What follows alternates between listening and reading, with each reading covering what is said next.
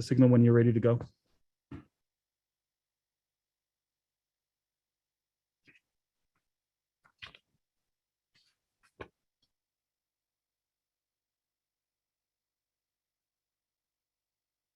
Go ahead.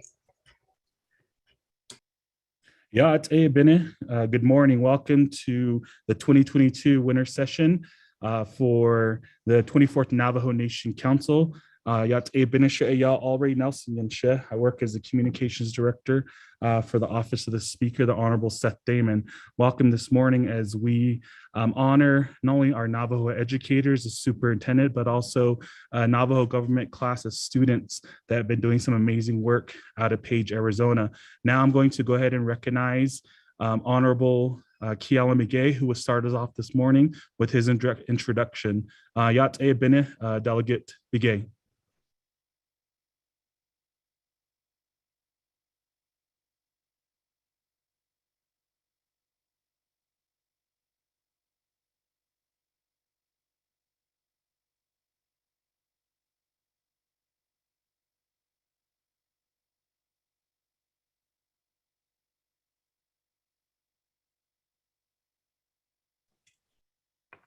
Good morning, everyone. We're just standing by here as we have Delegate Begay calling in. As you all know, across the Navajo Nation, we're blessed this morning with snow and some much needed moisture. So we're gonna go ahead and head it back off to Delegate Kiala Begay, who is going to provide his recognition for this year's 2022 winter session. I'm gonna go ahead and hand it off. Delegate Kiala Begay.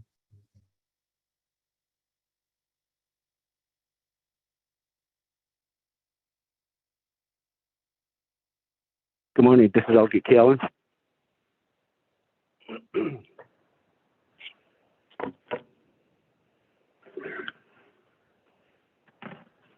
Start now. Good morning. Yat is Kedo Shidna. Kodo Nikibishwas and the Kialmigate Junior Nan Hitna. And I need national key ani a dasha, but I need a other dish she need as another. A cocoa slow sandatli, but for the Shaki a low mountain. Sachibuga, Salanikan with Nazlini and mini farms, did I Kodoshanan, instant or Hunzaka for just chicane of Senigi. A Kodi, Binibi, yet Kodo, the Nebeda had on the Nigo Bahor Gij, a co a lounge shot of Soko, a Kodo, here way done, if it end not it, our Kodo, has Aunt A banana, she used to Hunzaka for Gij, do Hunzaka for Jish. A coco, Shisazado. Aunt has a bit go Henson, Harlan, Hashin, and Dinigi, Osthat, the Osthat, Instat, that did no baby, yet they take baby not to go Kodo, a larger Celestate, a larger that's a dog go Cousins at the in lecture. In Legion, Chinde Unified School District will go not ding. Baby Dodgy got the 24th Navajo Nation Council, 24th. Chinde Unified School District, Arja, I would go a Kodo, superintendent, or Diego go a Arja and large, that's a Coco Hatanshi, Kodo, the door when that the horse just at the quick of she bananas, your sendo, at the quick of she bananas, la. A Coco Ashi Pijon, at the hotel, the store, Adoshin up, Petashin, Sato, hit Ashin and that. She says the low Kodoshin that the north is a coco a fiki being a quack or shan he didn't need on the store ado aden that is not anking her if it nan senegit hatchin no senegi others last order than senegit on so good morning he didn't need on this. So this morning it's an honor and privilege for me to introduce an individual that I've known for a while. He is the Chinde Unified School District number 24 superintendent. He's been there for several years now. I know that he has been a good leader, being the spokesperson for the Chinde Unified School District. And I know that he has been participating at several local chapter meetings and other Windrut level council meetings. So I know that he has a well-versed of making communication with the Navajo Nation leadership also leading a good school system. So Mr. Nate is his name, and the reason why I believe that he really needs, and I surely believe that he needs to be recognized for his leadership because the state of Arizona School Administrators Association had selected him or recognized him as being the Arizona Superintendent of the Year for 2022. And also, at the same time, I guess they automatically qualifies for the National Superintendent of the Year. So, to my understanding, he is also the finalist for at the national level. So, I just wanted to say that we appreciate his leadership, we appreciate his dedication, we appreciate him keeping our kids safe at school, and also taking the lead in the leadership in the school system at the Adjournment Unified School District number 24. And I also like to appreciate and thank the school board members and all the school teachers, the rest of the administrators in the Chinle Unified School District. So with that, I believe Mr. Nate is on the line. I'll give the floor to him for his introduction, and I believe that there is a video clip that they will show, and then we'll go ahead and come back at the end to present the recognition plaque. So with that, staff, could you be able to go ahead and have Mr. Nate do his introduction? So here, Delegate Begay, we do have Superintendent Nate on the line, but before we go ahead and introduce Superintendent, we're going to play the video for you. So everyone, please stand by.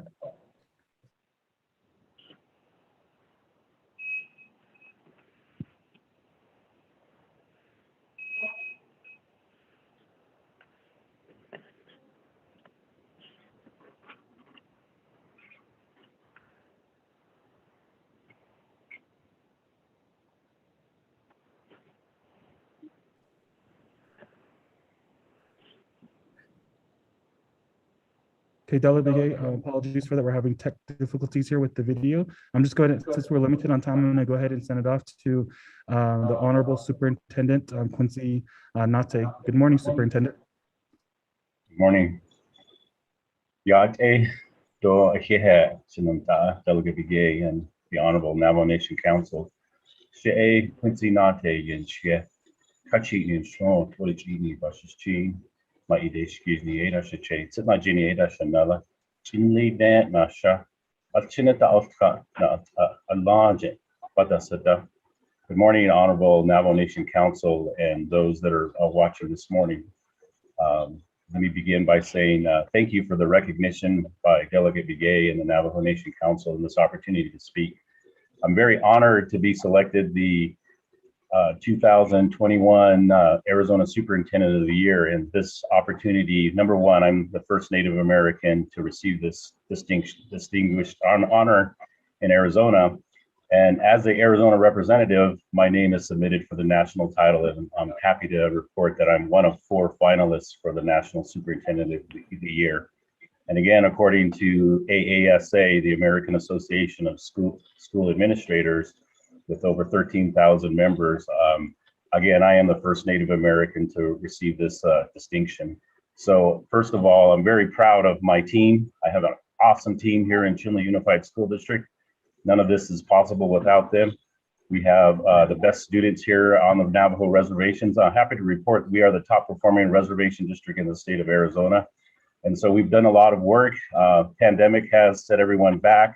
However, we feel very strongly that we will get back on track with providing a quality education for our students, because we believe very strongly that they can and will be very successful and productive when they graduate from Chinle High School. So with that, I can Chicago for this recognition, Delegate Begay.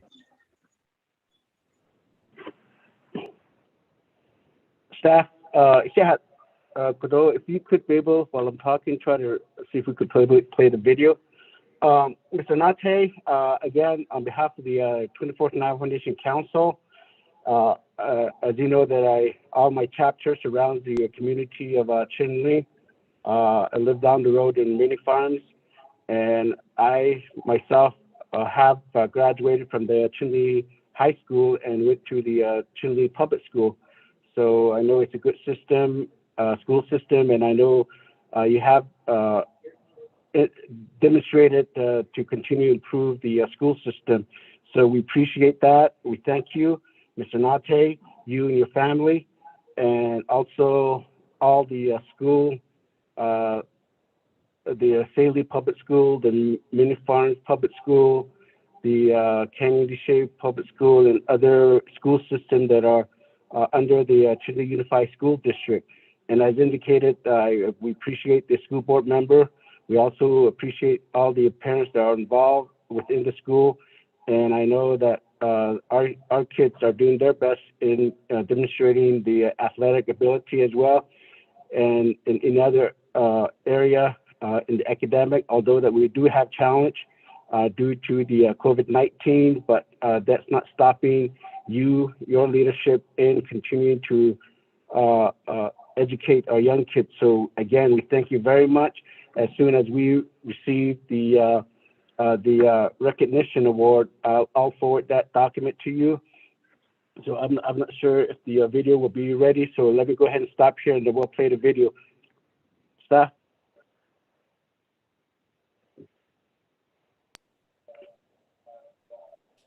Thank you for that, Delegate Begay. Again, our apologies because the video is not downloading for us, Delegate Begay, so we won't be able to play that. However, what we'll be able to do, Delegate Begay, is that we'll have the video, once it's completed downloading, we'll have that uploaded to the Navajo Nation Council's YouTube page so people can see that.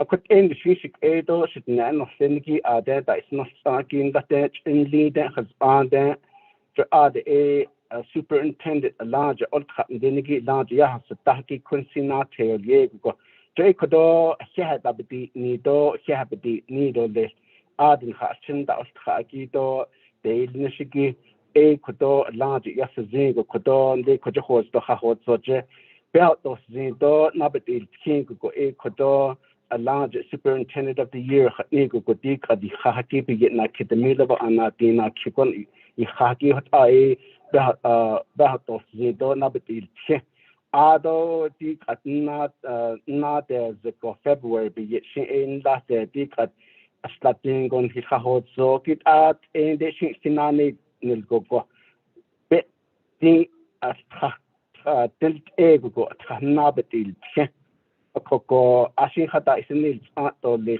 Ecuador nationally, and they starting in Hago Hata who is so hot a tilt ego hot a bit nabatil. So Asian Ecuador, we wish the best of luck to you, Mr. Nate, in your recognition and selection, being the candidate of the 4 finalists at the National Superintendent of the Year. As a candidate, so we thank you very much. Did asking at the Iliado Lesic A no Senegito, Shitna no Senegi, called Kodoshin A Kuntata at the Iliado Lesto, asking Kodo Nalchidikita, had to the Saint and the kid that Kodon Hitch that they got out at store. So with that, Mr. Nate, again, thank you very much. We thank you we express our appreciation to your family and your relatives as well. So with that, speaker, staff, this will conclude my presentation. Thank you for that, Honorable Gay. And everyone, please stand by. We do have the video, and we're going to play. It's about a 1.5-minute clip. Please stand by. Thank you, Delegate Gay, and congratulations, Superintendent Nate.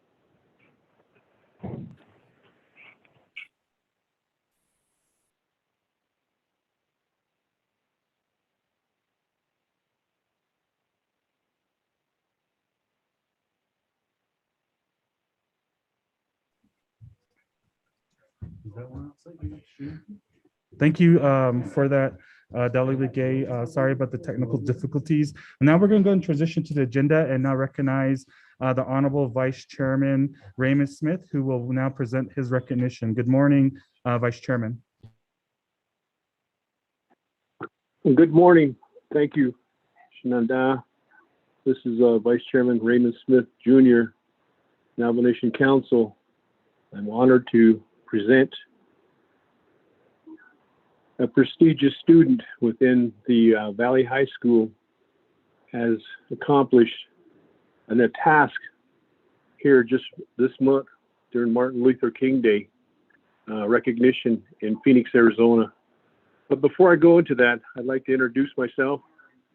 Nen Shinigi Yaha, Bethlehem, though the Kitchini Bushchin, Wandalahi Dashichedo, Nakai Dashanella.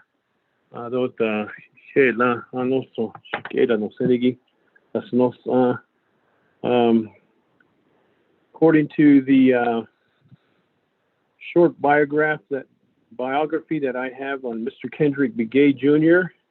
His name is Kendrick Begay Jr. and he is an attendee at the Sanders Valley High School. Go Pirates! I know Pirates are well known for their wrestling and well known for their track and well known for their athletic games out there. And I'm an alumni of that school too. Mr. Kendrick Begay Jr. is a junior in the Valley High School. His accomplishment is very honorable. And I'm proud to introduce his accomplishment. Kendrick placed third in the state of Arizona for an essay contest and was the only winner from a tribal nation. Arizona State University hosted a Martin Luther King Jr.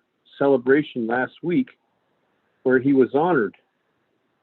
And there is pictures of him. I sent that was sent to us. I'm hoping that will be posted of him receiving the Arizona State University award. The essay topic was what leadership meant to him. And in his application during the time he was requested to give information or to do the essay, it's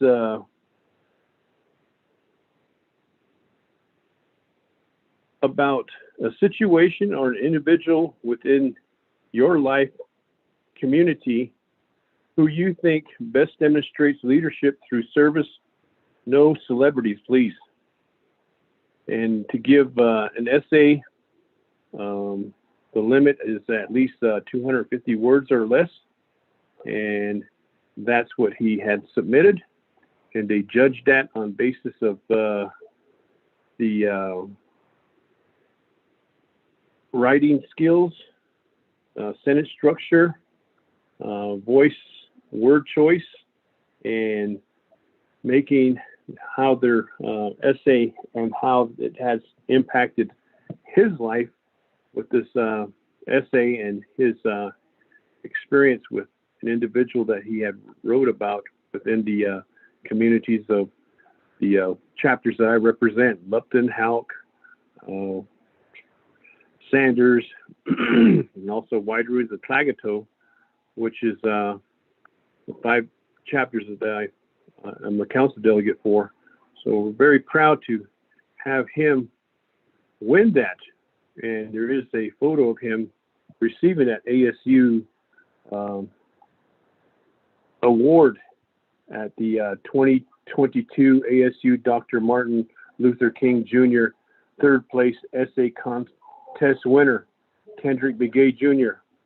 And he's so excited. I see a picture of him standing there with the certificate and standing next to, I think that might be his mother or maybe the superintendent.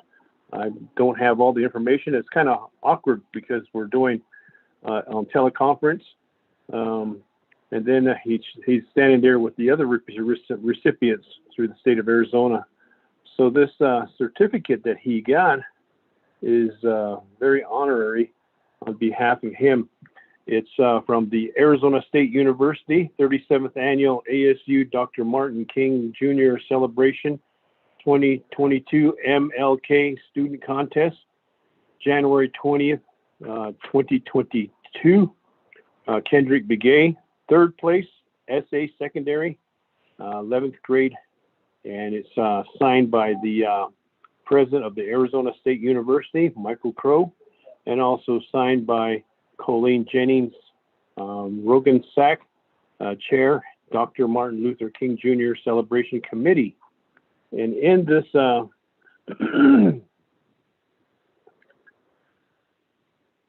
he has provided the leadership within. I'm not going to read it, but it does talk about his this individual and demonstrated the individual has demonstrated leadership, and it has inspired his life.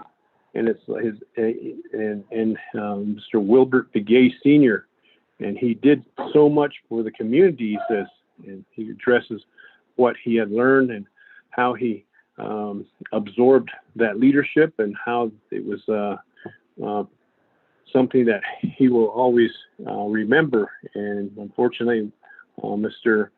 Wilbert Begay Sr. is no longer with us, but he is always going to keep him in memory.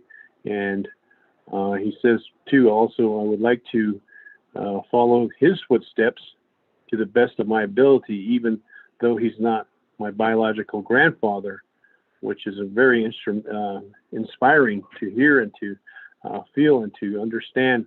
Leadership is something that is wonderful to be inspired by an elder, family member, a loved one, not a celebrity, and he wasn't articulating anything about a celebrity. So with that, I'm not sure if Mr. Kendrick is on board with us. I'd like to have him speak a few words. I don't want to steal the show from him, but I just want to go ahead and give him a few minutes to introduce himself and to kind of highlight what the essay done. And we're excited. Good job. Keep going. And we're proud of you.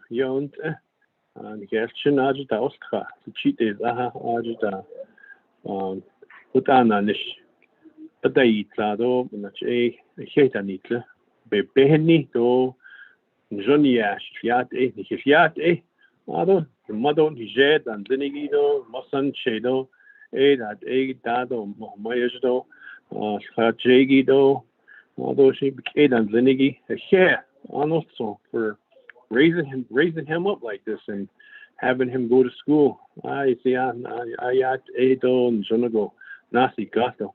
I'd like to turn the floor over to, and his mother's also with us, Siobhan Begay. So I'll turn the floor over to Mr. Kendrick Begay Jr. Thank you. I'm here. Can you hear me? Yes. Go ahead. Introduce yourself. Yeah, Kendrick Begay in the chef. My clans are Sinajini Nisha, Kiani Bashi, Tabaha Dashiche, Sinajini Dashanella. I would like to thank you for the recognition on my achievement this past month. I have the speech right here, and I wouldn't mind reading it. So here it goes. It's called Leadership Within.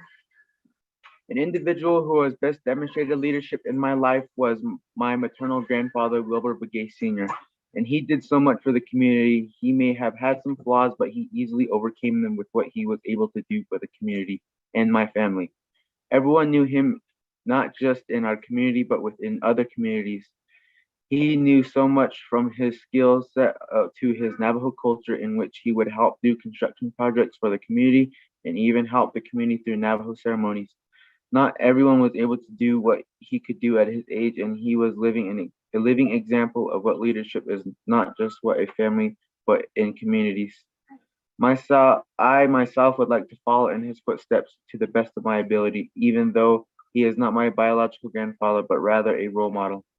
My siblings and I would do interscholastic activities every day after school, and he was there to support us the entire time. He was with us by going to every event held. Age was just a number to him, and he was able to give his children, grandchildren, and the community the ability of leadership as of which we have today. Sadly, his time is gone and passed due to a heart attack, but his teachings still live within us. That is why there is leadership within.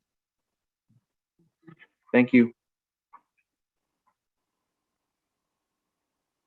Thank you very much. That was wonderful to hear that, and that essay has got him the third place throughout the state of Arizona through the Arizona State University.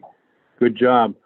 We are so proud of you, and keep moving forward. And with any support, anything that you may need, it's always welcome for our students to call our delegates, our leaders, and we're trying to increase the scholarship throughout the Navajo Nation. And I know Honorable Key Allen Begay is trying to set some money aside and get that grown so that the interest could be used for our students to utilize scholarship funding to go to school. So those are the things that we are trying to do and help our students, and things like this we're really proud of, and we're really honored to have time to set aside so that we can honor our students and encourage them, because key is the ladder. And Manny Lito is the one that said, "Fashion da ostra." Key stated education is what he had envisioned, and that's why they have the Manny Lito Scholarship, and he was one of our Natani leaders at the time. So I stand with that on behalf of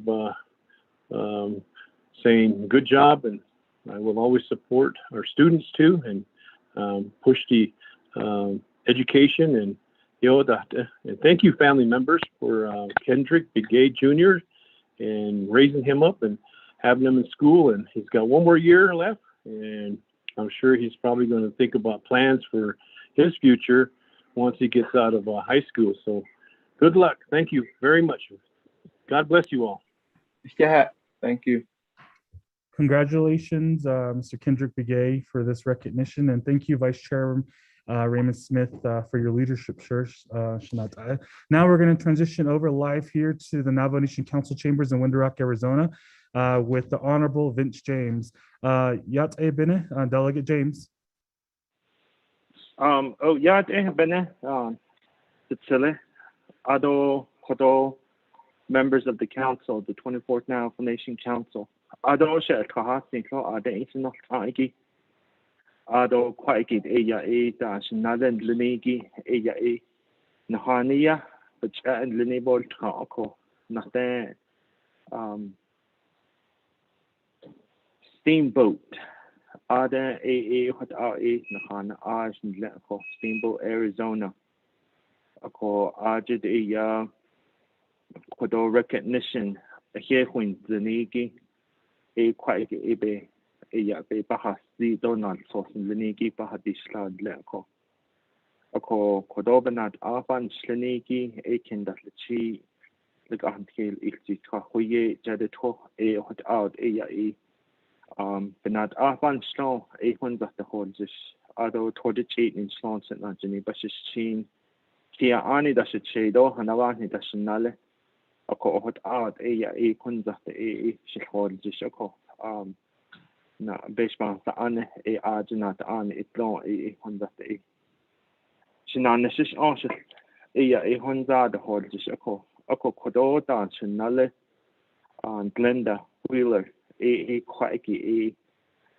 na nationality na nationality quite belka na hamil cheto na libat hat shahigi hot abel na netle ho ako de hit hot adola coach de no edo see the cost sanast ata na ni higi dodge or stoit ini na ni higi quite hit the na aqua da han she quite chita edo be na hondo ni to be is asta to be ya hot eto le higi quite be ni hit the na ako de adola it ho ended in a ko kodo ni hiol tao ya Navajo and Hopi families COVID-19 relief aje asto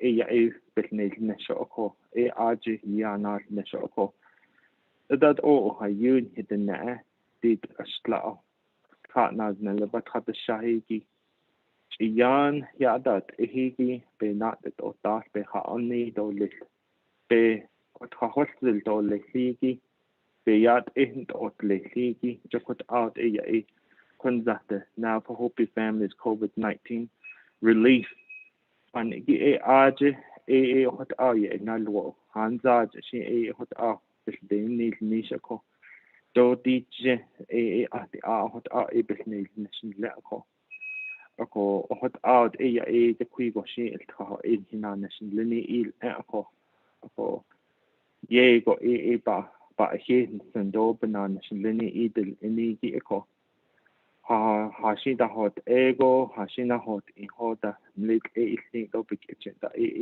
ati banana ile aja do big is ladante ado nana a penonte ato ha hoda banana shinane del inhle ko ado abogan has anida ado la partner hike hota abzaka ba chinen lene bol town ba mabja bol town da hota ado la ada yi ni lo ada yi ja hota ya na ko konza te ni ko jisha ko so hota ha bidini do ha ba he huin ni gi he hin ba he ni gi beninda di gen ni gi kodo da certificate na so ni gi Beshma anani kliniki ni has ando inal sosla badol sos de snod hot inal sos hat de slado kodo dam bin das na shigi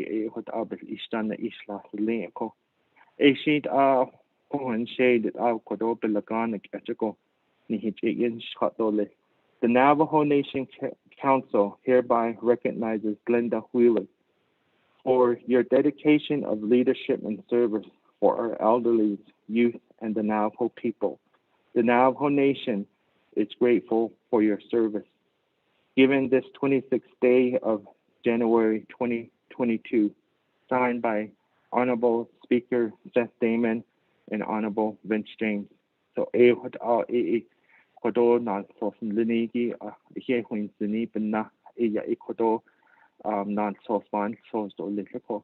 Ado shidene is not aiki sha ha but do ni do le ado shinale and Glenda Wheeler so ko do she taught na nele chapters in the lead do idea you can na lo da ko o ha you chapters Navajo Nation in the league ka a coin ka na lo the whole dish ko ado the Navajo Hopi family COVID-19 relief aje oyo now oyo ya hot zaya ta ati hot by lo hinde ko now sweeto san na stars leida the base of that ten of yan da ida ye da hanani gi be da ten of the ta now ko ko Facebook view ya na o ka hot yan chita yo le ko hot aslan pa hojone ki pe alene ki lo ishinala kodo ya pa hin ako hot ashina sobne neje pe na hod jisto le to kodo ba hin ni ti ki shi kodo ya ishi ga to kono chi de ya isha a ha shabedo nido little toko a che da hon che de ya e pa hui di sha to ko banana shi enido a shi pen che da ho do little toko what are the ya e han en lenin che isla do le snale Linda Wheeler. Good morning. Say, Glenda Wheeler, yes, my cousin Dan, for us to see touching the shade. What did you need? That's another. I'm originally from Steamboat. My parents are Ella and Glenn Sophie. My late paternal grandparents were Jolie Sophie and Mary Sophie. And I'm originally from Steamboat. And I would like to say thank you to the council and the Navajo Nation for recognizing me. I have some notes I want to read off my phone. I don't remember it.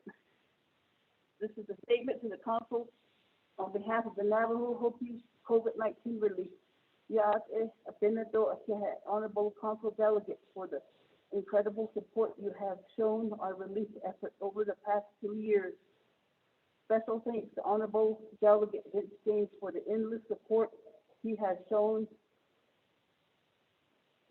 and has made room and space for me, and also was alongside me in preparing and distributing kinship care packages to families in need. We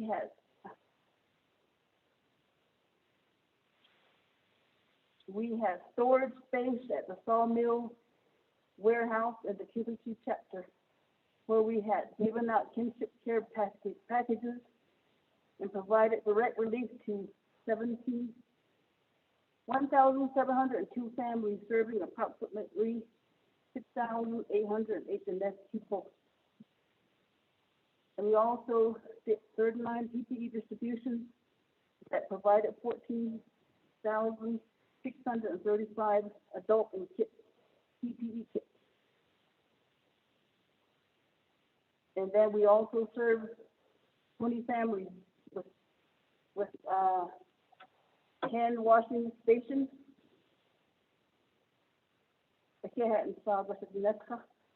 for all the support you provide to our relief efforts, especially this winter while COVID surges the worst. And please let us, I'm so nervous.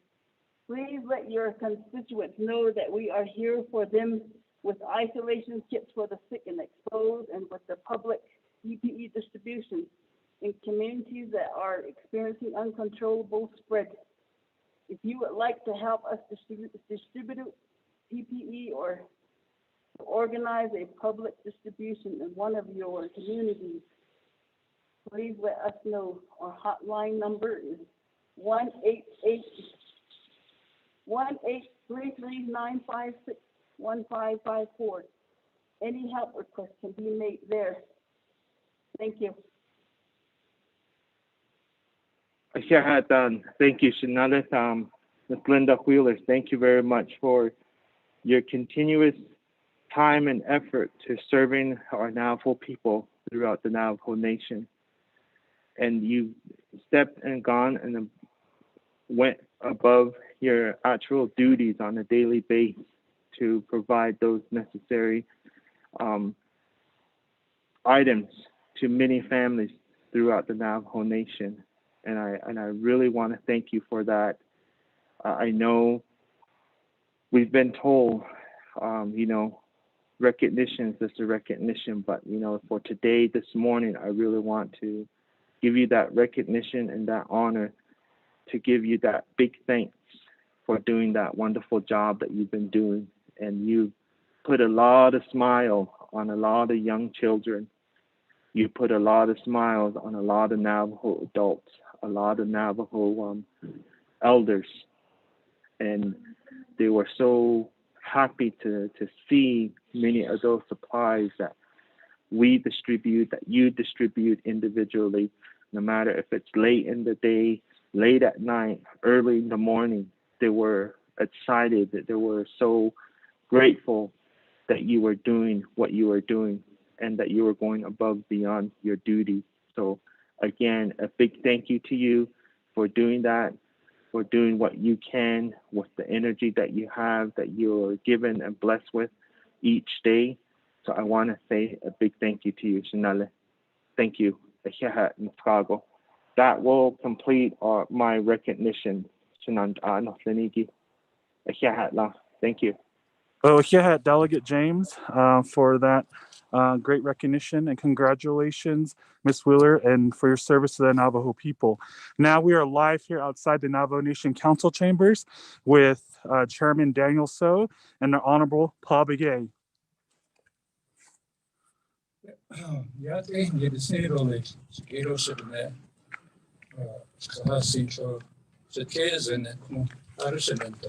Speaker Damon, and fellow delegates of the 24th Navajo Nation Council. Today, we're proud to give recognition to the young folks, the future of Navajo Nation, all centered around the Page Unified School District. We, from the committee, went up to the Chi chapter, and students there sang a song, 4 songs. From there, the idea came to say, let's bring them to Window Rock. Today is the day that they are here. I'm from the Eastern Agency, Orion Star Lake chapter. I represent 8 chapters: Counselor, Hohenzollern, Orion Star Lake, Red Open Tahoe, White Horse Lake, Casamara Lake, Little Water, and Wakapura. And the East meets the West this morning. I'm proud to have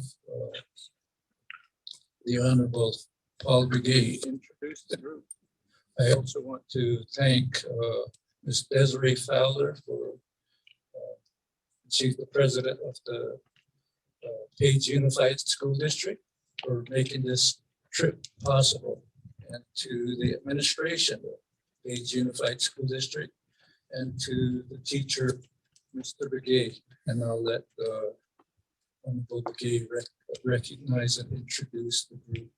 But we are proud to present this recognition this morning. We are honored that they will sing some sacred songs for us. Thank you. Thank you, Chair, Honorable Delegate Daniel So, Adoa, Nidish H. Paul Begay, Delegate Paul Begay, Adoa, Tradnas, Nigi, Sichi, Ado Vishagi, Sinaban Sabatin, Kaito, Ado Tona Henning, Zereshkish, the Enschlino, Begator, Nation Jet, so the Genie, the Shichido, Kia, and Nation. We are very fortunate and blessed to have Page High School students, young men and young women. I told them well about what they're learning.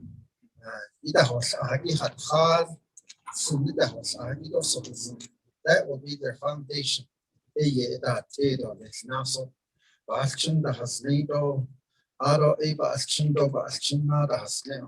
Through the generations, what they want to share with us today will carry their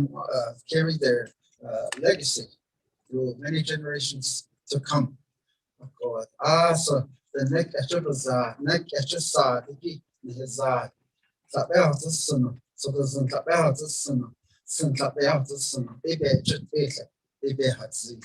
so we're glad to introduce to you Page High School Sand Devils.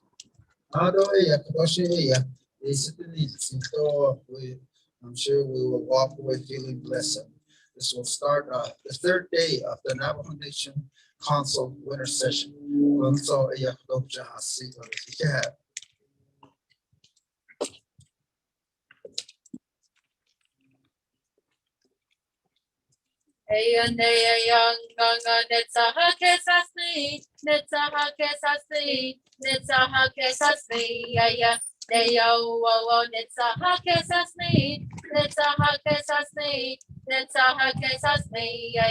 Neo Wakaza Sista Jinia, Beaton and Saha Kesasnia, Neo Wakaza Titria, Beaton and Saha Kesasnia, Neo Wakaza Natania, Beaton and Saha Kesasnia, Neo Wakaza Anagaya Kapika Hojania, Beaton and Saha Kesasnia. Neo wawa netsaha kesasni, netsaha kesasni, netsaha kesasni, ya. Neo wawa netsaha kesasni, netsaha kesasni, netsaha kesasni, ya. Neo wawa kazatso sifia, Ieto nahatahasni, ya. Neo wawa kazatkeshe sifia, Ieto nahatahasni, ya. Neo wawa kazana Natalia, Beato nahatahasniya, Neo wawa kasa anagaya kapika hojania, Beato nahatahasniya, Neo wawa nahatahasni, nahatahasni, nahatahasniya, Neo wawa nahatahasni, nahatahasni, nahatahasniya. Neo wawa katato sipia, Beato ianahasniya, Neo wawa kati chitresipia, Beato ianahasniya, Neo wawa kasintanetania, Beato ianahasniya, Neo wawa kasa anagaya kapika hoshonia, Beato ianahasniya, Neo wawa ianahasni. Ianahasni, Ianahasni, ya. Neo wawa Ianahasni, Ianahasni, Ianahasni, ya. Neo wawa Katapenesalia, Iatosi, ya. Neo wawa Katapenesalia, Neo wawa Katapenesalia, Iatosi Hasin Hasni, ya. Neo wawa kasa anagaya kehoshania, Beato si hasin hasni, Neo wawa si hasin hasni, si hasin hasni, si hasin hasni, Neo wawa si hasin hasni, si hasin hasni, si hasin hasni, Neo wawa kasa nahotifia, Beato so disin hasni, Neo wawa kata yodizifia, Beato so disin hasniya, Neo wawa kata nanatahia, Beato so disin hasniya, Neo wawa kata anagaya kapika hoshonia, Beato so disin hasniya, Neo wawa so disin hasni, so disin hasni, so disin hasniya, Neo wawa so disin hasni. So disin hasni, so disin hasni, ya. Neo wawa katatrol inia, Beato sin hasni, ya. Neo wawa katikishizitnia, Beato sin hasni, ya. Neo wawa katinanatania, Beato sin hasni, ya. Neo wawa kasa anagaya kapika hojania, Beato sin hasni, ya. Neo wawa sin hasni, sin hasni, sin hasni, ya. Neo wawa sin hasni, sin hasni, sin hasni, ya. Neo wawa. Ayo nea yang ganga hoshangola pena shoya, hoshangola pena shoya, hoshangola pena shahalagai, nea kahashaya teya, bike ayala. Bena show ya tatidina bika ayala. Bena show ya tatidina bicha ayala. Bena show ya tatidina bisa sayala. Bena show ya tatidina bina ayala. Bena show ya tatidina biya neja. Bena show ya tatidina biya sauce. Bena show ya kasa anagaya kapike hojone shinishlingo. Bena show ya shikete hojonko. Bena show ya shikete hojonko. Bena show ya hojonko ala. Bena shah halagay. Nea Kahashe no Wania, Bika Ayala, Ben I show ya Tatit in the Bika Ayala, Ben I show ya Tatit in the Bika Ayala, Ben I show ya Tatit in the Business Ayala, Ben I show ya Tatit in the Bina Ayala, Ben I show ya Tatit in the Bia Nature, Ben I show ya Tatit in the Bed Source. Ben I show ya Casa Ana Gaya Kapika Hojana Shinishnigo. Ben I show ya Shikishka Hojoko. Ben I show ya Shikishka Hojoko. Ben I show ya Hojokola. Ben I show ya Hojokola. Ben I show ya Hojokola. Ben I show Gane. Eya young nanga hojangola ben anastoya hojangola ben anastoya ya hojangola ben anasta halagai neya kahasya tiya beke ela ben anastoya ya tadina beke ela ben anastoya ya tadina beke ela ben anastoya ya tadina beke ela Ben on the show, ya tatit in the bin ayala. Ben on the show, ya tatit in the be an agent. Ben on the show, ya tatit in the better source. Ben on the show, ya casa anda gaya kapika hoshon the shinigo. Ben on the show, ya shikja hoshogo. Ben on the show, ya shikja hoshogo. Ben on the show, ya hoshogola. Ben Anisha Halagai, Nea Kahasema Wadia, Bika Ayala, Ben Anisho, Yaya Tatina Bika Ayala, Ben Anisho, Yaya Tatina Bika Ayala, Ben Anisho, Yaya Tatina Bika Ayala, Ben Anisho, Yaya Tatina Bika Ayala, Ben Anisho, Yaya Tatina Bika Ben Anisho, Yaya Tatina Bika Sauce. Ben Anisho, ya Casa Ana Gaya Kapika Hojona Shinishnigo. Ben Anisho, ya Shikeshta Hojogo. Ben Anisho, ya Shikeshta Hojogo. Ben Anisho, ya Shikyake Hojogo. Ben Anisho, ya Shikake Hojogo. Ben Anisho, ya Shinate Tabaso Hojogo. Ben Anisho, ya Shizate Hojogo. Ben Anisho, ya Hojogola, Ben Anisho, ya Hojogola, Ben Anisho, ya Hojogola, Ben Anisha, Holagane. Lisan, ja, das ist. Jo, krass noch det, ich noch det, switch has hier. Das ist not gentle, das ist so sleep benza. Das ist not das ist das old in das an, das ist not an, it's a you. In der ist es jetzt, das ist das schon da hinten der da noch so das. Na, da sie dann setzt sie, sie nicht sie die. Die Inchina sie die und hat da do has da do. Could he had a whole show do the no not then. In der Konkurse ist jetzt die Art ist wieder die ist wieder ich das Leben. So den und der ist ja Johanna ist ja na noch zu von hier an dort. Bis ayo alle hast ist hier bis also alle hast und hast ist in der Energie. Shima sana de yo ist in der Ikona ist an tradition zu na der ja der die Chicken die nicht noch so.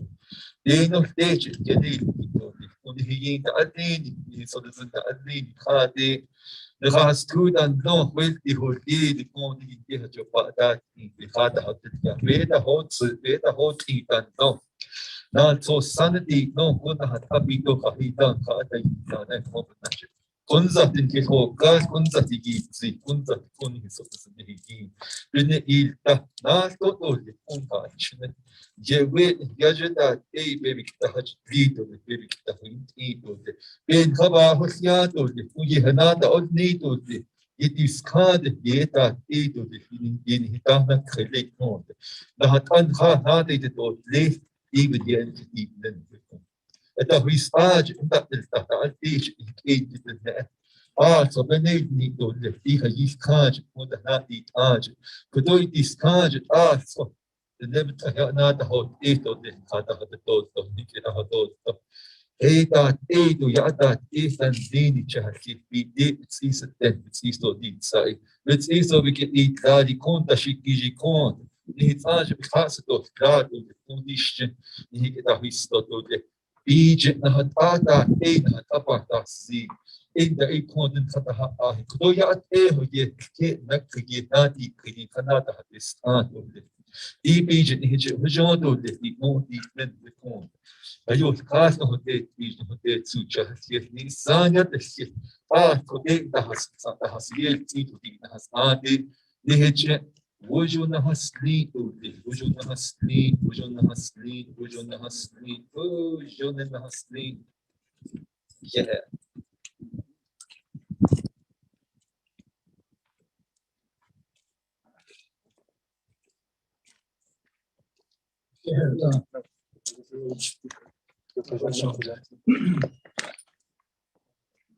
But oh, yeah, corruption. Den sträge Zentren strong. Das ist Kachi, das ist Chi. Das ist nicht das Chi, aber Kindle Chi ist Chi mit der. Du kommst. Das doch.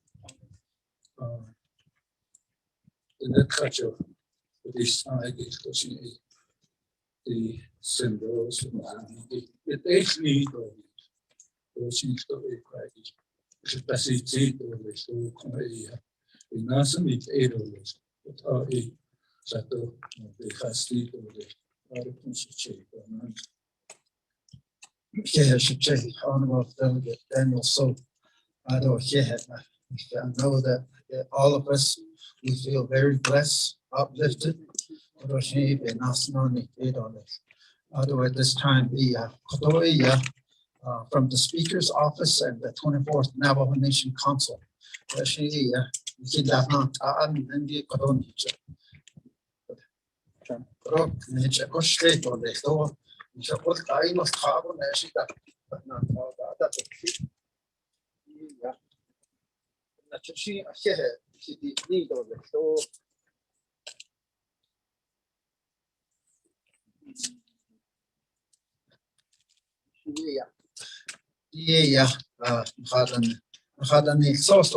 Speaker's Office and the 24th Navajo Nation Council.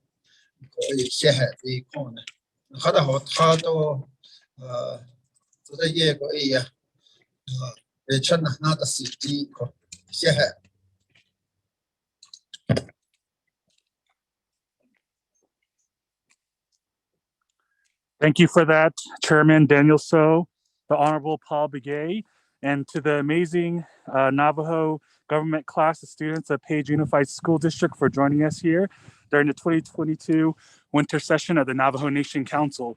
Now, everyone, we're going to turn it over for a brief presentation to my colleague, Donovan Henley, where we will be joined now with a presentation on today's theme for the Navajo Nation Council, wearing turquoise, honoring our livestock all across the Navajo Nation. We'll go ahead and hand it over now to the Navajo Nation Department of Agriculture. Thank you all for joining us for this year's 2022 winter session recognitions. We'll go on that.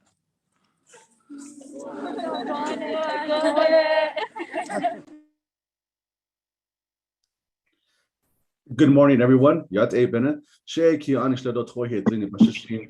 My name is Donovan Hanley. I'm with the Office of the Speaker, and we do have a very special presentation today in honor of Wear Turquoise Day for the winter session of Navajo Nation Council. Also highlighting the livestock, honor your livestock, farming. I'm going to hand over the time over to Mr. Leo Watchman from the Navajo Nation Department of Agriculture. Mr. Watchman, are you there? Yes, I am. Can you hear me? We can hear you. Go right ahead, sir. Thank you. We do have a PowerPoint that's sort of, and I'll get through this as quickly as possible. Thank you for the opportunity. Also thank the Navajo Nation Council and also staff, audience, and people that are attending the this year's session. or today's session, excuse me. I just want to highlight a couple of things and try to be in reference to the recognition of the day and livestock and Navajo culture and everything above that. First, I want to categorize. There is a Navajo ag economy. It's not as strong as it was, say, 100 years ago or even 20 years ago. But there are some facts that we want to bring out and also support we're seeking, meaning that the ag economy itself is volatile, but yet it has been able to, maintain itself 100 years where we still have horses, sheep, cows, chickens, and on a daily basis, they provide some form of Navajo use, meaning that either we eat them or we maintain them or we sell them. So stating that, the presentation just goes over the introduction of Navajo economy. We can move to the next slide. We'll just give a little presentation from what agriculture is and what we have out there and some of the things that are coming for 2022. So we can move the slide to the next one, which basically sort of gives an organization, also some of the programs we have. We have a vet program, and within the past year, they've received some dollars that will enable them to build their capacity, provide some more vets out there and direct services. I mentioned earlier about Navajo economy and how that contributes. We don't have as much large livestock, large animal as we've had, years past. The vet program probably is more focused on small animal, and that has a different take to what Navajo is and will be in the future. But hopefully, by having these herd incentive programs and more outreach, which they're currently doing, expanding those, that we'll have healthier livestock and also better genetics out there in the future. And hopefully they won't provide, utilize much of the forage, more or less forage will be utilized to maintain the current level is one of the objectives. We have a brand office, which basically is an inspection office, range and farm management. We have agency offices out there, and we're building capacity. We'll be hiring some extension agents, outreaching with our partners, USDA, other folks that we have out there, the BIA, and also more recently in the past few years, the colleges have increased and are providing programs equal to what we're explaining today, as well as our ranch and Eastern land management. Eastern has a unique land status, but also we have a lot of our tribal ranches out there that have independent leasers. So we're going to try to promote genetics as well as have independent, responsibilities where they are going to be hopefully integrated into maintaining their own well systems, maintaining their own fence lines, as opposed to what we have now. A lot of it is lease-based, and the landlord takes care of everything at some length, but we want to integrate and have them have more sort of ownership. Moving on, the Navajo Nation Fair, which is another program within the part of ag. We were going to have the annual, which we started a couple of years ago, was the Ag Expo, which coincides with the annual 4th of July celebrations. So we have that move coming forward, and it is planned, but then again, under health orders, restrictions, maybe possibly other another variant or the health orders make the changes. But at this point, the plan is to have these festivities, including the Navajo Nation Fair in 2022. The dates for the 4th of July Ag Expo is July 1 through 4, and the Navajo Nation Fair is 5 through 11 in September. This is more or less give them a little highlight on those annual activities, and historically, those events were offer display, harvesting, and also competition. So that is the same order, and we are working on our fairgrounds to improve some of the facilities, and hopefully, if things go right, we'll have the fair and move on to some of the expansion plans we have to improve the fairgrounds within the next year. Other programs we have, and one of the focal points for this day, we want to offer, and we'll be explaining some deadlines and some applications moving forward. We have an acronym called AIF, which is Agriculture Infrastructure Fund.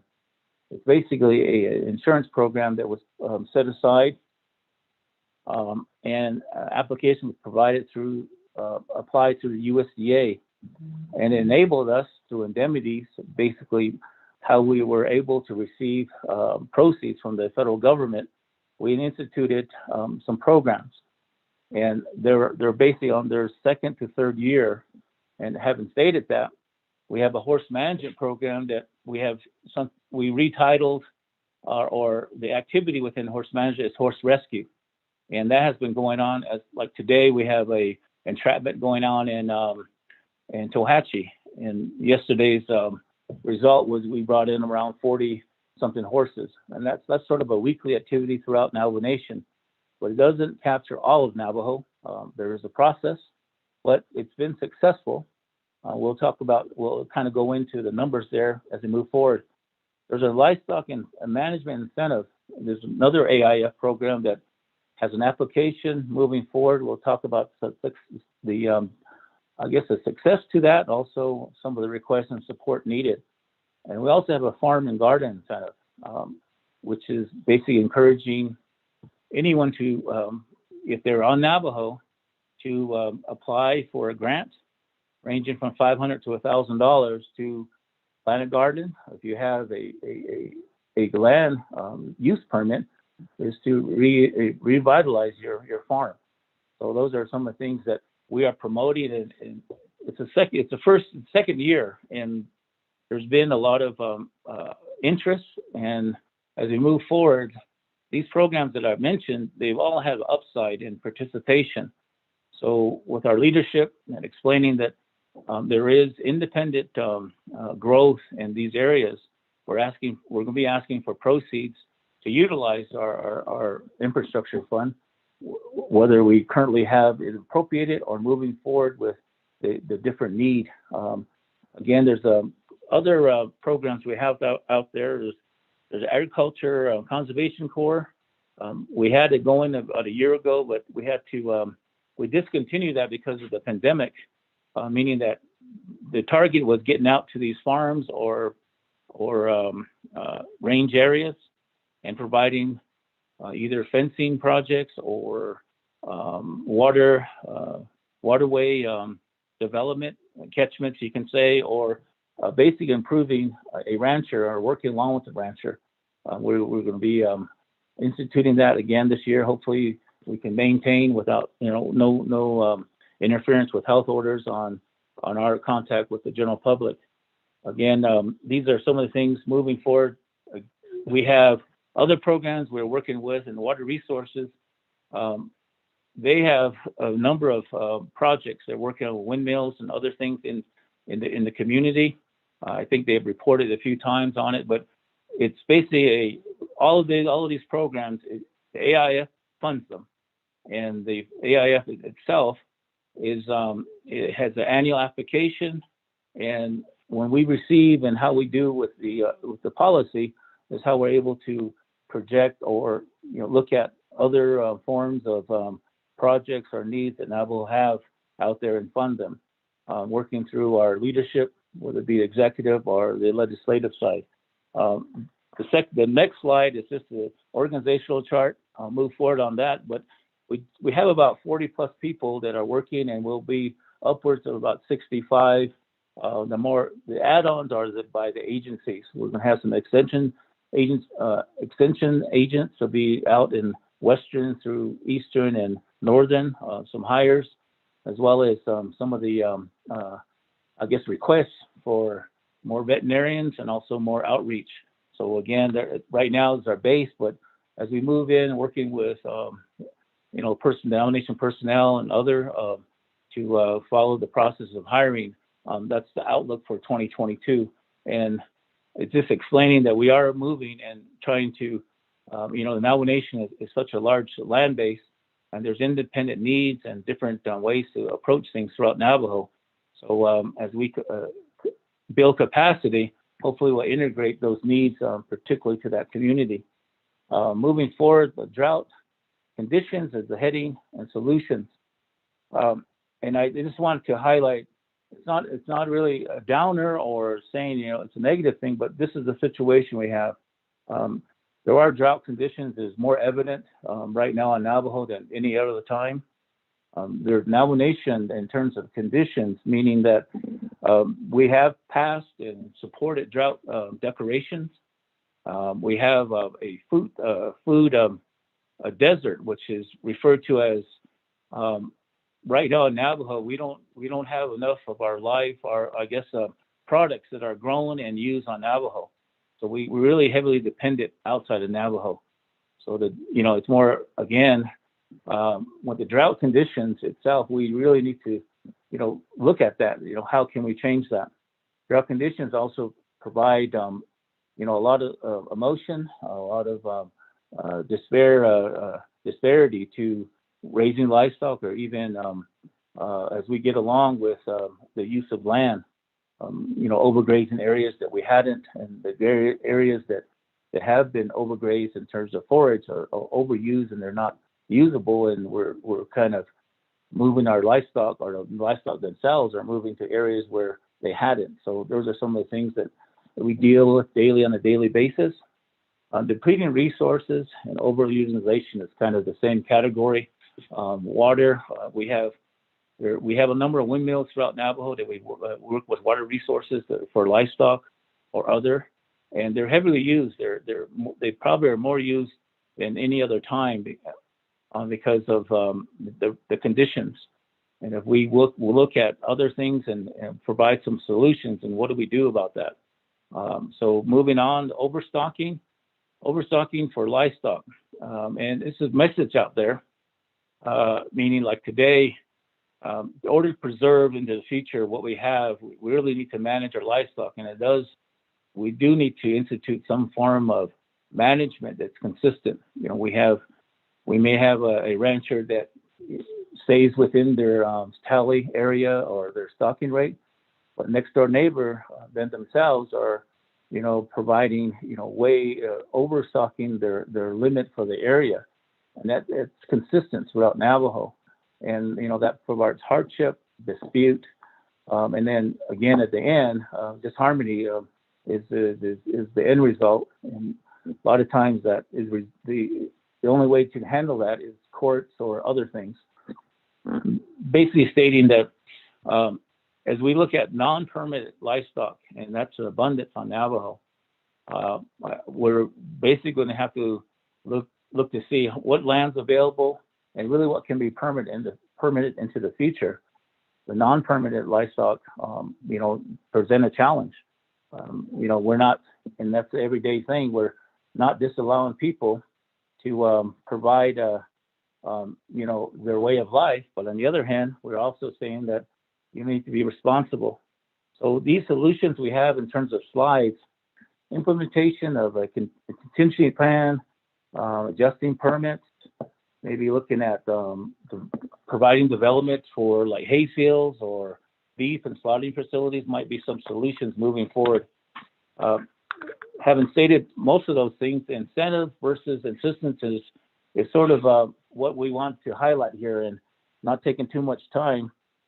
We do have two programs we want to highlight, and the incentive, they're incentivizing, basically putting dollars in people's hands if they are compliant or they have a desire to either produce livestock under a permit, or they have a desire to get into producing crops. These are challenges, and the slide kind of goes over incentive versus assistance. More recently, the Navajo Nation had an assistant program, which is $4 million going out to any producer. That has some goodness to it, but on the other hand, if they're not permitted, other entities really can't contribute because of like the USDA or FSA, those kind of programs. Those are some challenges moving forward.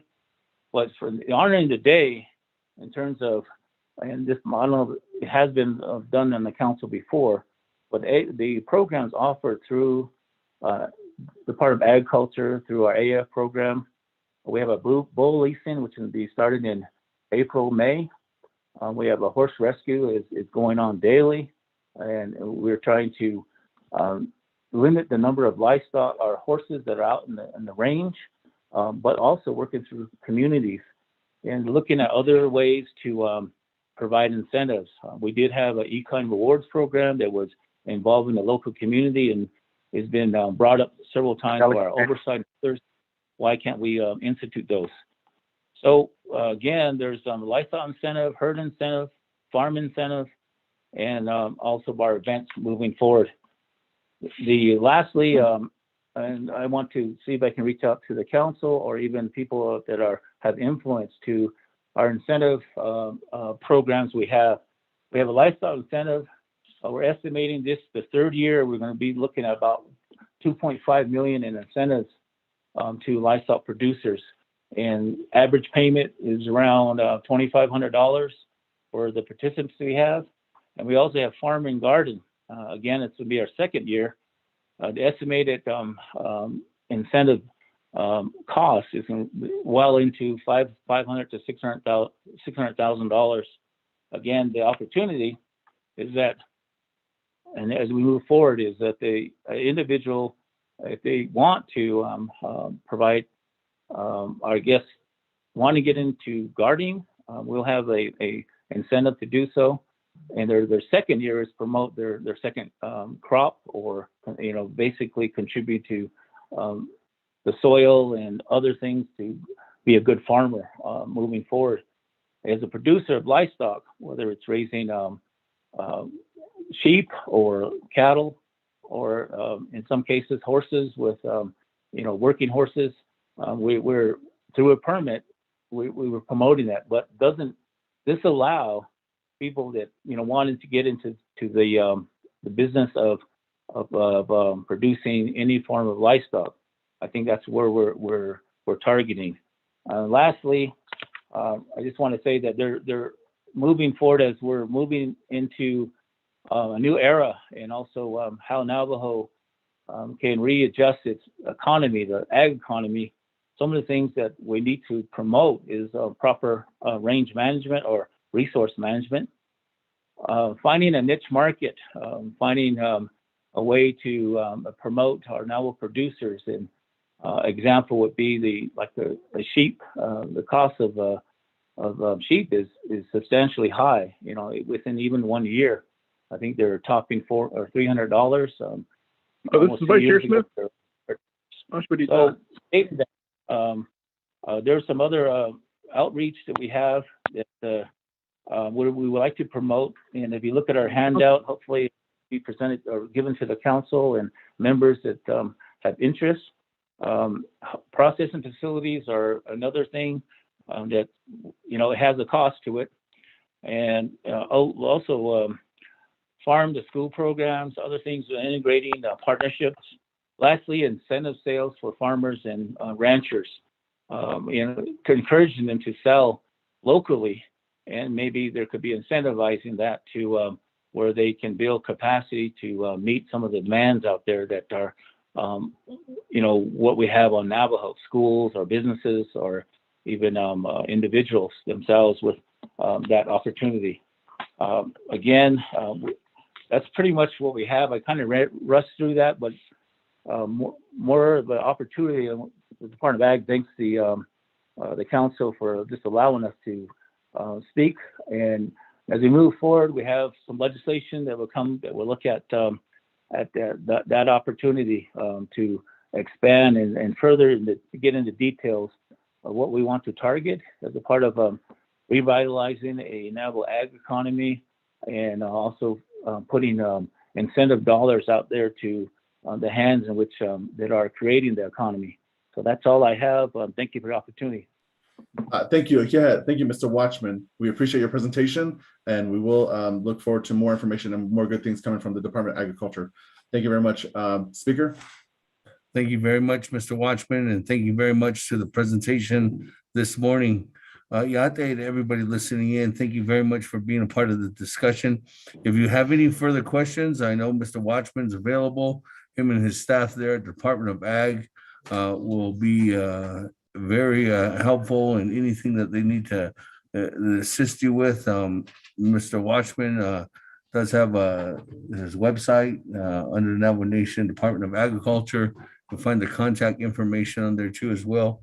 You also find that information on the speaker's webpage as the information was posted to as well, and the presentation will be posted as well too as again once it's uploaded this morning.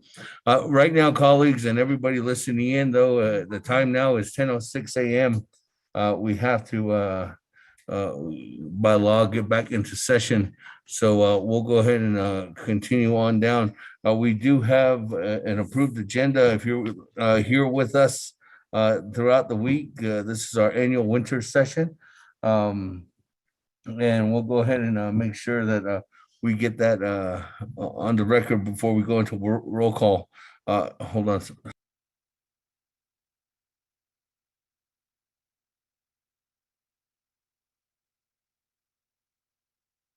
Thank you very much again, staff, for being here this morning, and to my colleagues, members of the 24th Navajo Nation Council for being on the line. Thank you to all the listeners that are listening in this morning, to the presentations. We just got done with a Blessing Way prayer too as well from the Page Unified School District from the Navajo government class. Thank you for that this morning. We did get a recognition this morning just to go over by Honorable Keon Begay, who recognized Mr. Quincy Nate, who is the Arizona Superintendent of the Year for 2022. Mr. Vice Chairman Smith recognized Mr. Kendrick Begay Jr., who is a student of Sanders Unified School District, and Honorable Vince James recognized Glenda Sosi Wheeler, who's a community leader there in the community. So again, thank you very much. And thank you, Honorable Chairman Daniel So and Honorable Paul Begay, for inviting the Page Unified School District again this morning. Colleagues, yesterday we did get out of session at 7:04 p.m. We went into recess, and we're going to come back into recess. This is day 3 of our winter session. Today's date is January 26th. Time now is 10:08 a.m. We're here in Winter Rock, Arizona on the Great Navajo Nation. This is a via teleconference session still. For the record, I do have a couple of my colleagues in here. Honorable Carl Slater, Vice Chair Slater, Honorable Wilson Stewart, Honorable Paul Begay, Honorable Chairman Daniel So here this morning. Thank you very much, colleagues, for being in the chambers. With that, presiding is myself, Seth Damon, Speaker of the 24th Navajo Nation Council. Let's go ahead and get a roll call, and then we'll go on from there to get a recap of what we concluded yesterday, and then also getting into what the legislations I will be going over here today. That roll call. Good morning, Honorable Elmer Begay. Honorable Elmer Begay. Honorable Elmer Begay did not answer roll call. Honorable Key Allen Begay Jr. Honorable Key Allen Begay Jr. Honorable Key Allen Begay Jr. did not answer roll call. Honorable Paul Begay Jr. Delegate Paul Begay is present. Honorable Paul Begay answered roll call. Honorable Nathaniel Brown. Delegate Brown is present. Honorable Nathaniel Brown answered roll call.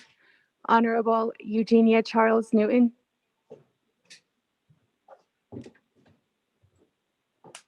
Honorable Eugenia Charles Newton.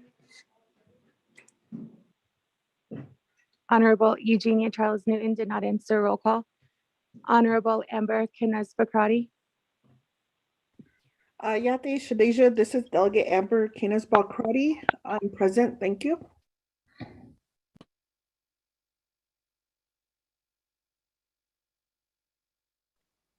Honorable Amber Kines-Bakrati answered roll call.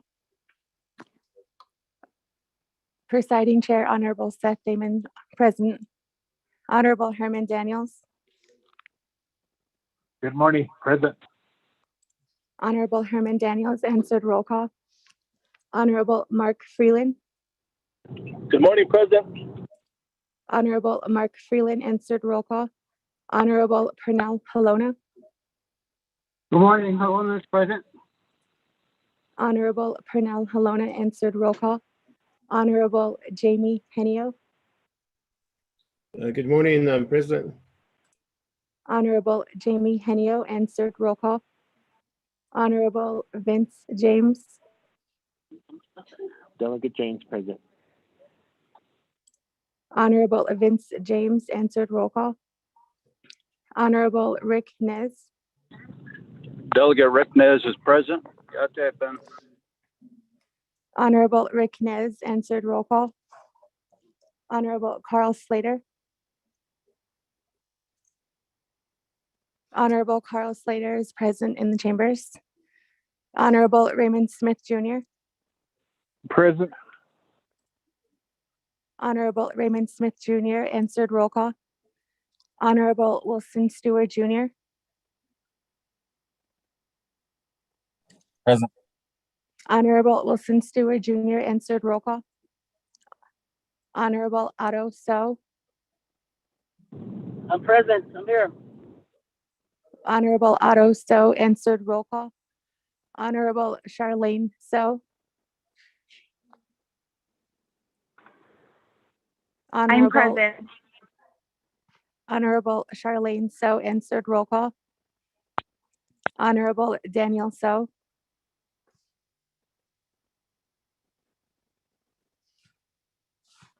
Honorable Daniel So is present at the chambers.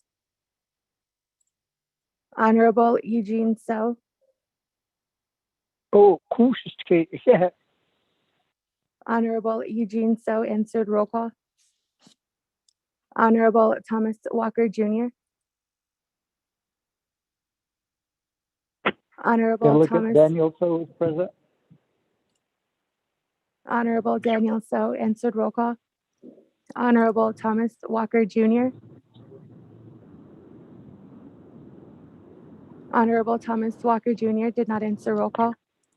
Honorable Edison Juanica, Here. Honorable Edison Juanica answered roll call.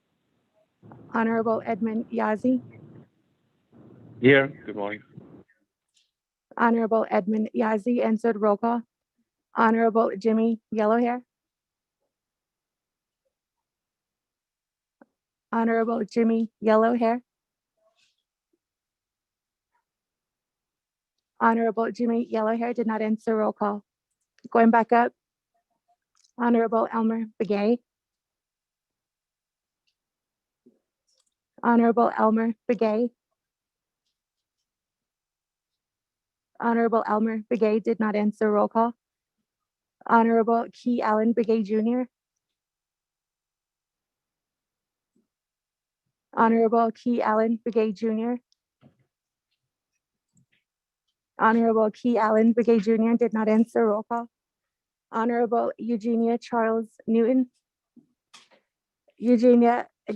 Honorable Eugenia Charles Newton is present in the chambers. With that, Honorable Speaker, you have 20 delegates who answered roll call, including yourself. Again, good morning, colleagues.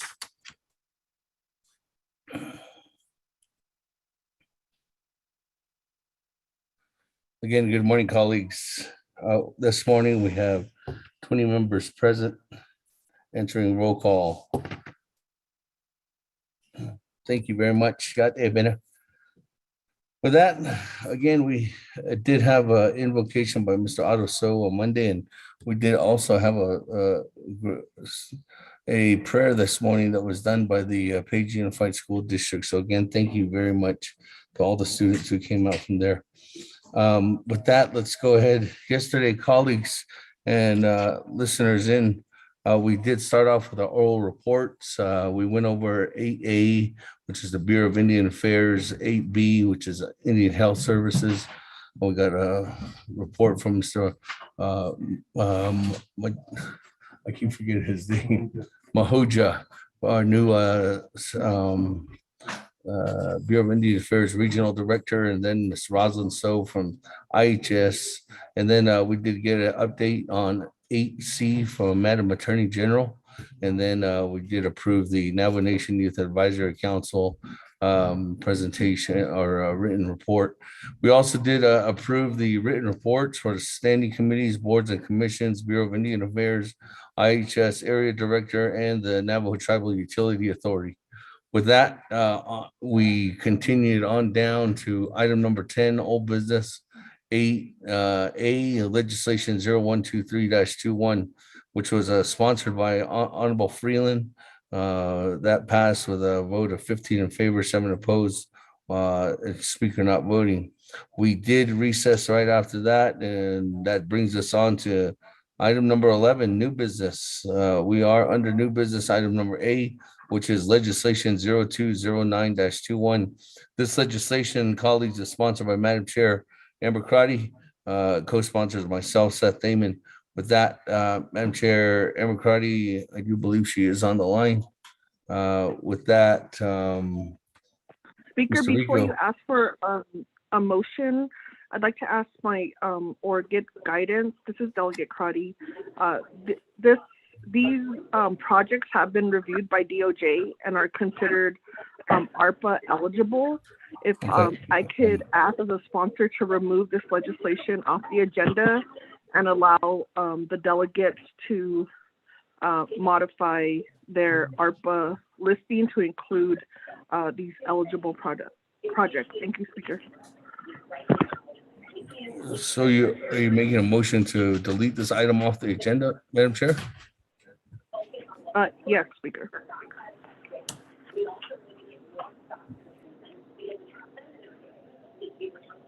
Speaker.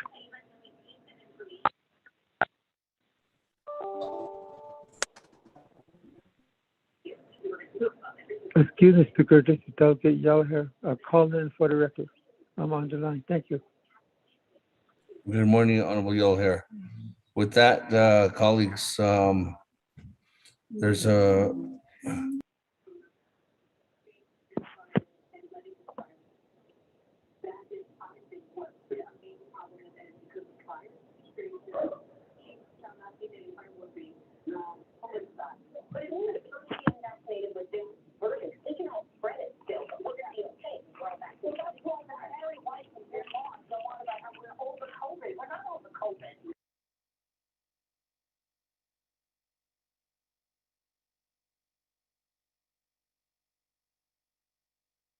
Thank you very much. With that, Madam Chair. Madam Chair, I'm Crotty on legislation 0209-21. Colleagues, Madam Chair is asking for that legislation to be, good morning, that legislation to be deleted off the agenda at this time. Is there a second? Second by Honorable Paul McGee.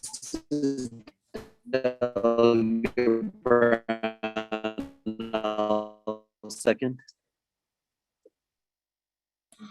Colleagues and Madam Chair, Amber Crotty, this amendment, because we are amending the agenda, this amendment would be needing 2/3, so 16 votes of the body in order for us to go ahead and approve this amendment. Colleagues, is there any comments, questions on amendment or on the motion? Speaker. Honorable Edmund Yazzie, floor is yours. Speaker, this is Thomas Walker. Oh, sorry, Waysher Walker. Speaker. Waysher Walker, go ahead. Speaker, though, members of council, colleagues, though everyone that's with us on this call this morning for our winter session, the request for modifying the agenda. I'd like to ask Madam Chair Amber Crotty, the seconding party on this amendment, to include legislation 0261-21 to also be deleted from the winter session agenda. It would be represented at a future council session. If you can include that, I would really appreciate that. Speaker.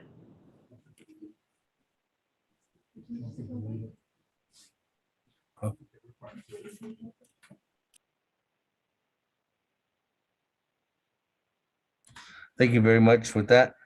Let me go back to the sponsor, Madam Chair, Amber Crotty. There's a request to modify to add on 0261-21. And just for the record, that's an action related to an emergency of the Navajo Nation Council approving $1,808,538 in supplemental funding for the undesignated unreserved fund balance for the 110 Navajo Nation chapters emergency fund accounts, waiving 12 NNC subsection 820. Madam Chair. Yes, I do move to modify. Thank you, Speaker. Okay, thank you. With that, Honorable Paul Begay. Are you good with the motion? Speaker, yes, I concur with the modification. Thank you. Okay. That, any other comments, questions on the motion? Speaker, Delegate Freeland. Honorable Freeland, floor is yours at this time. Good morning, Senata. Honorable Crotty. Honorable Begay for the second. Thank you, Shemayaja, for this legislation as well. And I did notice it does include Tehe'ai chapter Standing Rock for this legislation. And I believe our chapter has already proceeded forth with this ARPA. 68 homes are ready to go in Standing Rock, and really appreciate your consideration of Standing Rock. Standing Rock chapter has positioned themselves very well for the 68 homes to get water through ARPA. They're ready. We just got to turn on the water from Navajo Gallup water to the BBN 9 side, and the 68 homes on both north and south will get running water. So I really appreciate this opportunity, and let's change some lives. Let's make some changes to our people's lives and enhance the livelihood. And I really appreciate this. Thank you. I'll waive my time, Speaker. Thank you. That, colleagues, any other comments or questions on the motion to delete legislation 0209-21 and legislation 0261-21 off the agenda?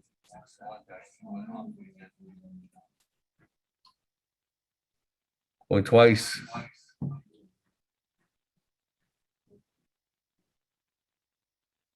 Going three times. Let's go to board.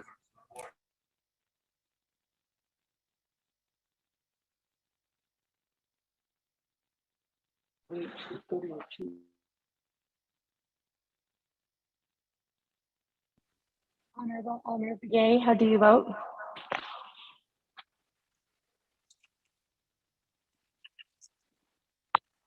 Honorable Almer Begay.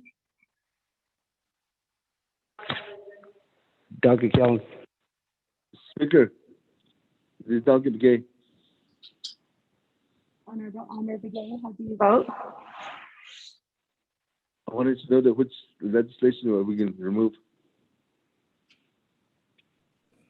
Or again, colleagues, we are voting on deleting legislations 0209-21 and also legislation 0261-21 off the agenda with this motion that we're voting on right now.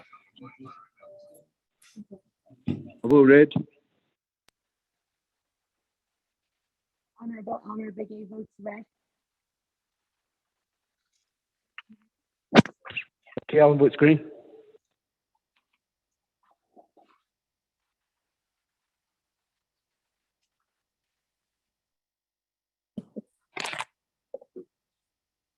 Honorable Almer Begay votes red. Honorable Key Allen Begay votes green. Honorable Paul Begay, how do you vote? Delegate Paul Begay votes green. Honorable Paul Begay votes green. Honorable Nathaniel Brown, how do you vote? Delegate Brown votes in favor. Honorable Nathaniel Brown votes green. Honorable Eugenia Charles Newton, how do you vote? Charles Newton votes green. Honorable Eugenia Charles Newton votes green. Honorable Amber Kinez Bakrati, how do you vote? Shadeja, this is Delegate Crotty. I'll vote green. Thank you. Honorable Amber Kinez Bakrati votes green. Presiding Chair, Honorable Speaker Seth Damon not voting. Honorable Herman Daniels, how do you vote? I vote red. Honorable Herman Daniels votes red. Honorable Mark Freeland, how do you vote? I vote green. Honorable Mark Freeland votes green. Honorable Pernell Halona, how do you vote? I vote green. Honorable Pernell Halona votes green. Honorable Jamie Henio, how do you vote? Henio votes green.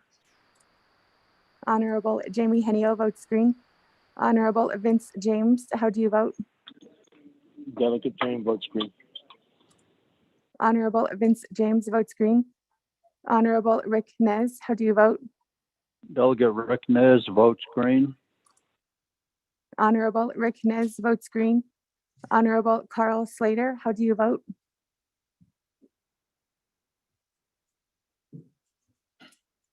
Honorable Carl Slater. Honorable Carl Slater votes green. Honorable Raymond Smith Jr., how do you vote? Green. Honorable Raymond Smith Jr. votes green. Honorable Wilson Stewart Jr., how do you vote? Green. Honorable Wilson Stewart Jr. votes green. Honorable Otto So, how do you vote? I vote green. Honorable Otto So votes green. Honorable Charlene So, how do you vote? I vote green. Honorable Charlene So votes green. Honorable Daniel So, how do you vote? Honorable Daniel So. Honorable Daniel So votes green. Honorable Eugene So, how do you vote? Honorable Eugene So votes green. Honorable Thomas Walker Jr., how do you vote?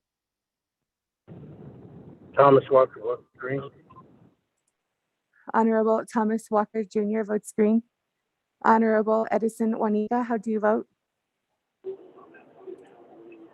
Honorable Edison Juanita votes green. Honorable Edmund Yazzie, how do you vote? Green. Honorable Edmund Yazzie votes green. Honorable Jimmy Yellowhair, how do you vote? Honorable Jimmy Yellowhair.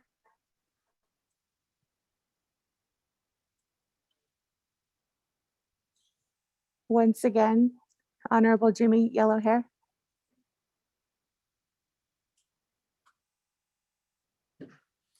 Going 3 times, Honorable Jimmy Yellowhair.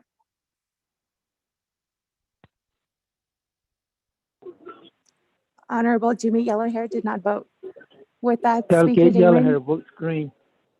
excuse me, Honorable Jimmy Yellowhair votes green. With that, Speaker Damon, you have 21 delegates in favor with 2 opposed and presiding chair not voting. Thank you very much with that. 21 in favor, 0 opposed, or 2 opposed, and speaker not voting, motion carries. That, colleagues, legislation 0209-21 and 0261-21 are deleted off the agenda. Moving on down, colleagues, under new business, item number B, legislation 0226-21, sponsored by Honorable Stewart. Mr. Rico, could you read this into the record? Thank you, Speaker. Members of 24th Navajo Council, tracking number 0226-21, an action relating to resource and development, budget and finance.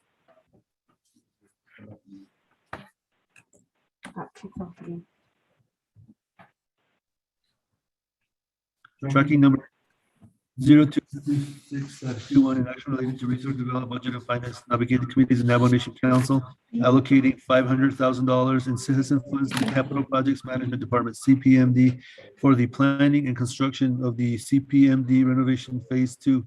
Legislation is sponsored by Honorable Wilson C. Stewart Jr. There are committee reports from the Resource and Development Committee, Budget and Finance Committee, and Navigating Committee. The Resource and Development Committee recommend that do pass with one amendment. Amendment number 1 on page 1 at line 15, make the following change to the title. After the words construction of the overstrike CPMD renovation Phase 2 and insert Sawmill Chapter renovation project Phase 2. 2, renumber related succeeding paragraphs, sections, and exhibits as necessary and appropriate. The Office of Legislative Services and the Office of Legislative Counsel, with notice to the sponsor of the legislation, hereby authorized to make technical edits to this legislation as necessary and appropriate to correct grammatical and scrivener's errors and to correct numerical errors as so long as such edits accurately reflect the committee's intent in approving the legislation. This amendment shall supersede inconsistent language contained in the committee amendment, which amendment shall be conform to the intent of the language of this amendment. There is a committee report from the Budget and Finance Committee that recommended do pass with no amendment. A committee report from the Navigating Committee that recommended do pass and refer to the Navajo Nation Council. Per Navajo Nation Council Rules of Order, Rule 9, legislation has been read into the record by electronic voice recording.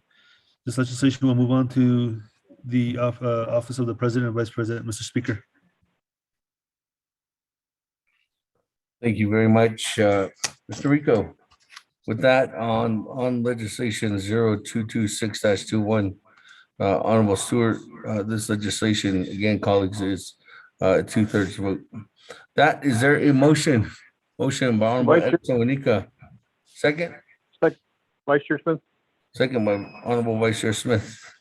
Comments, questions?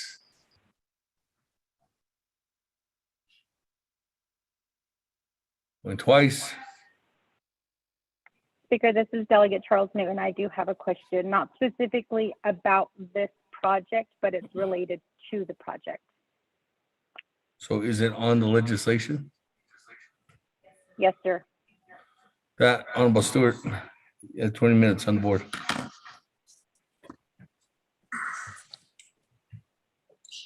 Bushinjo, Yate, Chatilla Speaker Damon, our colleagues on Othoniki, our Othoniki this morning.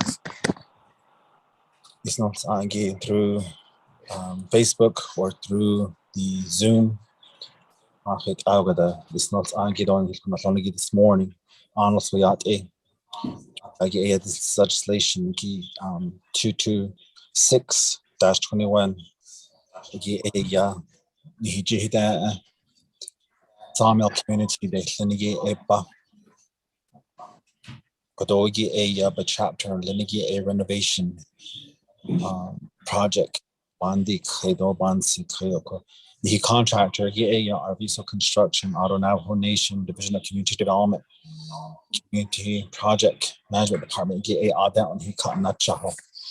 Get the days in or the chapter officials and Linigita. Hashing so a tabazati ado did out the delete and the no corner. I cut out a year around the Kodo community members and Linigi for the Sawmill community. You then are the kid had Linigi the renovation project that did need no hala a the chapter Linigi east in the quiz kanda pina haida eya need to be yeto eya na hat atits this around the quiz chairman and Linigi vice chairman and Linigi ended up presidents vice presidents at egita e and the has kresto or other bizarre this dona and tin bits a lot of ebony or renovation that we need to need a big hogi a cut out a based on Linigi a be cut out be based and now he's not all we got to get a phase 2 in Linigi based on let's not give much a been yeah Danny Kid and the UUFB or CSM funding that the project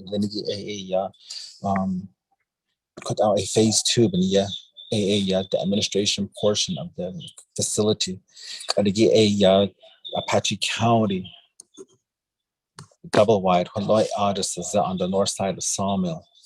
It's easy at double wide. That's a 1, 2, 3 offices. That's a be around the front area for receptionist area.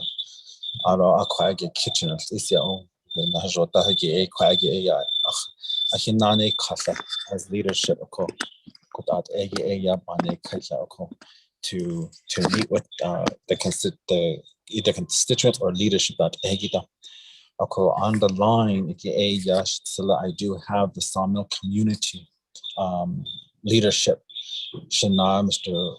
Woody Bennett, former delegate, around the Shinana, Mr. Lewis Shirley, around the possibly that's at the Secretary Treasurer, Mr. Sean Livingston, Mr. Patrick Martinez, crazy official, around the chapter staff, the chapter manager, chapter coordinator, Jamie Billerman, Shanila around the Shanana, Ronald Deschin, AMS Linigi. Auto from the CPMD office, Andy Thomas represent that one. Auto and the Marcus Murphy as though. So either of the leadership, Katie Shinto and the for sure, Mr. Thomas or Mr. Marcus Murphy, whichever one is on CPMD, those would be my 2 agents. Should select Speaker Damon. So I'll give them the rest of my time to either Mr. Andy Thomas. That's a Yate Bene This is Andy Thomas with project manager for CPMD. Could you guys hear me loud and clear? Yes. Good morning, Ms. Thomas. Oh, Yate Oshinanta. Ojo Yate Nana. Shado Shuko Nisnilsa Mr. Marcus Murphy. She said that this Nilsa she na kadne shlons na chini bashin ki ani da shi che khana ni dashnale le hoye to cheshitin ho ado isina shadow ado le si toje ad nan shkar ho jo hot to CPMD ba na shi ho to dishi kada Marcus introduce it. Then I can elaborate on the project if you guys like. Go ahead, Marcus. Oh yeah, Marcus Murphy, yeah. Hold on. Honorable Stewart, is this your? Hello, Marcus Stewart, is this your agent as well? Yes, Chilla. Okay. Go ahead, sir. Good morning. My name is Marcus Murphy with CPMD, project manager. I'm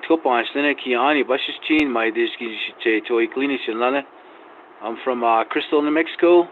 I've been working on Sawmill project with Mr. Andy Thomas and also with the Sawmill chapter though.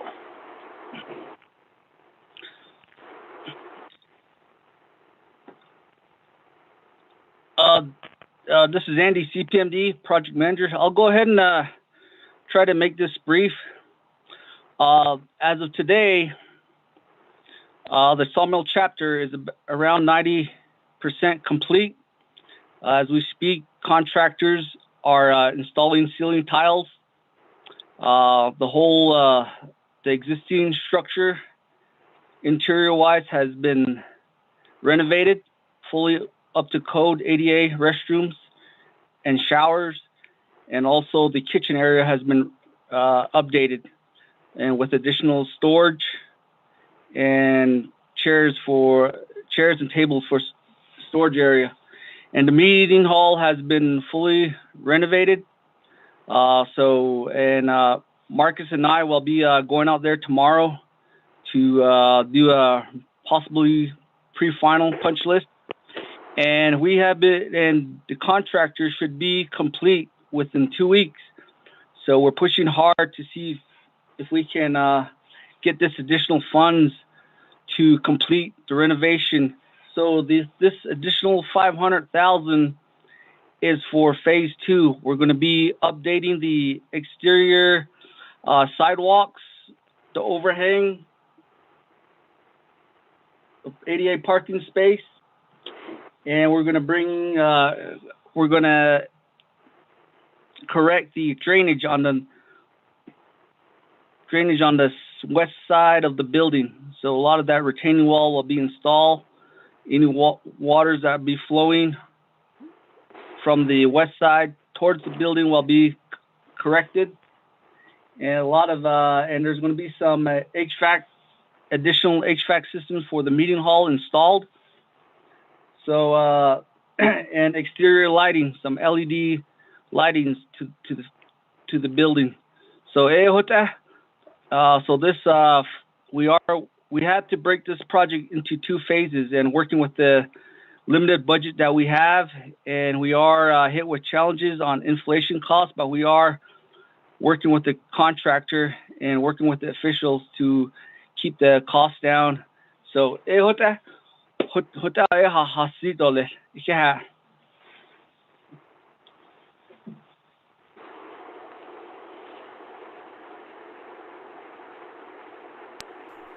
Honorable Stewart, does that complete your presentation? Yes, it's well. Thank you very much.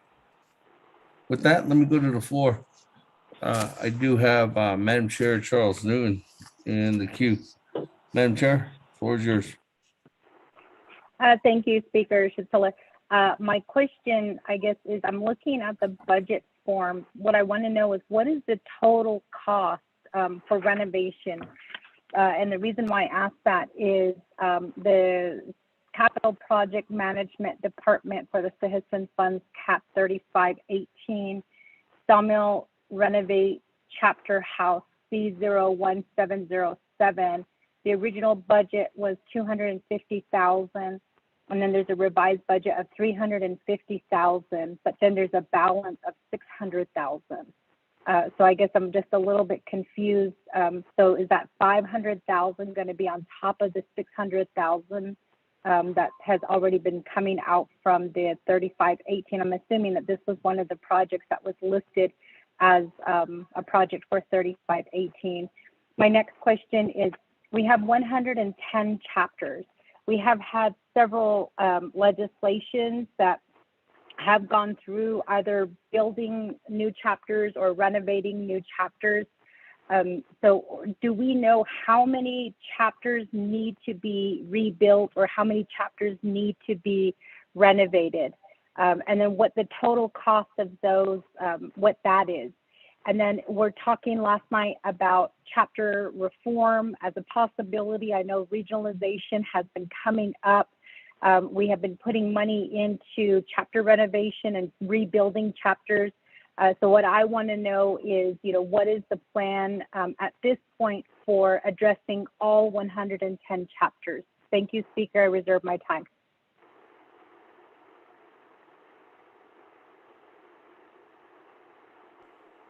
Thank you very much for that. I want to reserve time 3 minutes and 17 seconds. We move on down. Any other further comments or questions, colleagues? Speaker Damon, this is Delegate Crotty with a question. Yes, Madam Chair Amber Crotty, good morning. Oh, yeah, good morning, Speaker. Thank you. Thank you for your legislation. I would like to ask a question regarding has this project been submitted by the chapter to determine if it's eligible for Navajo Fiscal Relief Recovery Funds? And in looking at the chapter's budgets, or like their carryovers, what percentage of this project is the chapter using its existing capital to help assist and finish out phase 2? Thank you, Speaker, and I'll reserve my time.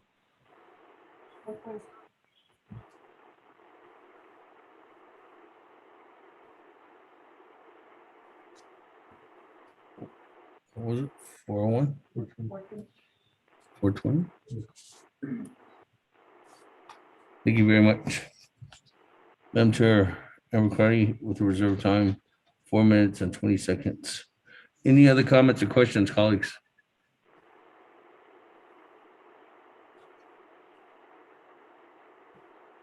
Chair Speaker. Eugene So, good morning. You out there, better? Oh yeah, Chair. Oh yeah, I saw one this kid. Oh, I see dance Italian. This is it. This supporting the civil rights of individuals with disability Act of 2018 has tweeted signs on the daily pass auto think restroom that you hand the how auto doors is fast it don't know this concern because it should be also for disabled people. Thank you. Thank you.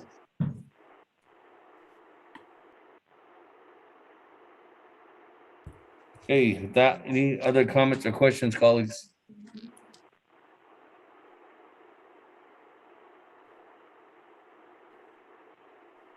If there's not, let me go back to Honorable Stewart.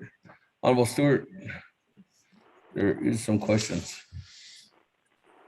A question should select Speaker Damon, Auto Kadogi, so Madam Chair, I was given Auto and the Shimayaja, so Ms. Crowdy, Auto and the Cornshimella, Mr. So. That's so Kidigi a Quagishi, Mr. Thomas Stowe, Mr. Marcus Murphy, she, Water Dash Osto list from CPMD, Joy Arjo a Basil, and Linigi, though budgets and Ligi, the Quagi a Nika Nachahoko, Quagi a Yapant, Banada Dash also list, a Kodogi a response. A digital list, Mr. Thomas. Oh, okay, yeah, Donna, Andy Thomas, CPMD project manager. To answer to question for Delegate Newton, the project, all the citizen funds allocated for Sawmill had a total of $649,996 for phase one. Then, and plus this additional $500,000 plus $32,188 that will have a budget transfer from roads to this construction phase. So the total project is approximately $1.1 million for this sawmill chapter renovation. And so that's the total budget for this project on the sawmill. And for Karati's response, I think ARPA, I'm not too sure, Delegate Stewart, correct me if I'm wrong, I'm not too sure if you guys submitted, but I think it was packaged and for submittal for additional ARPA funds for another project on a warehouse. So I think that was on the ARPA list to related to COVID. So that's on a separate listing. I think that's under the Director Yellowman. And additional capital outlay funds was used for this project, whatever was left, or correct. No, let me take that back. There was no capital funds on this. So if we're talking with the additional capital matching funds, there was none. It's all citizen related funds. And to the 110 chapters, we did submit a total of probably 15 to 20 projects throughout the Navajo nations that Marcus and I have been assigned to. And whatever renovation and new construction ready projects, a lot of it we've gotten hit with inflation costs from general contractors. We did submit this short listing, and we forward that to our department manager and also the division director. So I think a lot of it, we are, there's a whole additional chapters that submitted that falls into the category of the ARPA project. So a lot of it can be justified through there to help supplement some of the construction costs. So that's hopefully answers Karate's question. And to Delegate So, so yes, this building will be fully complied with the American Disability Act, all ADA, from the parking space, once a person in a wheelchair or a disabled person, from the parking space, access, sidewalks, and throughout the building will all be in compliant with the ADA codes and the current 2018 International Building Codes. That will be my response. Delegate Wilson, back to Stewart, back to you. Yeah.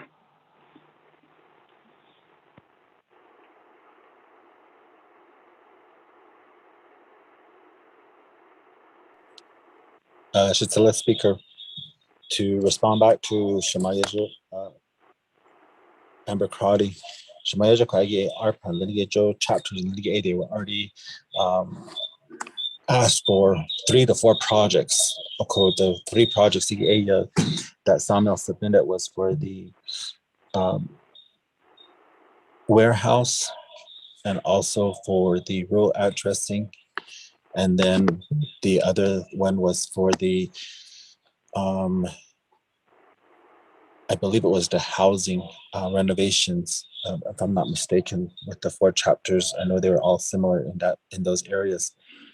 So the chapter renovation on this one here was not put on that listing for ARPA that was submitted back to DCD with that timeline that was given. Auto ended that the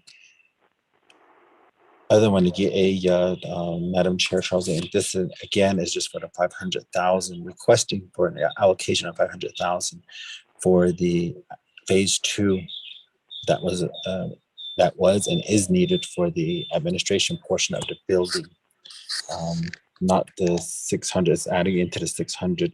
That way we have enough, like again, with the cost of materials and with the cost of supplies that are needed to be used in this area, especially with the making sure that we're in compliance with the ADE Act and Disability Act to make sure that our facilities are up to par to be of use for all community members.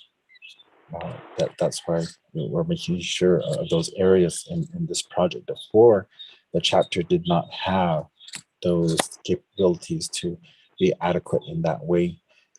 So those are the responses I have for now. Should Salim Speaker Damon.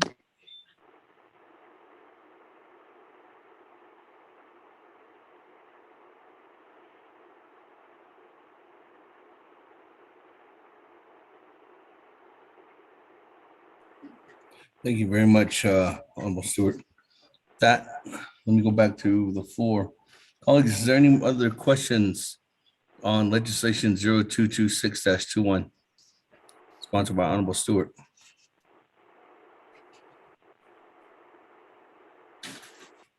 Before I go back to reserve time. Point of privilege, Speaker. Madam Chair Charles Soon, who is your point of privilege?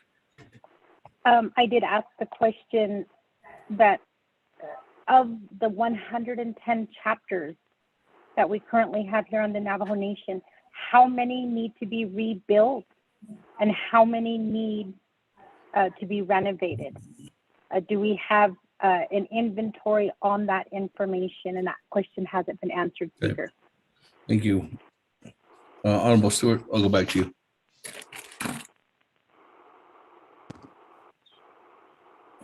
Yeah, Phyllis Speaker Damon, Auto Kadogi, Mr. Thomas, and Mr. Murphy. Project chapters get us all in call issue a response at the Dolphy Ashwana.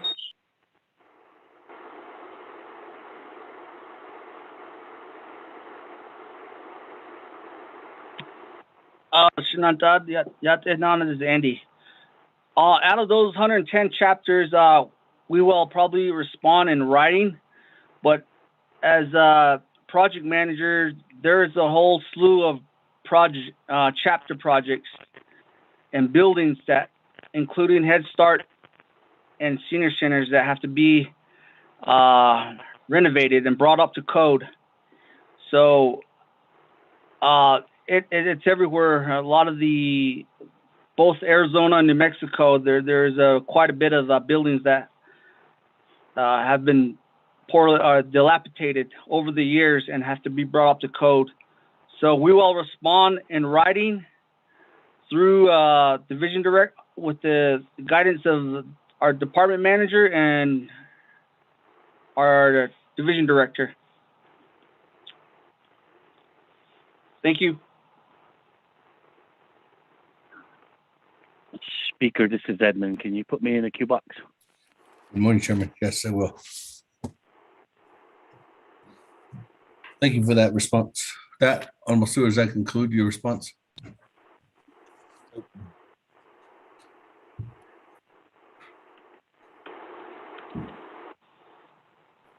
Thank you. That, continuing on down, colleagues on legislation 0226-21. We are on the main motion. I do have a new colleague in the queue. Chairman Yazzie, floor is yours at this time. Yeah, thank you, Speaker, members of the council, everyone that's listening online, and my colleagues. I just have a few questions. Number one, how much is the balance of the CSN funds? And I know Honorable Stewart is looking out for his chapters, and I was just thinking too that we also have pending projects within our chapters, and that's why I was asking for the balance.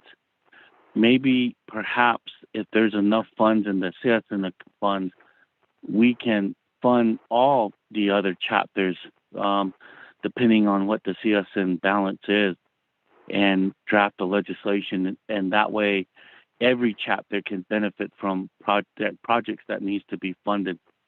If there's enough money in there to help the other chapters, will Honorable Stewart, maybe if we can just table the legislation and fund, with the balance, fund the other projects. So that's my question, Speaker. I reserve my time, sir.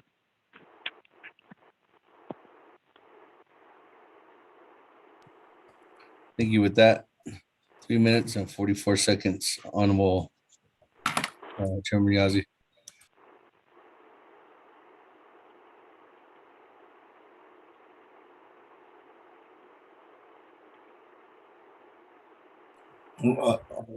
Honorable Chairman Yazzie, for clarity here, are you motioning to table this legislation?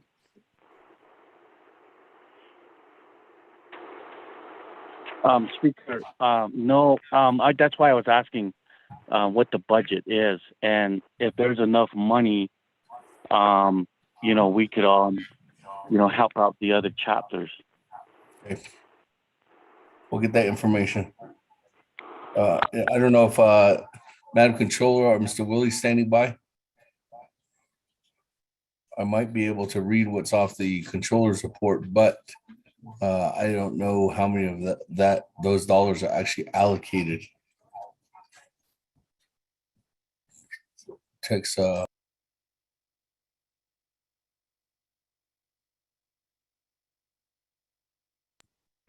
that, let me go ahead and go on down. Honorable Vince James, floor is yours.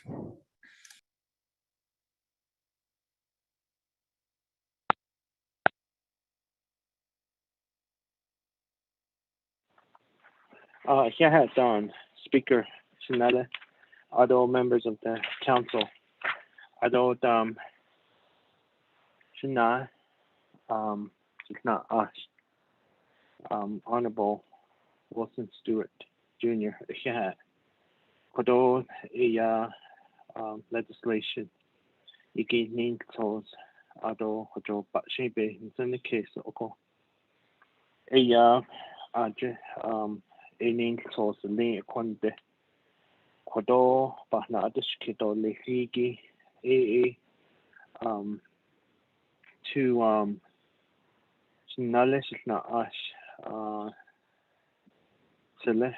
Mr. Andy Thomas, how much of a shortfall are in place for a lot of the projects throughout the Navajo Nation from your office?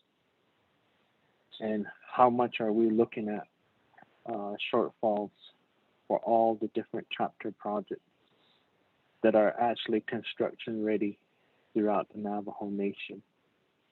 And that will be my first question. And then my second one is in regards to the available funds in the and of course, I have a question on that, because I think we should look at addressing an overall of projects throughout the Navajo Nations that are construction ready that were unable to be started because of the pandemic and the increased cost of supplies and so forth, and the shortfall that has come into play. So I think a lot of my colleagues have individuals, chapter projects that are in the same situation here as Honorable Wilson Stewart Jr. So with that, I would like to also ask that question of what is the balance that's available as my second question. Reserve my time. Thank you.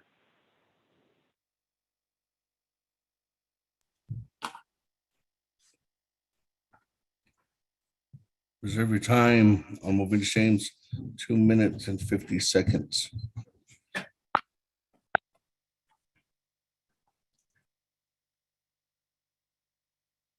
Thank you, Honorable James. That, colleagues, any other comments or questions at this time?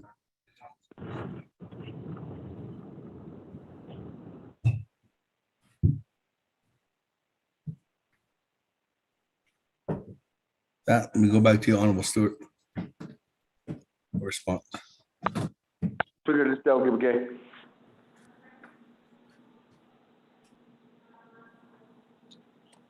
Okay, Speaker Damon Arokwadogi, Mr. Yazi, Chairman Yazi, to consider the other chapters of this project. It's already started. Phase 1 I got completed just recently, not too long ago. It's already in the process of being going to phase 2 to put a table on this one, wait for other projects. And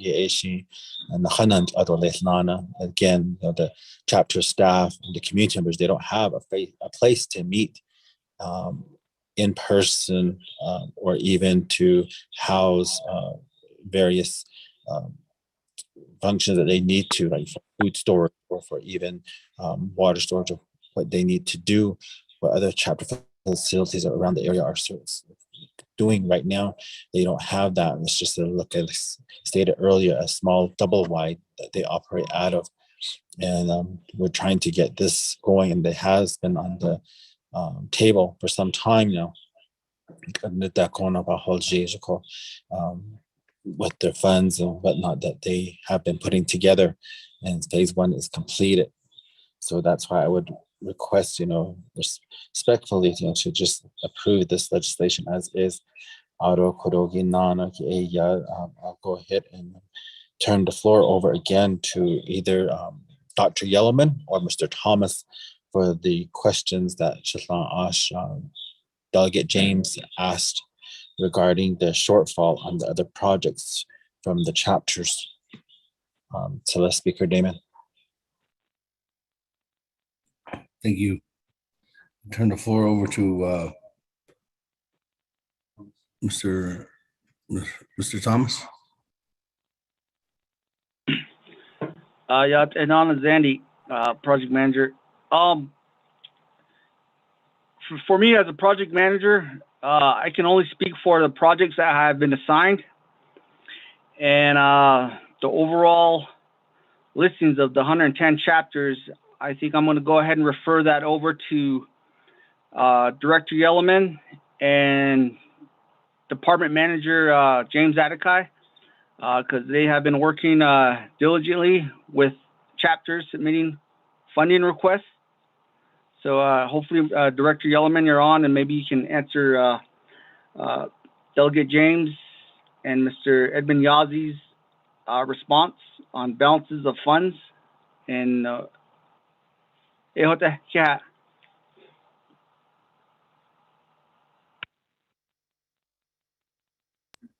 Thank you.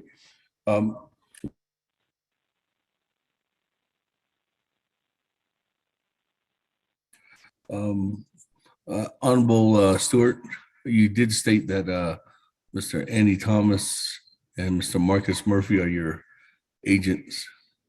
So at this time, those are the only two that can respond.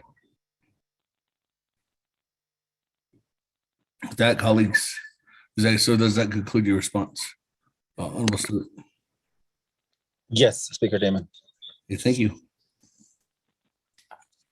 With that, we go back to the floor. I do have Honorable Elmer Begay in the queue. Speaker, can you hear me? Yes. Members of the 24th Navajo Nation Council. Delegate Stewart, the legislation. Mr. Thomas, thanks for the report. I have a question. I know that you've been providing good reports on the projects that you're doing over at the Tisto chapter, and I know that we're supposed to talk schedule, waiting for your schedule and your response on additional meeting that we have to have regarding some shortfall on it. So it's been over a month and a half now. We haven't responded back to me, but I'm just patiently waiting. That's the first my comment on this. But the second one is I think all these projects that I have seen so far right now, the one we're talking about, do you have any time schedules? As a project manager, I've seen some project managers, I've seen some projects that are being implemented in these areas, and I've seen some people's work. They usually give you time that all the construction, what's going to entail, like how long the footing is going to be, and how much it costs, and all that, and the time that's going to be there, and when these people will be coming in, and all that. That there's different phases that go up. Does anybody that can do that at CPMD for me to understand, see if we're going by the schedule, if we're going by that? So right now, even on this project, if not, that because I've seen all these fundings, like there'll be shortfall, and you'll be giving another additional funds, just like for 500,000. If you're a project manager, usually they go by the hours and they go by the materials, so it doesn't even out there. So I wonder if there's any schedule, so we can look at the schedule, see if everything is going by schedules and by the amount of money that is needed here. So it usually it kind of troubles me sometimes when I look at giving them fundings for these projects.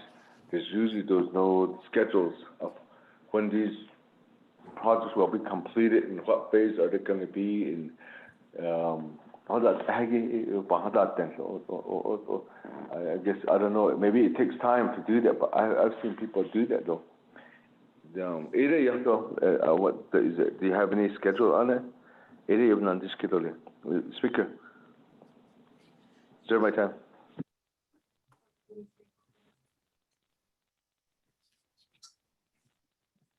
Reserve your time at 1 minute and 23 seconds.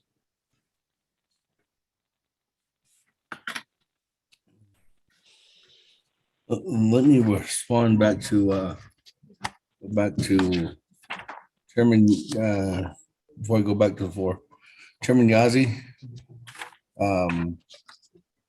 in the controller's report dated January 20th, on the second page under CSN fund, stated that the current unaudited unappropriated balance in the CSN fund is $422,791,154 as of December 31st, 2021. Just an FYI. Okay. Speaker, can I burn the rest of my time? You're in reserve time. I'll come back to you on reserve time. Yes, sir. That. Anybody else in the queue at this time? We go back to reserve time. Madam Chair, Charles Newton, 3 minutes and 17 seconds. Thank you, Speaker. I was also, the reason why I asked what the inventory is for the chapters needing rebuilding and also those that need renovating is because I am looking at page 2 of the controller's report regarding Sihiston, $422,791,154. On page 3, there is a listing of all of the projects that have been approved for Sihiston funding. I know that we do have Tanalea chapter that is on there, and then we also have Ganado Senior Citizen and Veterans Center.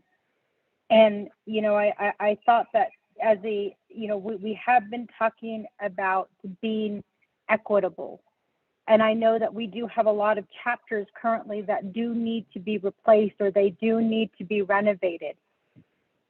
So why not take that into consideration now and try to help those chapters? Otherwise, we're going to be getting individual chapters coming before us asking for more Sihiston. I know that Chair Naz has a chapter that has been talking to both of us about their need to get a new chapter house there in Hogback. We also have, I know that Shiprock is in need of a new chapter house as well. So there are chapters out there that do need to be replaced or they need to be renovated. And then we also recently had the disability walk that happened here at Winter Rock. A lot of our chapters are not ADA compliant. And as stated already, there are a slew of chapter Head Start and senior citizen centers that need to be brought up to code. So with the amount of $422,791,154 remaining in Sihiston, Speaker, what I would like is a full inventory of what are chapters, the chapters that need to be rebuilt or the chapters that need to be renovated, in addition to Head Start and senior centers. So we have an idea of what it's going to cost the Navajo Nation to bring these buildings up to code, or to start talking about possibly rebuilding a lot of these chapter houses. And then at the same time, I know that every community is different, but we also know that every plan or every blueprint that's brought forward, the cost changes. So maybe what we can do is we can look at 2 different designs and have our communities choose between those 2 designs and have them rebuilt in the community, which is something that we do need to address. Otherwise, we're going to have these smaller projects coming forward and asking for more funds. In terms of this legislation, I will vote green for it because they are asking to complete out the project and they are in the process of building. But I think that we do have to have that conversation of what we're looking at for all of our buildings to be brought up to code. I know I'm out of time now, Speaker. So if anybody would like to give me a little bit more time to elaborate more, I'd be happy to take their time. Thank you. Thank you very much. That we go to continue on down. Madam Chair Amicrati, 4 minutes and 20 seconds.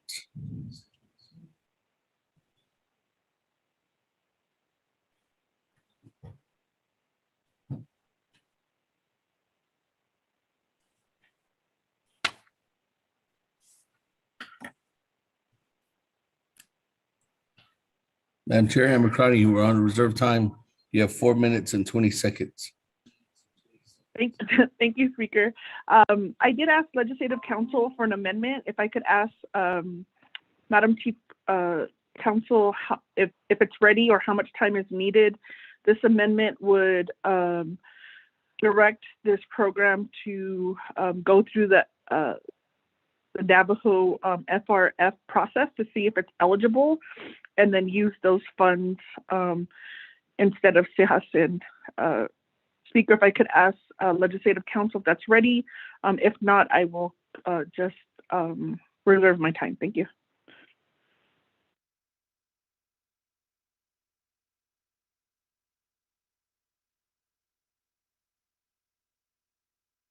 Reserve your time at 3 minutes and 47 seconds.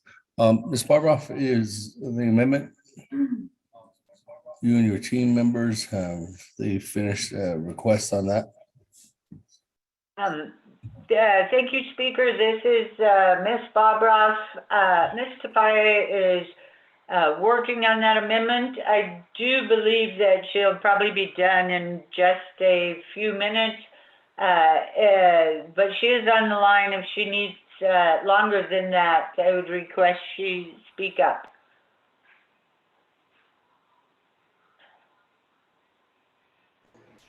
Ms. Tapai? I only need about 1 more minute, Mr. Speaker. Okay.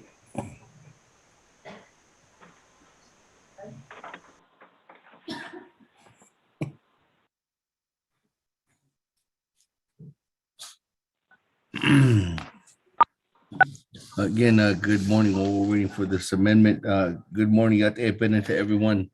Thank you very much for listening in. If you joined us within the last hour or within the last 30 minutes, we are having our winter session this week. It's our annual winter session. It's always the 4th week in January. Today's date is January 26th. It's our 3rd day of the Navajo Nation Council winter session. We did come into back out of recess this morning at 10:08 a.m. We are here in Window Rock, Arizona on the Navajo Nation. Presiding as myself, Seth Amos, Speaker of the 24th Navajo Nation Council. We went through, completed the approved the adopted agenda. We heard on the first day the State of the Nation address from the President. We heard a financial report from the Controller. And then yesterday on day 2, we went over the oral reports from the Bureau of Indian Affairs and then also the Indian Health Service, Attorney General. And then we did approve written reports from the Navajo Nation Youth Advisory Council and standing committees, boards and commissions, Bureau of Indian Affairs, Indian Health Services Area Director, and Navajo Tribal Utility Authority. We went on last night to approve legislation 0123-21, which was under our old business by a vote of 15 favor, 7 opposed, Speaker not voting. This morning, we came back into recess on our 3rd day. There was a motion immediately to delete legislation 0209-21 and legislation 0261-21 off the agenda. So those 2 legislations are deleted off the agenda. So that brought us to our current agenda, our current item, which is legislation 0226-21, which we are currently in the debate. With that, the sponsor is Honorable Wilson Stewart Jr. We do have individuals. I had six of my colleagues speaking this morning. We are waiting right now for an amendment that Madam Chair Amber Crotty has brought up. And it seems like Office of Legislative Counsel will be bringing forth that as soon as it's emailed here. They said about another minute in order for us to get it. This legislation is actually 2/3 legislation. So what that means is 2/3 of the voting body, which is 24 delegates are on the floor to approve a legislation. So 16 or 2/3 of that is 16 votes. So this legislation would need 16 votes in order for it to pass. And ultimately, when this legislation passes, this legislation then gets sent over to the president. And the president does have the authority to approve it, veto it, or as approval on this case, a line item veto. So, are we ready with that amendment?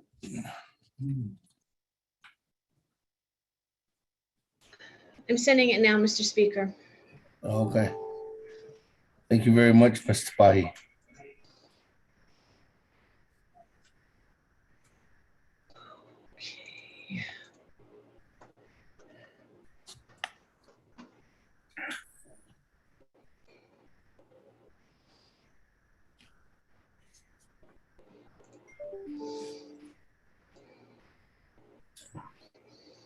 There it is.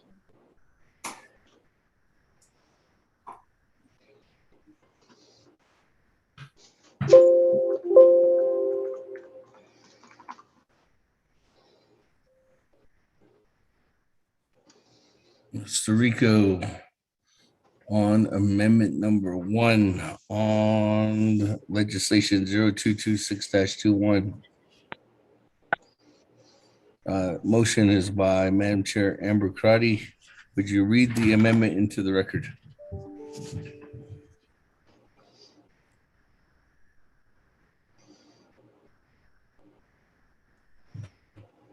Thank you, Speaker, members of the 24th Navajo Nation Council. Amendment number 1, page 1, line 13, before the word allocating, insert the word conditionally. Page 3, line 14, before the word approval, insert the word conditional.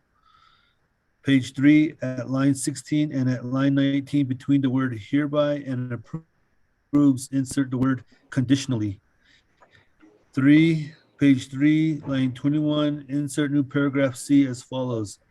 New paragraph C, the Navajo Nation approves the citizen funding as described herein on the condition and only in the amount necessary that the Sawmill Chapter Renovation Project Phase 2 is not able to receive sufficient funding from the Navajo Nation's Fiscal Recovery Fund in accordance with the ARPA and Navajo Nation statutory and regulatory provisions. End of new language. Page 4, line 20, after word relief, insert the following new sentence. New such reimbursement shall be dependent on compliance with funding source eligibility criteria. 5, renumber related succeeding paragraphs, sections, and exhibits as necessary and appropriate. The Navajo Nation Council hereby authorizes the Office of Legislative Services and the Office of Legislative Counsel to correct technical errors consistent with the intent of the council. This amendment supersedes all inconsistent language in any other council amendment. Mr. Speaker. Thank you, Mr. Rico. With that, colleagues, there's a motion by Madam Chair Amber Crotty. Is there a second? Delegate Brown seconds.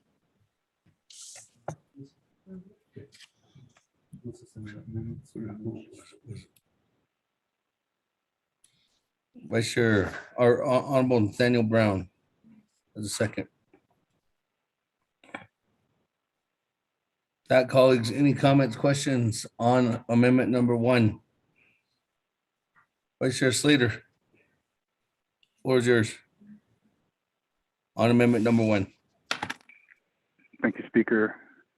And thank you, Shema Delegate Crotty, for offering this amendment. On line 17, paragraph E, page 4 to 5, it says the citizen fund shall be reimbursed in the amount of the expenditure authorized in this legislation from prospective funds available to the Navajo Nation from any and all appropriate state and federal sources, including congressional appropriations under the American Rescue Plan Act of 2021 or other COVID-19 related relief. So I think that this item is redundant, and I also think that it might complicate the process through as we work through legislation 257 and the proposal that some delegates have provided to create allocations based off the legislative districts or the delegate regions, however you term it.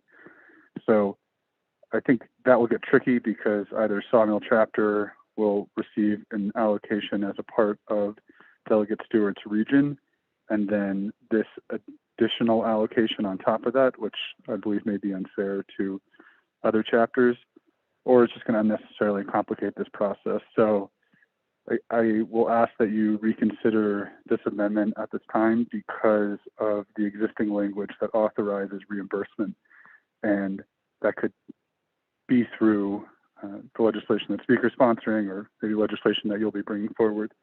Speaker, I'll reserve my time. Thank you.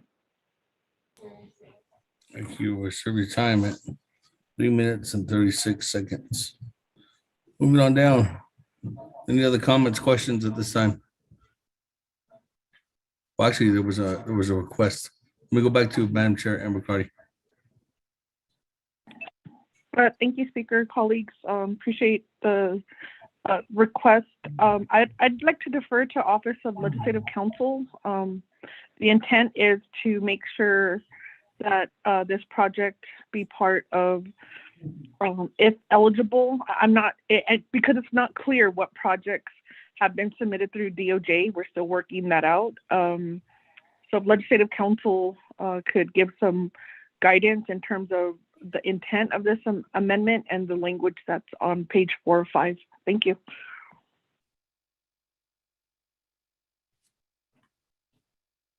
Thank you. Let me go to Office of Legislative Counsel. Thank you, Speaker. This is Ms. Bobroff. I'm going to start and then Laura Lane will chime in if she needs to. So the legislation as originally drafted states that as Delegate Slater pointed out, that it will be eligible for reimbursement with prospective funds, federal funds, and that is on page 4, line 17. It does state that this CSN fund shall be reimbursed in the amount of the expenditure authorized in this legislation from prospective funds available to the Navajo Nation from any and all appropriate state and federal resources, including congressional appropriations under the American Rescue Plan Act of 2021 or other COVID-19 related relief. So that is a reimbursement provision that would make it eligible for FRF reimbursement if the project itself meets is deemed eligible, and if BFS 3121 was complied with. So that's the reimbursement provision. Our understanding of what Delegate Crotty wished was different than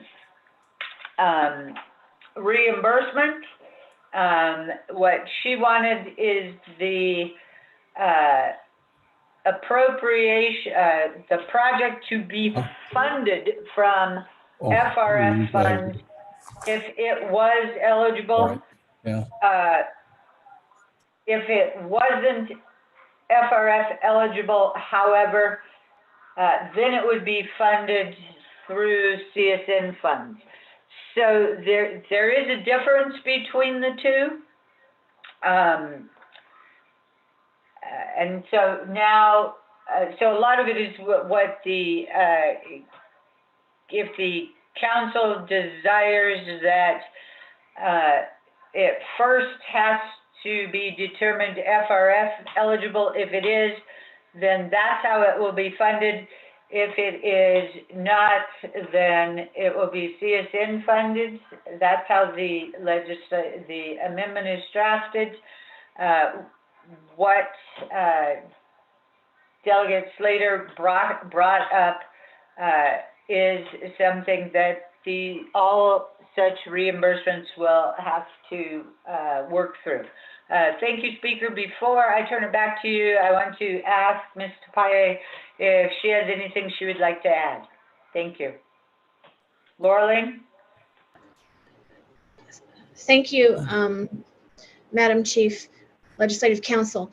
Just real quick, I do agree that there are two separate concepts here. The first concept being with the amendment, the chapter and CPMD have an obligation to seek fiscal recovery funds to see if they can fund the rest of this project and get sufficient funds to complete the project from the Navajo Nation's ARPA FRF funds. And so only if it is determined that it's not eligible or there are no funds left, that they cannot get the project funded with FRF money, then this CSN funding would kick in. Without this amendment, the CSN funding is used and then reimbursed later if it is determined that a reimbursement would be appropriate. So it is slightly different, two different concepts. Thank you. Back to you, Speaker. Thank you very much. Back to you, Madam Chair. Member Crotty. Yeah, thank you, Speaker. So the intent is for this project to be reviewed if it's Navajo Nation Fiscal Recovery Funds ARPA eligible and come from that pot of funds if eligible, rather than CSN. So I'll move forward with the amendment. I understand it may be complicated, but Council did pass that resolution that created this process to access the FRF funding.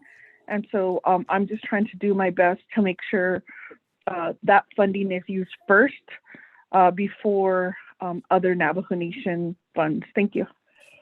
Thank you. Go back to Honorable Sider. Thank you, Speaker.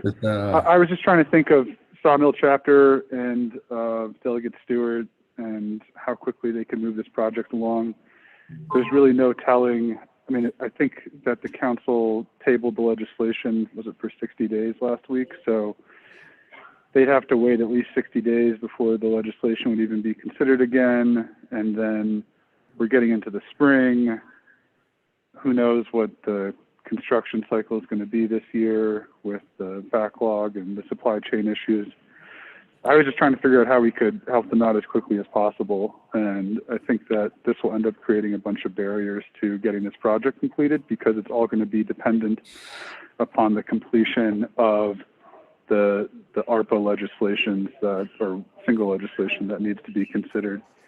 This would only be eligible from the revenue loss replacement side of things. And that gets tricky because I think we've been told there's about 200 million that's potentially available there for lost revenue. And I think as a council, we need to make a determination on how we're going to potentially allocate funding under that line item. And if we set the precedent now that we're going to start spending out of the lost revenue or the revenue replacement allocation of this, it's going to really, I don't know, just complicate a process that's already become unnecessarily burdensome. So that's all I was trying to do. I think that the council needs to make a determination on the fiscal relief funds and how we'll do the breakdowns by delegate region, and also needs to determine what we're going to do on the lost revenue replacement. And that would be the responsible and fiscally responsible thing to do at this time. But the sponsor of the amendment has indicated that they do not want to withdraw the motion. So, Speaker, I'll yield my time to the floor, and thank you. Thank you very much. Vice Chair Slater. Colleagues, are there any other comments or questions on amendment number 1?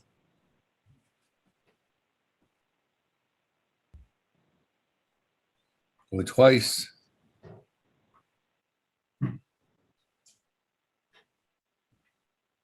Or 3 times. Let's go to board on amendment number 1. Honorable Elmer Begay, how do you vote?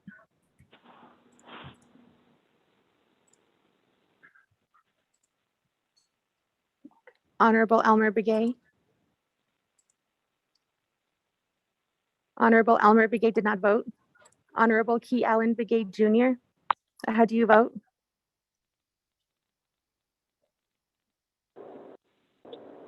Honorable Key Allen Begay Jr.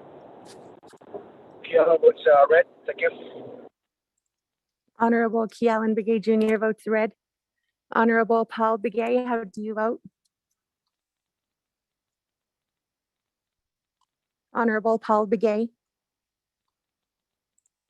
Honorable Paul Begay did not vote. Honorable Nathaniel Brown, how do you vote?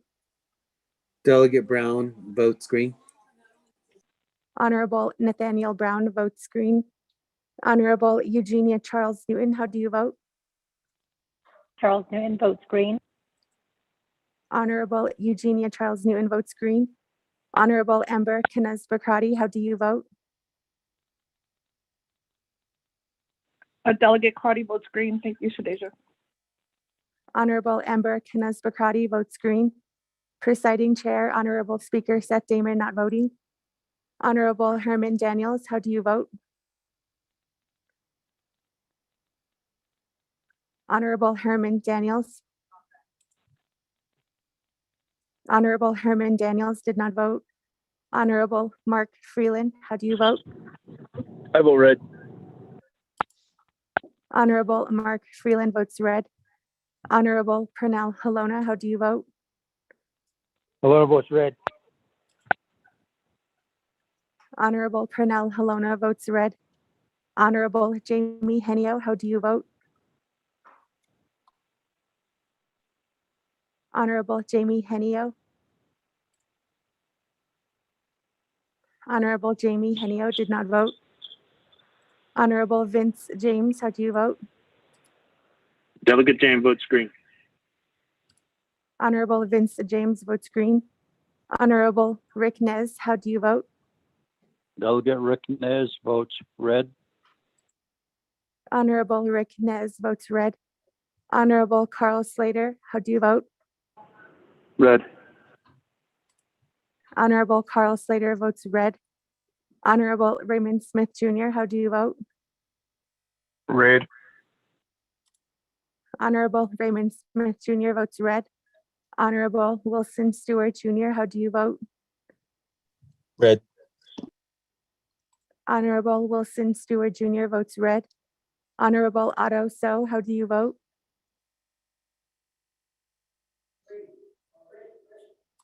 Honorable Otto So votes red. Honorable Charlene So, how do you vote? Honorable Charlene So. Honorable Charlene So did not vote. Honorable Danielle So, how do you vote? Honorable Daniel So votes red. Honorable Eugene So, how do you vote? What is not Honorable Eugene So votes green. Honorable Thomas Walker Jr., how do you vote? Thomas Walker votes red. Honorable Thomas Walker Jr. votes red. Honorable Edison Juanica, how do you vote? Honorable Edison Juanica votes red. Honorable Edmund Yazi, how do you vote? Red. Honorable Edmund Yazi votes red.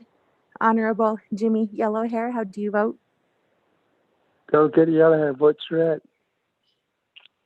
Honorable Jimmy Yellowhair votes red. Going back up. Honorable Elmer Begay, how do you vote? I vote red. Honorable Elmer Begay votes red. Honorable Paul Begay, how do you vote? Honorable Paul Begay votes red via text. Honorable Herman Daniels, how do you vote? I vote red. Honorable Herman Daniels votes red. Honorable Jamie Henio, how do you vote? Henio votes red. Honorable Jamie Henio votes red. Honorable Charlene So, how do you vote? I vote green. Honorable Charlene So votes green. With that, Speaker Damon, you have 17 delegates in favor and 17 delegates who oppose, with presiding chair not voting. 7. Speaker Damon, 7 delegates in favor and 17 delegates that oppose.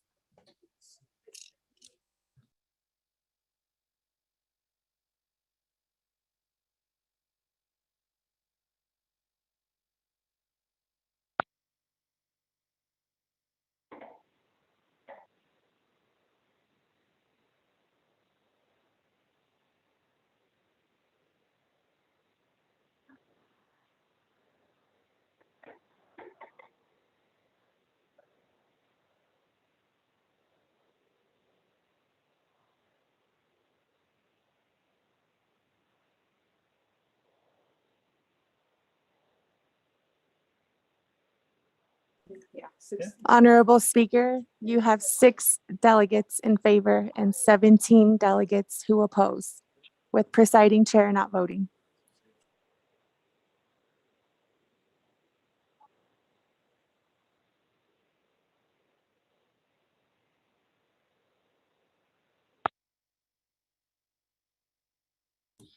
Thank you very much, colleagues. With that, a vote of 6 in favor, 17 opposed.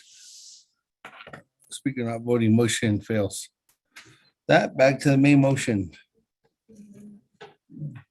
We were continuing on down on the reserve time. We do have next in the queue, Chairman Ed Minyazi, 3 minutes. And Hey, Speaker, can you hear me, sir? Hello? yes, Okay. All right. On the reserve time on the main legislation, I won't offer to table this bill. I do support the cause, Mr. Stewart, and all of us delegates. I know we advocate for our chapters when it comes to project.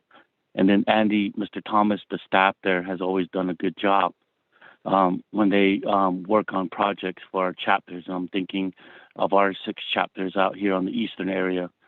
But Speaker, I am going to vote in favor of this and encourage, that we, pass this bill. And I do want to say, though, to Ms. Barbara, and, since we can make requests through legislation, through phones, if we have 400 million that's in there, the leftovers, why not, at least keep some in there, go half and divide up 200 million per delegate for chapter projects that needs to be completed. So it's worth a try. Has to be up to our colleagues to vote on this, and then, work as a team with President Nez. I know campaign time is here. Some of us are going to run, some of us are not, but we are thinking more or less of projects that needs to be completed for the chapters. And so I know Mariano Lake, the Rue, and the Yambato and Church Rock, all my 6 chapters are in dire needs of new buildings.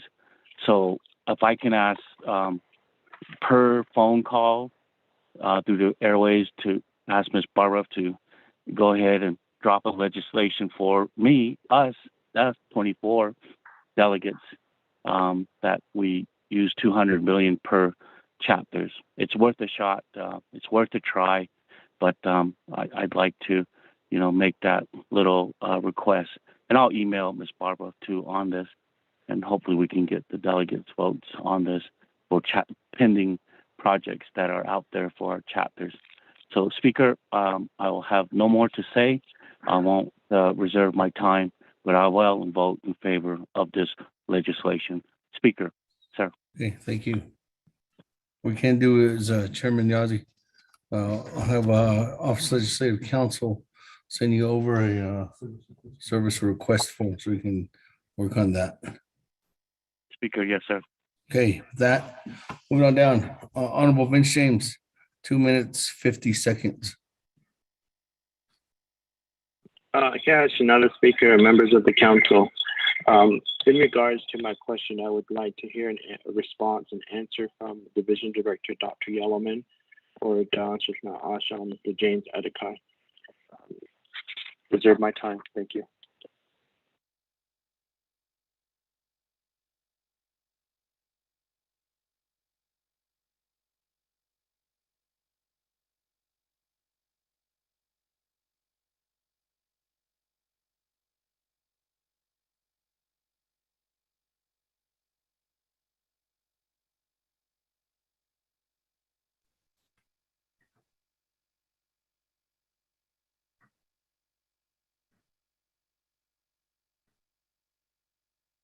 Thank you, Honorable James.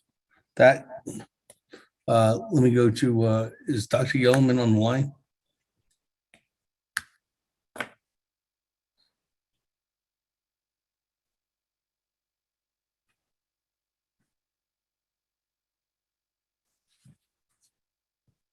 Yacht A speaker. Yes, Yacht A, Dr. Yellowman. Good morning or good midday. There was a question in regards to the to an overall a question that Honorable Vince James brought up earlier. I don't know if you got that question. Yes. Good morning. Good afternoon, honorable members of the 24th Navajo Nation Council. Good morning, Speaker Damon. Adonana Yacht A, to our sponsor of the legislation, and to the staff who have been assisting. Yacht A, I did hear the questions, and Shiaj, Delegate Vince James, the Division of Community Development and CPMD, they have been working on the shortfall list. The shortfall list is an important list, one, because we have been experiencing several challenges during the pandemic here. That one. One of the challenges that we have experienced or have seen, and we did present this during the request for the extension of the Tehisin Cap 35-18. There has been an increase in materials and supplies throughout the nation, and certainly impacting Navajo Nation. We did present information on before and after the pandemic on the Tonalia chapter renovation or chapter building, and versus the original request for that building, and versus the post-pandemic cost of what we're looking at. We are also experiencing record high per square footage costs right now, and probably one of the highest that I have seen during this time. So the shortfall listing, the project managers have been contributing and have updated the list. Per last week's conversation during Navigated and this week, CPMD department manager, acting manager, Mr. James Adekai, is preparing a memo to send over to leadership today, summarizing the shortfall list. So we will be providing that as well. And I appreciate that Speaker Damon did, also moving on to another question, that Speaker Damon did respond to the Madam Controller's report on the overall citizen as well. Because of the recommendation that CPMD made for citizen projects to be extended, that has impacted some of the timelines of the language of the law, and CPMD staff have been updating those project listings to reflect the extension. So there has been some changes to that, to those projects. Another challenge that we have experienced is we've had some of our staffing retire, and those staff have historical knowledge of the process, such as right-of-way, home connectivity, the project modification, working with DOJ. So some of the staff that have retired really took with them a lot of information and knowledge. We are bringing on new staffing, and we are appreciative of the applicants that have been applying for these positions. So we are in a transition when it comes to adding more project managers. Currently, our project managers are seeing a record high of project manager ratio to project management. But I appreciate all of our staff working, and to the best of our ability, we do try our best to reach out to delegates and delegate chapters for project updates. we try our best to respond. I try my best to respond to all 24 delegates and respond to project updates and project inquiries, and encourage all of our departments, CPMD, CHID, and ASC, to respond to emails that are needing updates. So, Speaker, we will have the summary and the shortfall sent over to your office, Madam Chief Yazi's office, here shortly, and we appreciate the opportunity to share this information. Thank you.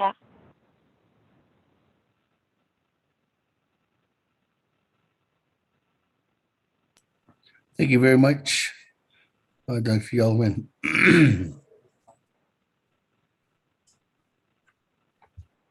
Moving on down. Point of privilege, Speaker. Honorable point of privilege, Madam Chair Charles Newman. Thank you, Speaker. Earlier today, or earlier with this presentation, I did ask for an inventory listing of all of the chapters needing to be rebuilt and then those that need to be renovated. And at the time, there were only 2 agents that were identified, but we do have Dr. Yellowman on the line. I would like to ask, Speaker, if I can get my question answered since Dr. Yellowman is on the line. Thank you. Okay. I think Mr. Thomas said he's going to be working on that, but I can go to Dr. Yellowman for a written response from Mr. Thomas. Dr. Yellowman? I know Mr. Andy Thomas was on the line earlier stating that your office is going to work on that in a written form. Thank you, Speaker. We would like to follow up with a written. Okay. That, moving on down, Honorable Elmer Begay, 1 minute, 23 seconds. Honorable Elmer Begay. Thank you, Speaker. Other members of the Navajo Nation Council. Thank you for the question, and then from Shadeja Ambercrotty, and then also from Toledo, Mrs. Delegate Slater. I guess that was the reason why I was asking that I need the response from Mr. Thomas regarding the schedule. See when's the timeline that you can be finishing this project. I asked that, you haven't responded back to me yet. So that's the reason why I know that if when this money, when it comes in, then how long it's going to take for you to finish this project. And also, so that's the reason why I was asking is what my delegates that they ask those questions for reimbursement, see if it can fit in there. So, Speaker, that was my intent of asking that question. So I haven't get response yet. Thank you. That. Go back to Honorable Stewart this time.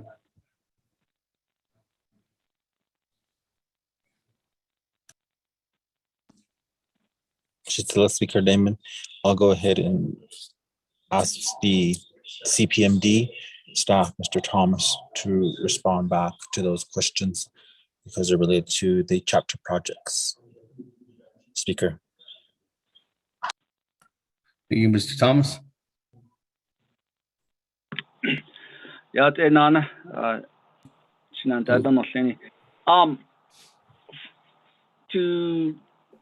To answer Delegate Begay's question, if he's referring to Sawmill, with this additional $500,000, once it's allocated and encumbered, pending OMB budget accounts, or if it's directly transferred into the citizen account under the CO 14814 account number, we should have this project done within 4 months for a second phase for the Sawmill. So let me give a brief, quick timeline on the Sawmill. There was a notice to proceed issued August 9th of 2021. And as of today, we should be doing a final punch list on the first phase February 10th or 11th to finish up on the sawmill project. So this is for the sawmill chapter. So phase 2, this project will be completed the next 4 months. So hopefully before May or probably even June. Thank you. Yeah. Alderman Stewart, does that conclude your response at this time? Speaker Damon, yes. Thank you. That, let me go back to the floor. I do have one of our new colleagues in the queue, Chairman Rick Nez. Good midday to you. The floor is yours. Thank you. Honorable Speaker Damon, Arabish Bansa Anna. Aro Arash Nerais not Agidan can ask for Arabish Bansa Andi the Hego home session ban nature. Here, Aro here, Koro, Silla, Honorable Stewart. Sabe Tan Harit Ahine Taran in shows. Koro or change. No chin sawmill. And the hot ear. Asanat lehib, the nay asanat lehi. A con shiroa, what else was on Kigo? Burnham chapter, or Hogback chapter. Hogback chapter, I can demelia co preschool, I didn't asanat le. Naway 20 euros, the Lassie Claire dance, none. Aaron hitting the has net or these discretionary funds or get a connect bishop person. Those hit on me 8 chapters to give it order. Then that in Nishko. A call. I hear Mr. Eric Cairo, Dr. Yeoman, Mr. Thomas Coron, hitting the house off now. So now I don't know if any day because it's DCD, but they Nishko CPMD. Hitting the chapter priority listing projects. And the chapters done the day Nishido Totnas Nilgi. They keep up with a lot of these. The Quihan and Nengi Nibbles better house and the update in the Lia Shins up in the house and the plan of operation in the house. The other I don't think the community based land use plan going at the Bakat though. Asian the house it or the Clupsy, not like on the local level and then other priorities the eyes of the better house and even your best ones unhitch and should off either base or corner should east and then snake. So that on the chapter house you have CPMD to project managers. Demolition but not demolish earlier of kidding us at the away quaggy chapter house again they didn't let out. I don't know. I just taught us Nelgi IC and Nesto chapter manager. So could I have a cut one day? We really need updates and our chapters that are in dire need of fixing. They said the cushion bed off Lianda, but I job now dilapidated. No, a quarter hot about this just on in late hot national London. Something that never spent a house and data. A coalition what aero late out of 20 euros to be late on the 23rd on February ago. As an alternative form of government, LGA certified chapters, okay. But they was a sahit abend that had all projects. Yenda Nishigi as a hot aero list that the Nito they deals in yes. So Ere hot ab had is it okay. I'd like to reserve my time. Thank you. Every time, Chairman, is 1 minute 38 seconds. Now, colleagues, any other comments or questions at this time? On legislation 0226-21.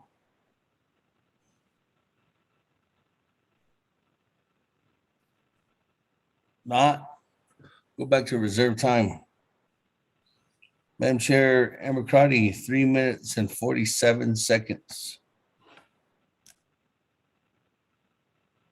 Thank you, Speaker. Appreciate it. And so I think, and I did send out another request for an amendment. I do have the listing for the shortfall projects. It does cover a majority of Navajo Nation legislative districts. So I'm going to ask my colleagues to please look at your email and you can see the shortfall. And I have requested an amendment for the construction shortfall. I want to appreciate Delegate Stewart. It looks like this was submitted in November of last year. And I'm unsure when you actually submitted the project, but just the time and energy it takes to create a new legislation, I would ask my colleagues for some guidance in terms of how we could make the amendment to add on our respective unmet need or shortfall projects to this legislation so that it can move forward. Speaker, if I could get guidance, and I'll reserve my time. Thank you.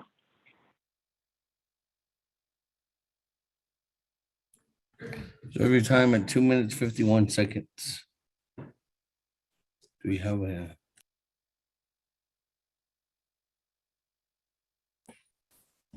Office Legislative Council, how long do you think that amendment might take?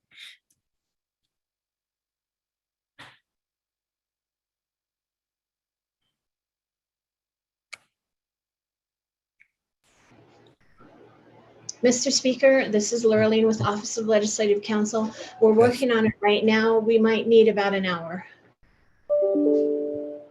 Okay, thank you. Moving on down. Honorable Vince James, 2 minutes and 36 seconds.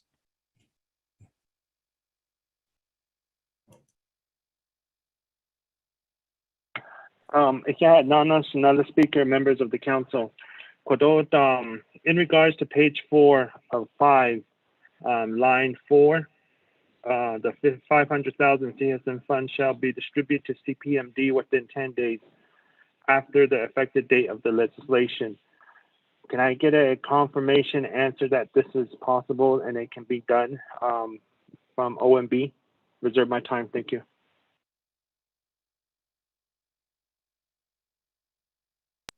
Every time at 2 minutes, 11 seconds.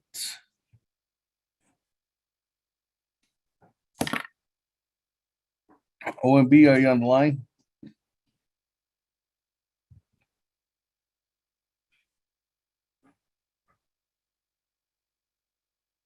Text on me, Miss Sam, Miss Jim.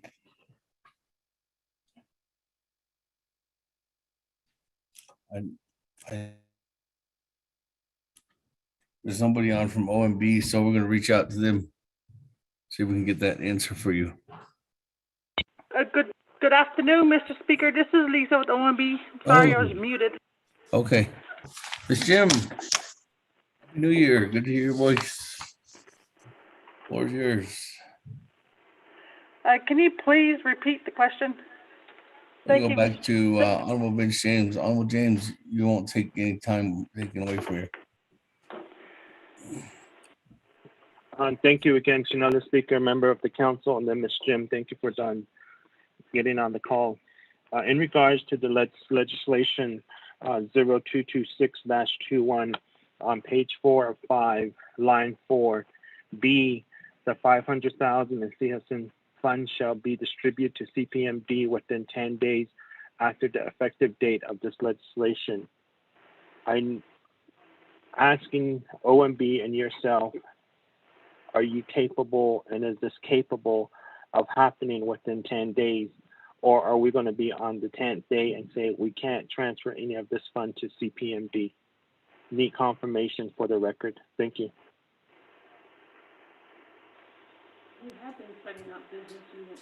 That, Ms. Jim, let me turn the floor back over to you. Okay. Thank you, Mr. Speaker, honorable delegates. We can enter it within 10 days, but we have to work with CPMD, DCD to get it done.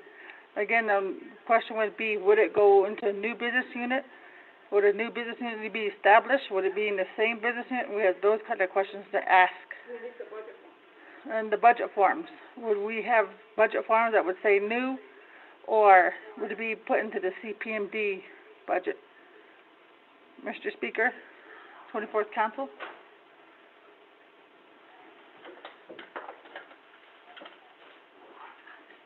Ms. Jim, the budget forms have new on them.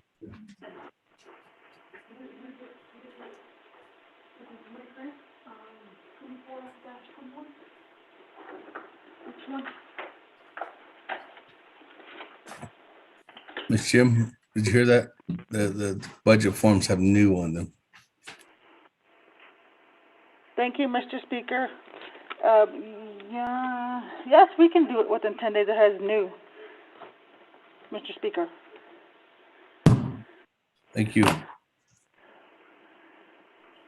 That, moving on down. Honorable Rick Nez. Speaker Damon, I'll So go ahead and yield my time. Thank you. Thank you, Chairman Nez. That, colleagues, any other comments or questions at this time? Before I go back to reserve time.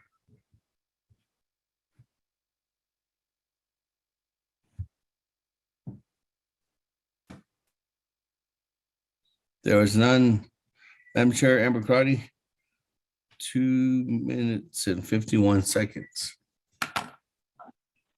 Yes, thank you, Speaker. I'd like to ask the sponsor for help on the shortfall listing that was sent out. The attorneys are asking me what would be the encumbrance date and what would be the completion date. If I may ask your agent, Mr. Thomas or Dr. Yellowman. Thank you, and I'll reserve my time.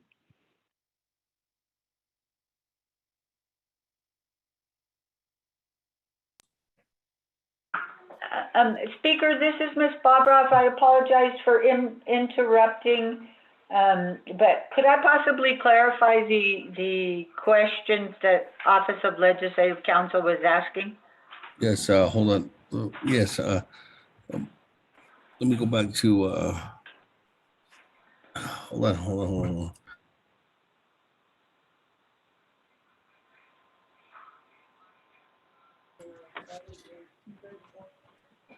Thank you very much, Madam Chair Amber Crotty. Your reserve time is 2:34. Let me go to Ms. Barbroff. Thank you, Speaker. What Office of Legislative Counsel needs to know to draft the amendment for the shortfall is how long that CPMD will need to encumber the funds. Currently, what we have for the 500,000 is that the funds must be encumbered by within 36 months. So that's the first question. How long should CPMD need to get these funds encumbered? The second question is what would be the project completion deadline? When will the projects be completed? Thank you, Speaker. Thank you very much. Madam Chair Amber Crotty, does that complete does that answer your question? Speaker, it does not. I was hoping those questions could be answered by the sponsor's agent. Okay, Thank you. all right. Well, let me go back to the sponsor. Honorable Stewart. Speaker Damon, Cecilia, I'll go ahead and refer that back to Mr. Thomas. With that, Mr. Thomas, floor is yours at this time. Yeah, as far as Sawmill, and if you guys are giving me permission to speak on amending the additional shortfall projects, right now a list was sent out. We have a total of 26 projects, an amount of $196 million. And our goal, and these are project ready, construction ready projects that have construction documents and specification and they're ready to go out to bid. And right now, my colleagues and I, Mr. Murphy, we are looking and anticipating going out to bid, working with the architect firm to bid out to general contractors and obeying by all the Navajo procurement laws, priority ones, priority twos. And we're looking at probably 2 to 3 months getting contracts moving. And this is once accounts are established, and our goal was to at least finish within that 36 month. We're on there. So our goal is to complete these short funded projects probably December 30th of 2024. So that's a long shot, but I think we can get it done diligently and working together as a team.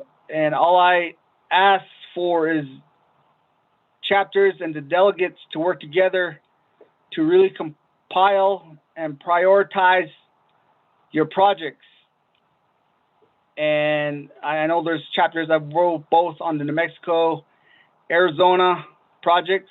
If you guys work with me, meet me halfway, we can certainly get a lot of these projects completed. So hopefully that answers your questions. We're looking at probably December 30th, 2024.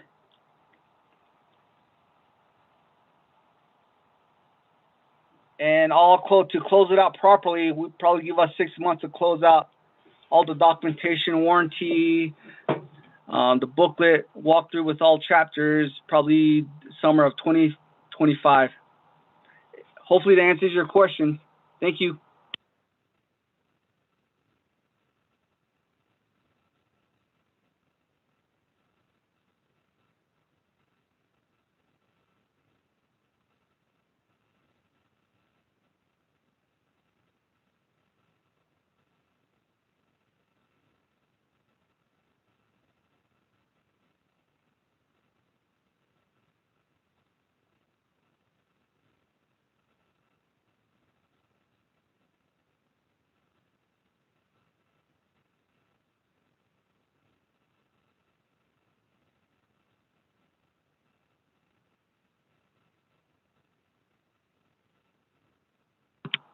Did you guys hear me?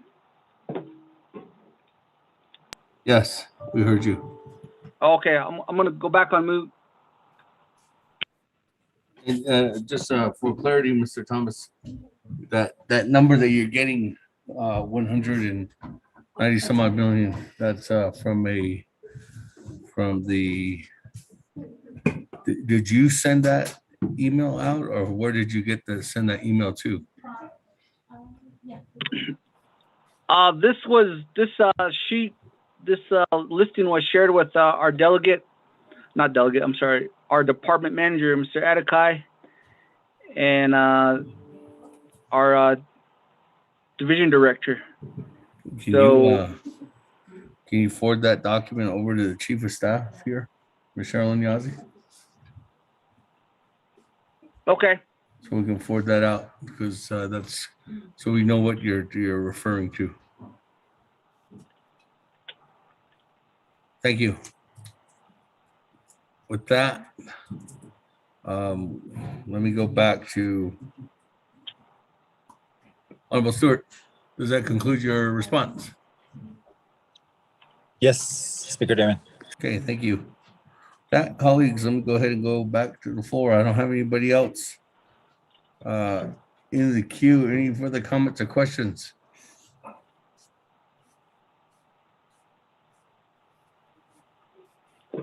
There's none. We go back to reserve time.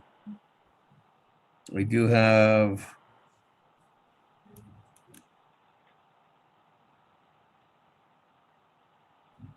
Honorable Vince James, 2 minutes and 11 seconds.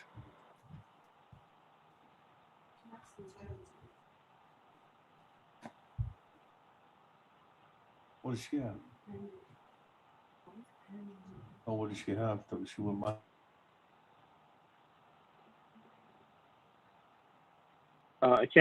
Another speaker and members of the council. My next question is going to be to Madam Chief Counsel. In regards to, again, page 4, line 4, in regards to that wording, if it is not met within that 10 days, what are the outcome if it's not met within that 10 days? Reserve my time. Thank you.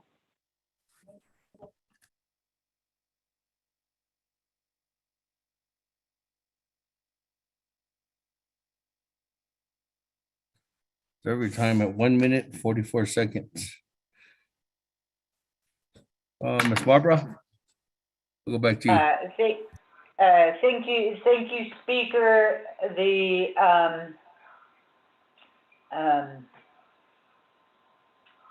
repercussions would be that, well, it could be approached two different ways. One approach is that the funding would be null and void because the legislation has not, the terms of the legislation have not been complied with. However, from a practical stance, that has, those types of clauses have not been enforced.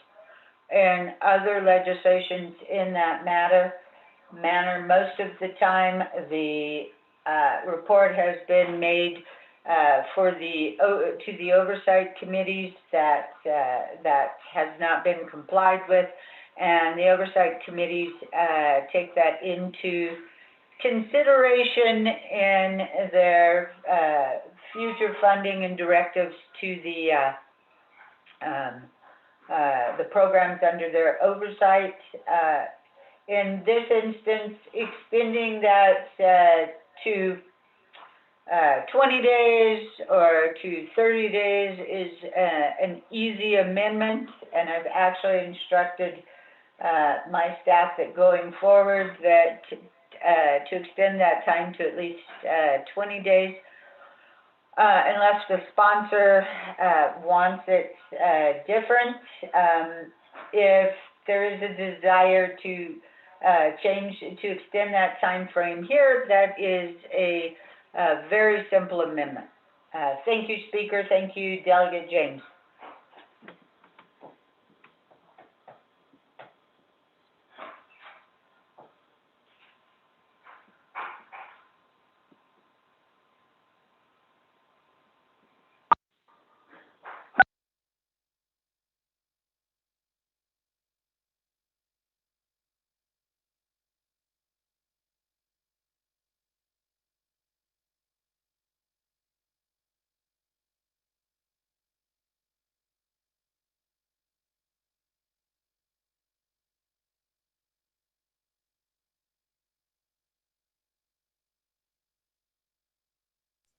Thank you very much.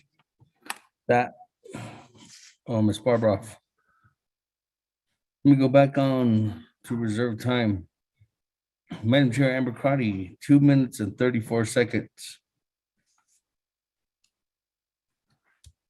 Yes, thank you, Speaker. If I could ask CPMD, can you give us a breakdown on the chapter, if any of these projects were submitted to the ARPA or Navajo Fiscal Recovery?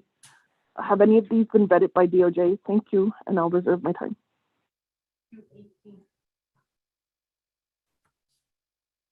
2:18.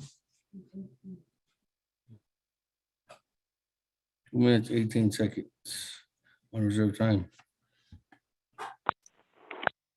We go back to the sponsor. Honorable Stewart, floor is yours.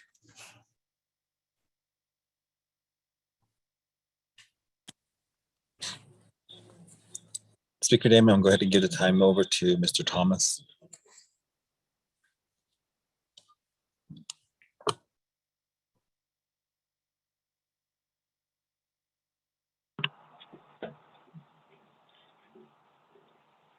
So off the short fund listing, whatever, I think the ARPA listing is off the website, and majority of it pertains to warehouse construction. So I do apologize. I don't have that listing on my hands, but I think majority of all the 110 chapters that submitted their top 3 priorities funding for ARPA funds have submitted, and I think that is in the hands of Director Yellowman and Mr. Adekai. So I probably can only answer up to the short funded assigned projects that I have submitted to Director Yellowman and Mr. Adekai. It's going to probably take me some time to coordinate and give you guys the final number with the additional other chapters that submitted for short fund falls.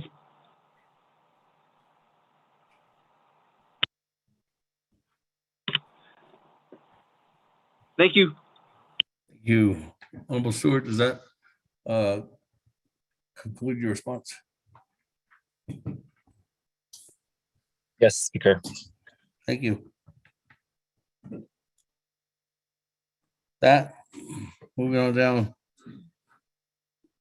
I do have Honorable Otto So in the queue. Honorable Otto So, floor is yours. Speaker, are we on a current amendment now? No, we're on the main motion. Okay. So with that, we've been talking about this for a while. When this legislation came through Navajo committee and has came across the committee level, we should be able to fix these legislation at the committee level. Therefore, I'm going to move to cease debate, and I'm going to reserve my time. Thank you.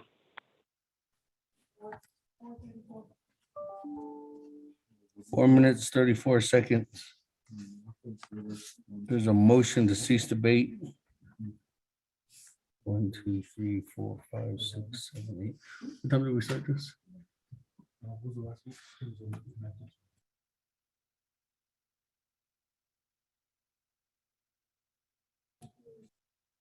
Let me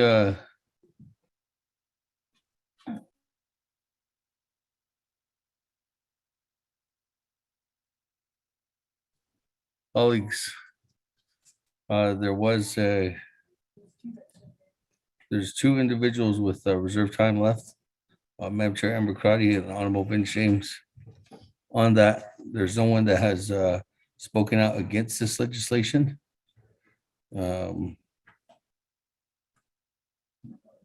This legislation has been debated at Navajo. No.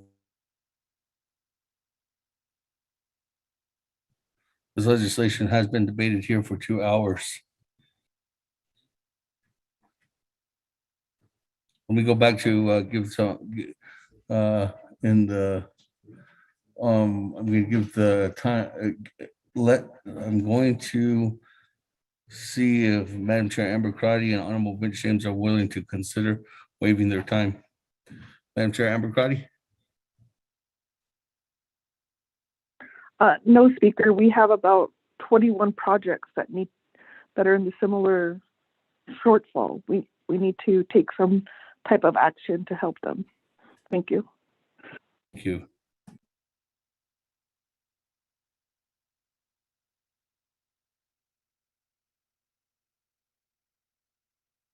And 8 individuals. Motion cease debate by Honorable Otto So. Honorable Otto So, I'll recognize your cease debate motion. Second by Honorable Vice Chair Slater. Speaker, this is Delegate Crotty with the point of order. Yes. Point of order, Madam Chair Madam Chair Amber Crotty. Your point of order to the rules of order. Thank you, Speaker Bates. Speaker Damon.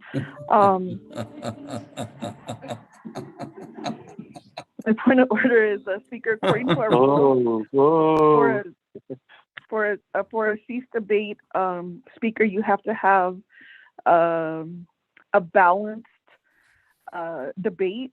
So having individuals not, or so if you have, let's say, 7 delegates who have spoke either in favor, you need to have the same amount of delegates given the same amount of time to speak against or whatnot. How many delegates in total have spoke, and did half of those delegates, was it a balanced debate?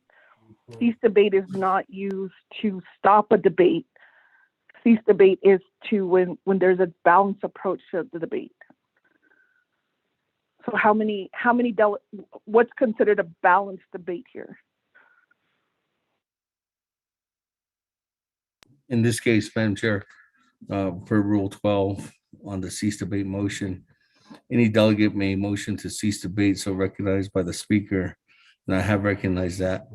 And the reason why is because the speaker shall ensure there was equal number of delegates speaking for and against the immediate pending issue before the council, and I did do that.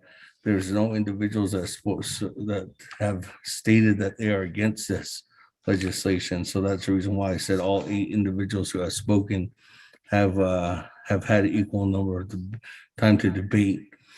The purpose of the rule is to ensure that the debate is balanced between those that are for and against. And again, there's none that have stated that.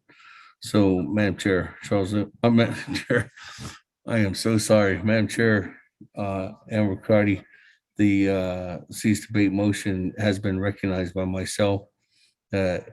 Rule 12E, the speaker at his or her discretion may terminate the debate at the immediate pending issue before the council, provided the debate is significant in favor or against the issue, and no delegate requests to speak who indicates that the debate contrary to the trend of the debate.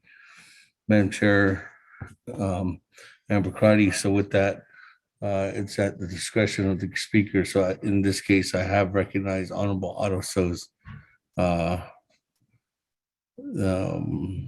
motion, and the second has been recognized by Honorable Vice Chair Slater. At this time, Madam Chair, Charles Lewin, Madam Chair Crotty. Madam Chair Crotty, you have the option to challenge the speaker's ruling. I would say Speaker nays, but let's not go there. Speaker Damon. I am so sorry, Madam Chair, Amber Crotty. Yes. So, Speaker, I want to call a point of order. According to the rule, the delegate has 5 minutes to debate. Yes. And so I'd like to ask legal counsel, what are my rights as a delegate to be able to debate for the 5 minutes? Okay. Office of Legislative Counsel.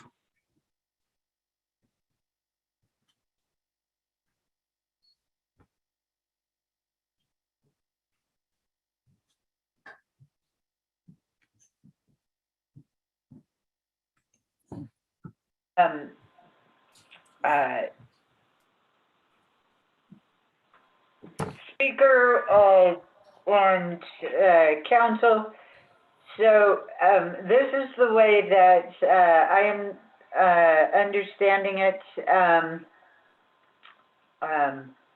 is that delegates, there are a couple of delegates, including Delegate Crotty, who have reserved time. They have, at least Delegate Crotty had stated that she does not want to concede her time. So to do this, she should be allowed to use her to use her time. After that, the cease debate can the cease debate could go forward under Rule 12. Thank you, Speaker.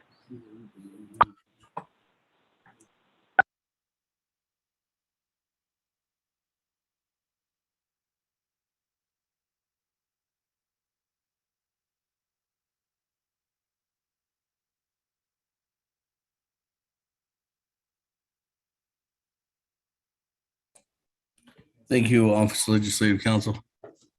With that, Speaker has stated his ruling on the cease debate. That was the reason why the cease debate is recognized in the Navajo Nation Council Rules of Order.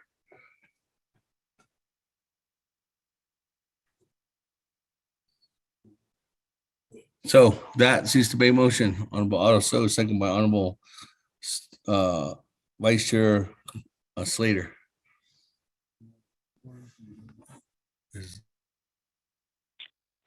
Speaker This is Damon, this is non-debatable. Delegate Crotty. Madam Chair Amber Crotty, could you say that again? Speaker Damon, Delegate Crotty with a point of order. Yes, Madam Chair Amber Crotty with a point of order. Thank you, Speaker. I'd like to challenge your decision based on, according to our rules, each delegate has 5 minutes to debate, and I do not cease my time. Thank you. That, Madam Chair, Amber Crotty has challenged the Speaker's ruling on the provision that I ruled that the cease debate motion can go forward. Madam Chair Amber Crotty is indicating that she still has 5 minutes. With that, colleagues, on a challenge, there needs to be a second on the challenge. Is there a second? Charles Newton will second. Second by Madam Chair Charles Newton. With that, colleagues, when you go to the board, the challenge green is for Madam Chair Amber Crotty, and red is for the Speaker's ruling.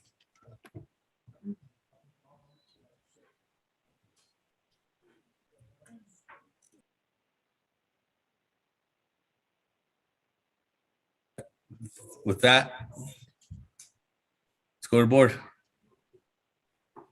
Honorable Elmer Begay, how do you vote? On the challenge, this is on the challenge, college. Again, let me make it clear.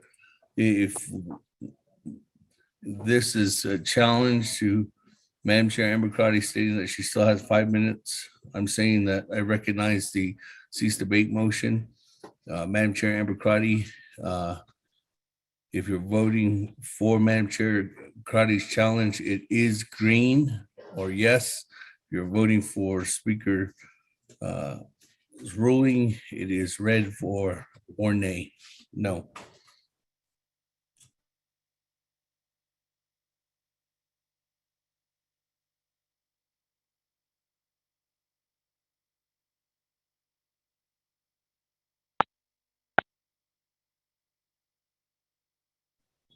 Again, colleagues, green is for green is to approve the challenge. Red is to not approve the challenge, which would be approving going with the Speaker's ruling. Thank you. Let's vote. Honorable Elmer Begay, how do you vote? Honorable Elmer Begay. Honorable Elmer Begay did not vote. Honorable Key Allen Begay Jr., how do you vote? Key Allen votes red. Honorable Key Allen Begay Jr. Honorable Key Allen Begay Jr. votes red. Honorable Paul Begay, how do you vote?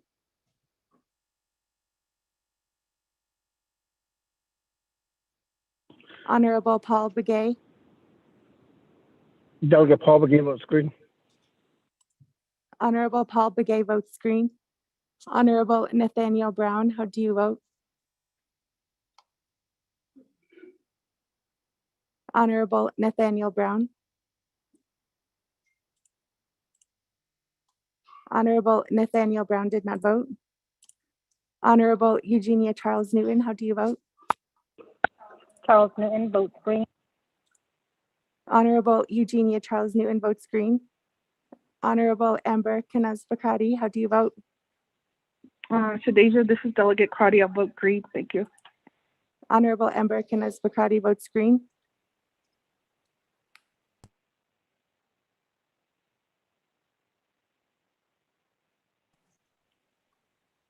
Presiding Chair, Speaker Damon not voting. Honorable Herman Daniels, how do you vote?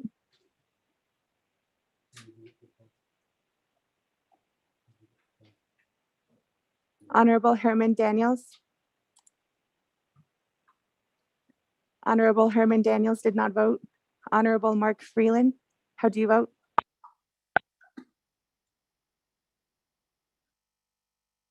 Green.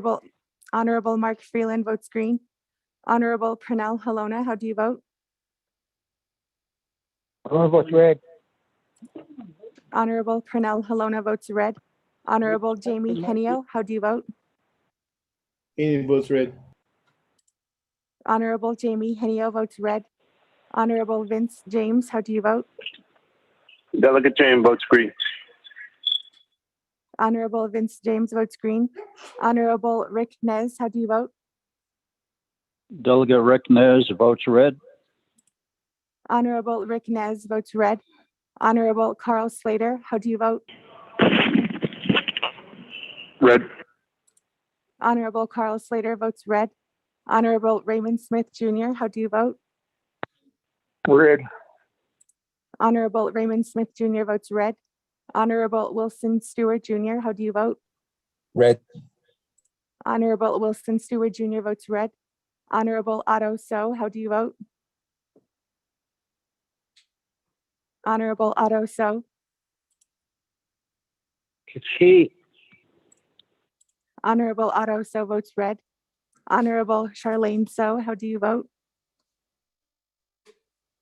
Honorable Charlene So votes green via text. Honorable Daniel So, how do you vote?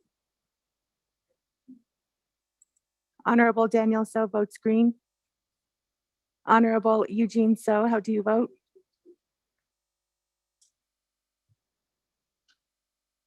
Honorable Eugene So.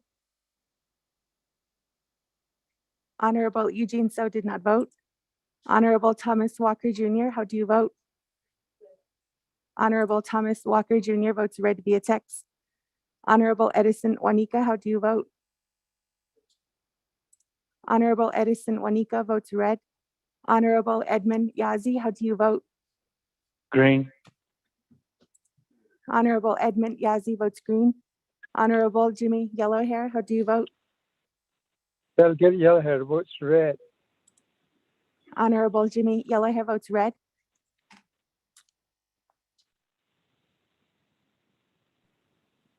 Honorable Elmer Begay, how do you vote? I vote green. Honorable Elmer Begay votes green. Paul Begay has changed his vote to red. Honorable Nathaniel Brown, how do you vote?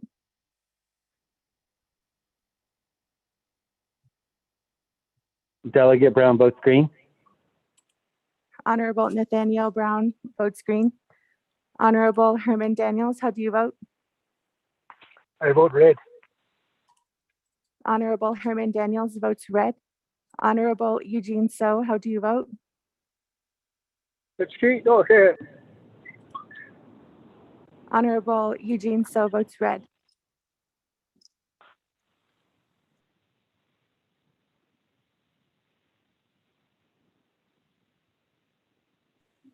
With that, Honorable Speaker, you have 9 delegates in favor and 14 delegates that oppose, with presiding chair not voting. Thank you. On the motion challenging the speaker's ruling, 9 in favor, 14 opposed. Speaker not voting, motion fails. That back to the motion to cease debate by Honorable Otto So, second by Honorable Vice Chair Slater. That colleague's motion to cease debate is 2/3 of the voting body, and there was 23 delegates who voted in favor, so that would be 16 votes from the last vote. This is non-debatable. Let's go to the board.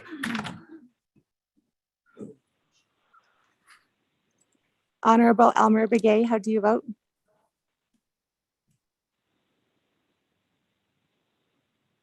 Honorable Elmer Begay. Honorable Elmer Begay did not vote. Honorable Key Allen Begay Jr., how do you vote? Delegate Key Allen votes green. Honorable Key Allen Begay votes green. Honorable Paul Begay, how do you vote? Delegate Paul Begay votes green. Honorable Paul Begay votes green. Honorable Nathaniel Brown, how do you vote?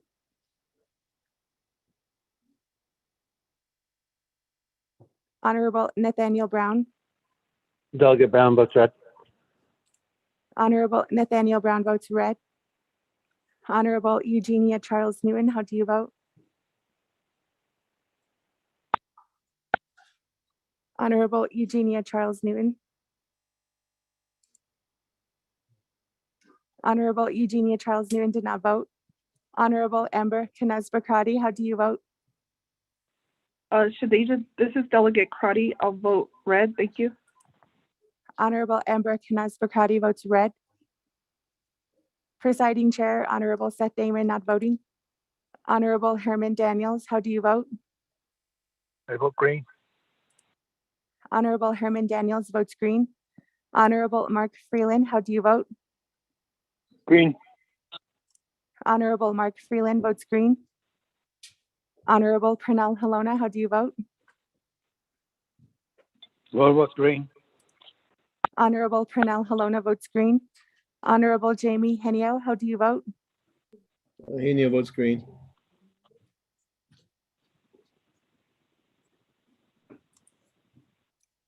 Honorable Jamie Henio votes green.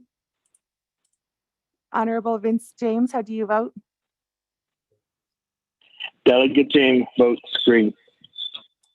Honorable Vince James votes green. Honorable Rick Nez, how do you vote? Delegate Rick Nez votes green. Honorable Rick Nez votes green. Honorable Carl Slater, how do you vote? Green. Honorable Carl Slater votes green. Honorable Raymond Smith Jr., how do you vote? Green. Honorable Raymond Smith Jr. votes green. Honorable Wilson Stewart Jr., how do you vote? Green. Honorable Wilson Stewart Jr. votes green. Honorable Otto So, how do you vote? I vote green. Honorable Otto So votes green. Honorable Charlene So, how do you vote?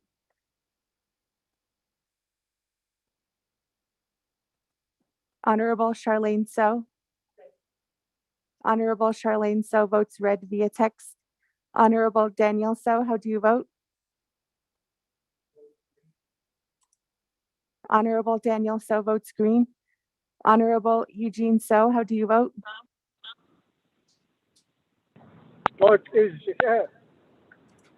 Honorable Eugene So votes green. Honorable Thomas Walker Jr., how do you vote?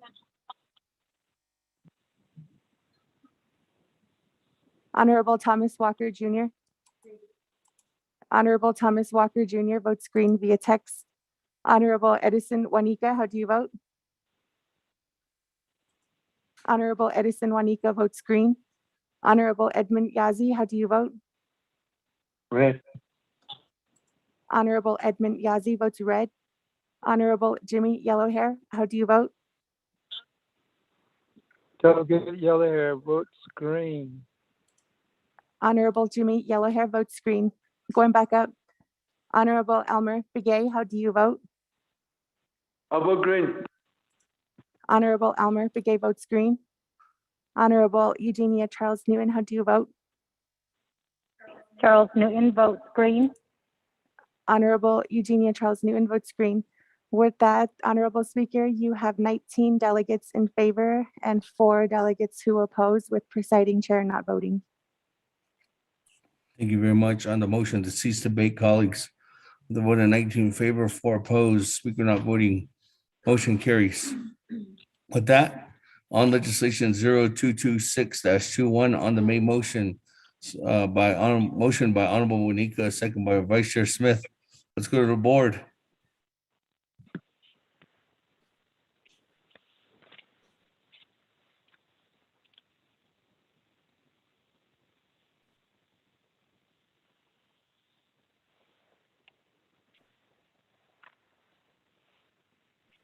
Honorable Elmer Begay, how do you vote?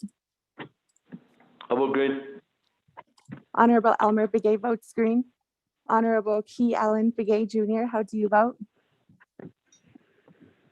Delegate Key Allen votes green. Honorable Key Allen Begay votes green. Honorable Paul Begay, how do you vote? Delegate Paul Begay votes green. Honorable Paul Begay votes green. Honorable Nathaniel Brown, how do you vote?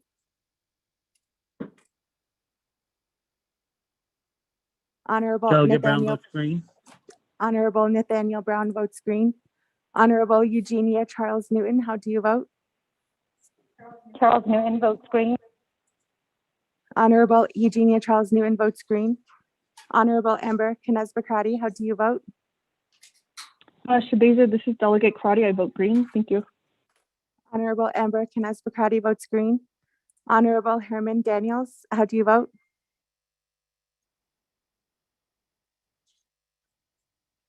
Honorable Herman Daniels. Honorable Herman Daniels did not vote. Presiding Chair, Speaker Damon not voting. Honorable Mark Freeland, how do you vote? Green. Honorable Mark Freeland votes green. Honorable Pernell Halona, how do you vote? Blood votes green. Honorable Pernell Halona votes green. Honorable Jamie Henio, how do you vote?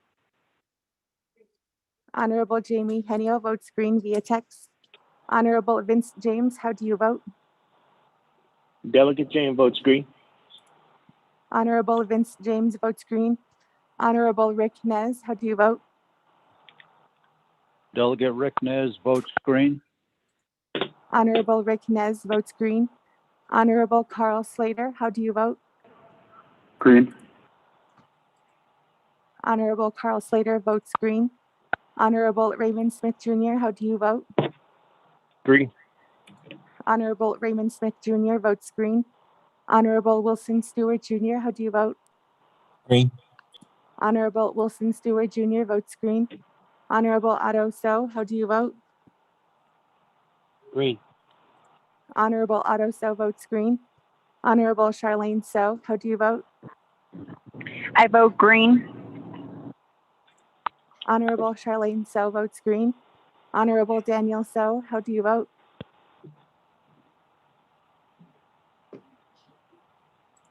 Honorable Daniel So votes green.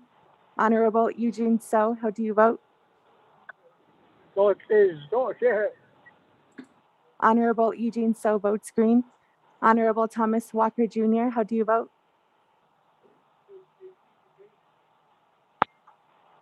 Honorable Thomas Walker Jr. votes green via text. Honorable Edison Juanica, how do you vote? Honorable Edison Juanica votes green. Honorable Edmund Yazi, how do you vote? Green. Honorable Edmund Yazi votes green. Honorable Jimmy Yellowhair, how do you vote? Delegate Jimmy Yellowhair votes green. Honorable Jimmy Yellowhair votes green. Honorable Herman Daniels. Honorable Herman Daniels, how do you vote? Honorable Herman Daniels did not vote. With that, Honorable Speaker, you have 22 delegates in favor with 0 opposed. And presiding chair not voting. Thank you very much. On legislation 0226-21, sponsored by Honorable Stewart, needed a 2/3 vote. Did get that with 22 in favor, 0 opposed. Speaker not voting, motion carries. Again, colleagues, that legislation is destined to go across the street and is up to one of the 3 options that the president does have. Moving on down. Item number C, legislation 0241-21, sponsored by Chairman Daniel So. Mr. Rico, if you could read this into the record, and we'll go on preliminary statement and go to the vote. Thank you, Speaker. Members of 24th Navajo Nation Council, tracking number 0241-21, an action relating to health, education, human services, budget and finance, and Navajo committees and the Navajo Nation Council approving a limited waiver of sovereign immunity in the State of New Mexico Medical Assistance Division Provider Participation Agreement between the Navajo Nation Division of Behavioral and Mental Health Services and the State of New Mexico. Legislation is sponsored by Honorable Chairman Daniel E. So. There are committee reports from the Health, Education, and Human Services Committee that recommend a due pass with no amendments. A committee report from the Budget and Finance Committee that recommend a due pass with no amendment. And a committee report from the Navajo Committee that recommend a pass and refer to the Navajo Nation Council. For Navajo Nation Council Rules of Order, Rule 9, legislation has been read into the record by electronic voice recording. This legislation is a 2/3 vote and moves on to the Office of President and Vice President. Mr. Speaker. Thank you. Thank you very much, colleagues. Is there a motion? Motion by Honorable Vince James, second by Honorable Wilson Stewart. Colleagues, is there any comments or questions? Nabi work? Right on. Computer done. You can tell Oren, tell me. Going twice. Speaker, this is Delegate Claudia with the question. Yes, Madam Chair.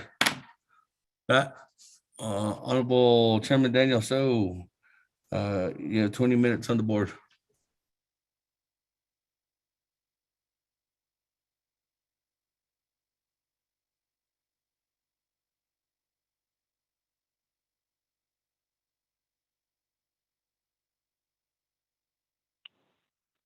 Okay. Speaker Damon and members of the 24th Navajo Nation Council, Dr. Michelle Brancer and Dr. Jill Jim will be my agents in this particular legislation. We are asking that we approve a limited waiver of sovereign immunity in the state of Arizona, such that this particular services can be contracted with the state of New Mexico. And in that aspect is to expand the mental and behavioral health services to the residents of New Mexico. And so that is part of the whole aspect. We are in the throes of a pandemic. We know that our Navajo people are traumatized, and the extension of mental and behavioral services is what would be of tremendous asset from the Navajo Nation to the people of New Mexico, all the way from preschool students all the way to adulthood. We know that no segment of the population can be ignored, because we all admit this pandemic, COVID pandemic, knows no boundaries. And so in that aspect, I ask that members of the council approve this limited waiver of sovereign immunity. So at this point in time, I would like to give the floor to Dr. Michelle Brancer and Dr. Jill Jim. Speaker, Dr. Michelle Brancer will be the first presenter. Thank you.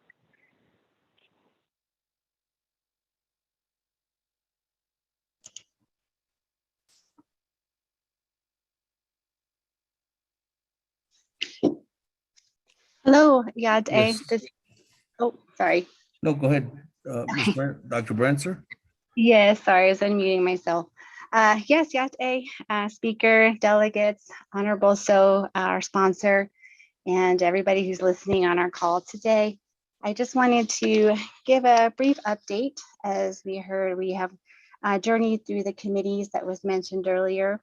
And so quickly, I just wanted to share more again of the reason why it's pertinent or important for us to, as DBMHS, Division of Behavioral Mental Health Services, to expand in this area of third-party reimbursements. And our first really goal is to our scope of work, and that does include, as mentioned by our sponsor, hopefully you can hear me okay, that we work with clinical behavioral health, co-occurring mental health treatment, which is drugs and alcohol issues, mental health, depression, anxiety, grief, loss, trauma, crisis response, suicide. And with that, we also provide aftercare services as well as prevention services. So we do have 11 treatment centers throughout the different areas of Navajo Nation. And with that, our main scope of work is behavioral health, which is substance use disorder treatment. And we do provide with that faith-based or spiritual services, as we know, as our own Diné teachings and our way of life includes our spirituality. So if it's faith-based or if it's traditional, NAC, whatever, will help the individual to ground themselves, regain maybe what they've disengaged from, to help them find balance and be healthy again. So that matches all of our mission statement to provide behavioral health services to the Navajo Nation. The other part of it is with the billing and third-party reimbursement is that we're looking at obviously billing the clinical services, but expanding that. As we know, Indian Health Services, IHS, works in collaboration more with the mental health portion, but we'd like Navajo Nation, as with our scope of work, DBMHS, to be able to build this third-party reimbursement system so we can further grow, as well as potentially, creating another revenue stream to support our salaries, to support our programming, to work with the states at this level so they understand our needs even more so, as Medicaid is one type of revenue stream, but also Medicare could follow as well. And that again is a part of our plan of operation to develop and implement and reimbursement, third-party reimbursement system to be able to capture this opportunity for revenue in this manner. And then also with this, we work with the state of Arizona currently with our, it's called Navajo Regional Behavioral Health Authority with an intergovernmental agreement. And this could also be another avenue to do third-party billing with case management services. So really, there's many pluses to this opportunity that has been in DBMHS's forefront, I would say, for the past 2 years. And I have come aboard as the HSA October of this past year, 2021, but was delegated end of December 2019. So I'm essentially homegrown in DBMHS as starting my career in this area of behavioral health. So really, there's not many cons to this, except that we would be limited in our revenue potential to help us expand and to be able to look at how we can work with our salary schedule, expanding our programs as mentioned. And so with that, we do know with the states, just as an example, there is an all-inclusive rate with Medicaid. It's for IHS 638 contracted tribal health facilities like ourselves. With this, we would be able to, currently the all-inclusive rate is $519 per unique encounter. So with that, our other positive is we are developing our infrastructure to maintain the growth. And so If we move into the area of more clinical psychologists or addictionologists, people that, and traditional services, more comprehensive, like I said, spiritual services, we can really move more. And with that, we have improved our quality assurance and program integrity. We have a quality assurance manager currently, and she has been vital in helping us looking at our policies and procedures, working with our electronic health records, and we'll be continuing to expand in that area because that is where the third-party reimbursement is generated and is evaluated with quality management is in the electronic health records, which we currently utilize a system called NetSmart. And so that is all with our staff that's able to document correctly and to maintain a strict, quality assurance and medical necessity for third-party reimbursement revenue. And I know I had to quickly just numbers wise, I had shared in previous committees that the potential revenue, and this is going mainly numbers from fiscal year 2019, due to the pandemic, of course, things have changed a lot. But for that third-party reimbursement at that time in 2019, it was $455, not the $519 currently. And for that rate in New Mexico and Arizona, just looking at the estimated potential billable encounters we had, which would have been 13,032 hours, that would have, looking at that reimbursement rate of $455, that could have helped bring in another revenue stream of $5 million, almost $6 million, $5.9 million to help us in our scope of work and our expansion and just really being able to do more on the Navajo Nation, especially during the pandemic. And, just in general, as we strive to, help our people in need. And so that is just a brief overview of reasons why this legislation is very important and imperative to us at Department of Health or Division of Behavioral and Mental Health Services. I believe our attorney with Department of Health is Michelle Begay-Nakai. I think she is on the call as well, and I wanted to see if I could defer some time for her so she can highlight some of the challenges we faced and why the recommendation was to move towards this legislation of limited waiver of sovereign immunity for New Mexico, the state of New Mexico, to become Medicaid providers. So.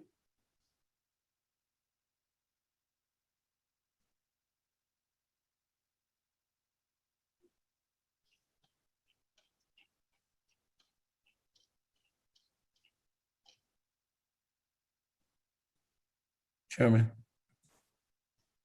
does that conclude your presentation? Yes, I see that Dr. Brinser, that would be the presentation, and we stand for questions. Thank you. Thank you. With that, let me go to the floor then. I do have a motion. I do have a second, so let me go to Madam Chair Amber Crotty. Madam Chair, floor is yours. Yes. Thank you, Speaker and Triage Chairman. So for this legislation, I did want to ask Department of Justice regarding the waiver of sovereign immunity, if we could get clarification in terms of why that is being asked and required, and why the state is not honoring our own Navajo arbitration laws. Thank you, and I'll reserve my time. That 4 minutes and 32 seconds.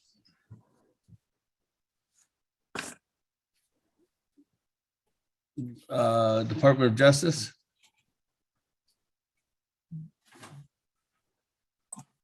Yes, Mr. Speaker, this is Michelle Begay-Nakai.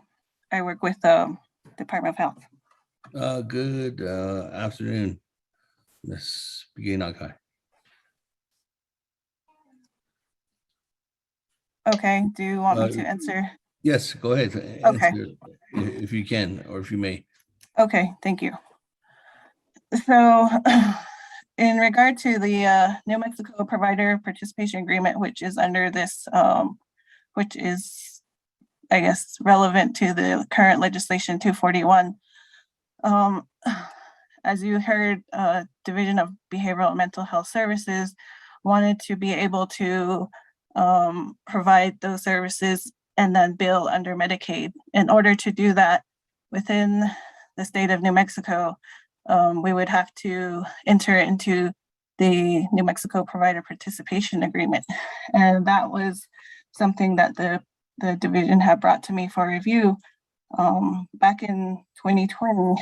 And so after reviewing it, I did find that there were several provisions in the agreement that with the nation would not regularly be able to agree to and have the president sign off on. So I brought these issues up to the division, and then we attempted to contact the state of New Mexico to see if amendments could be made regarding those provisions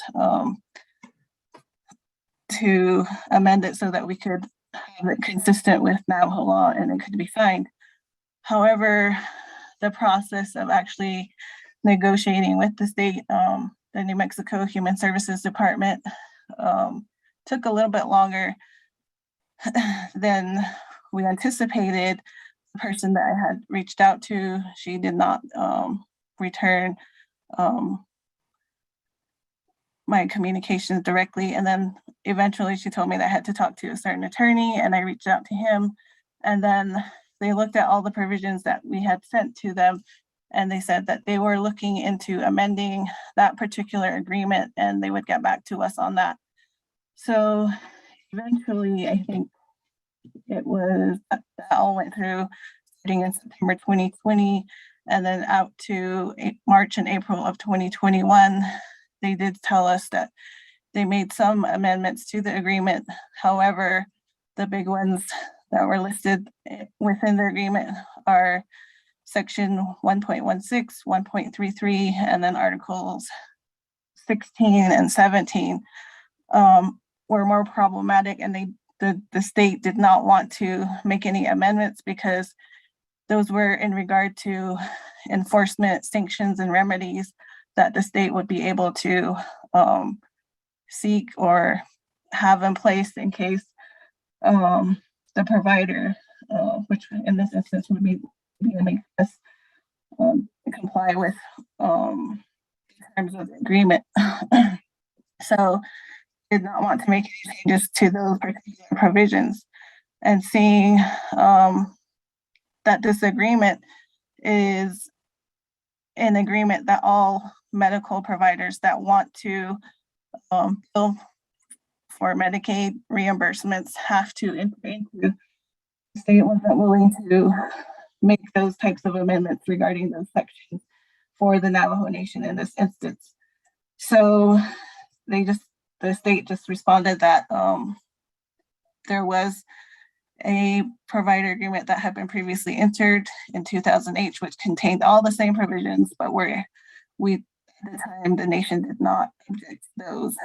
However, seeing as provisions required the nation to submit state law, including administrative hearings or judicial cases in regards to any disputes or that may happen while DB Matrix is carrying out these services.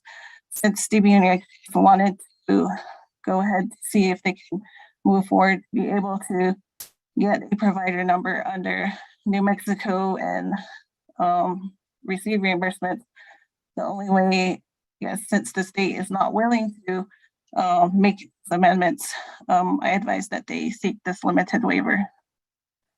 So, let's see, the section 1.16 of that agreement relates to the provider having to have responsibility for all claims submitted, and then that if anything happens regarding fraudulent representation or something that the state finds is not being done properly, there would be criminal investigations and charges and other sanctions specified under the Human Services Department Program Policy Manual. And then section 1.33 is regarding appeal rights for a provider, and that points to hearings, appeals, and grievance processes under the same program policy manual, which is under state law.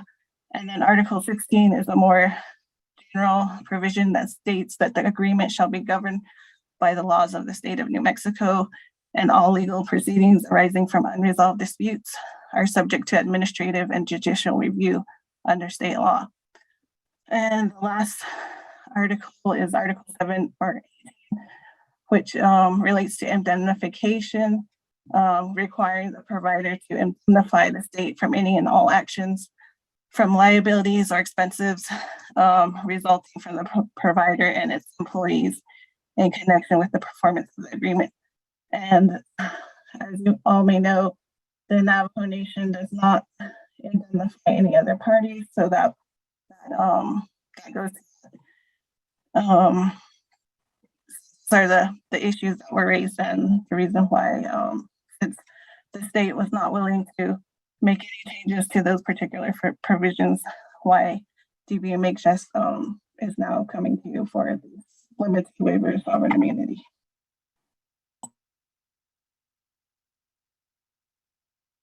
Thank you.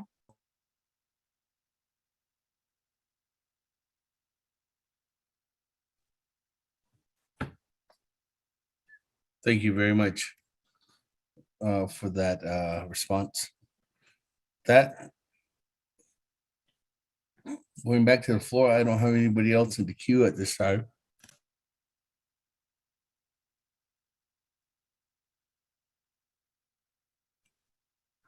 Any further comments, questions? Point of privilege, Speaker. Point of privilege, Madam Chair Charles Owen.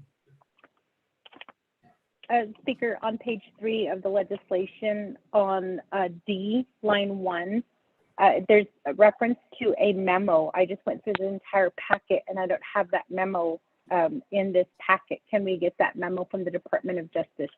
Thank you, Speaker. Could you reference that again?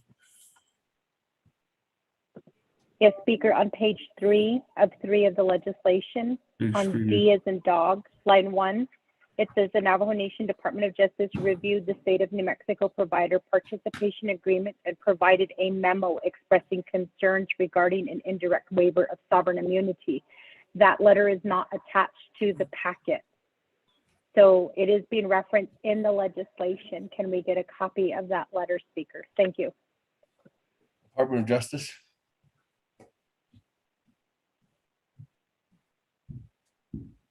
I don't know. Ms. Begay Nakai, I don't know if you have a response for that.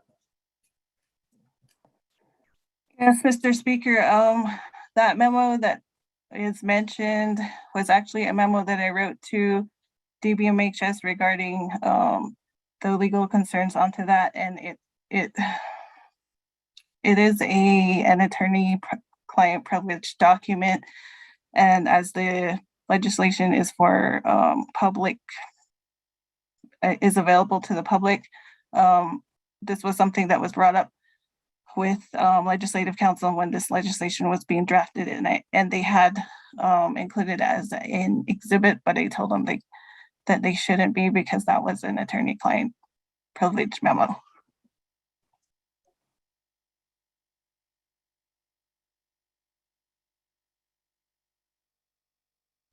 So in that case, I guess back to Legislative Council, can this memo be distributed, or is this something that you would need to sign out and then sign back in at your office?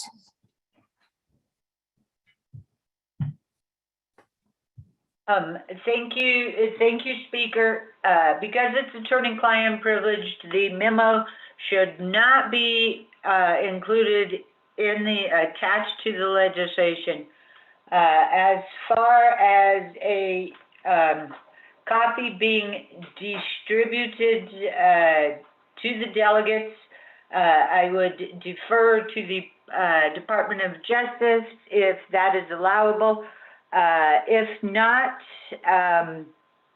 then it could be viewed at my office or at the Department of Justice, but no copies could be made. Thank you, Speaker. Okay, thank you. So we just have to go to Office of Legislative Council or DOJ, Madam Chair Charles Newton, to view that document. With that, colleagues, I don't have anybody else in the queue. Any further comments or questions before I go back to reserve time? Speaker, I do have a point of privilege. Point of privilege by Madam Chair Charles Newton. Speaker, when we are raising a point of privilege, it really is concerning, maintaining the dignity and integrity of the proceedings.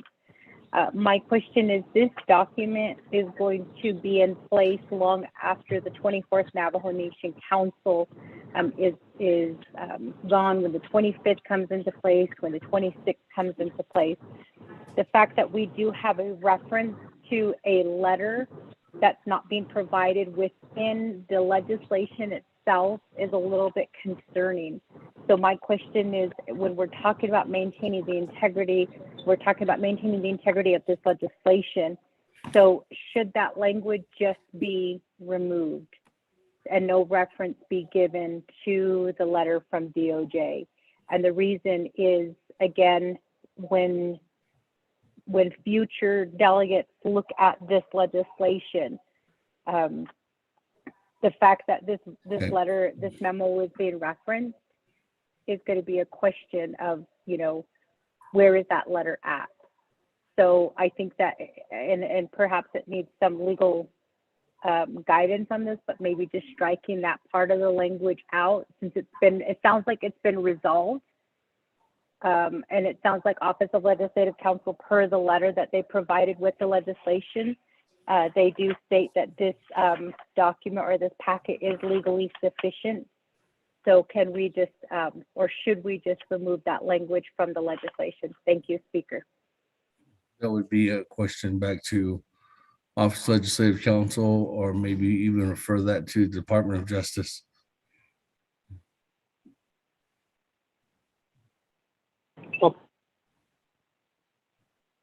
Speaker, this is Office of Legislative Counsel.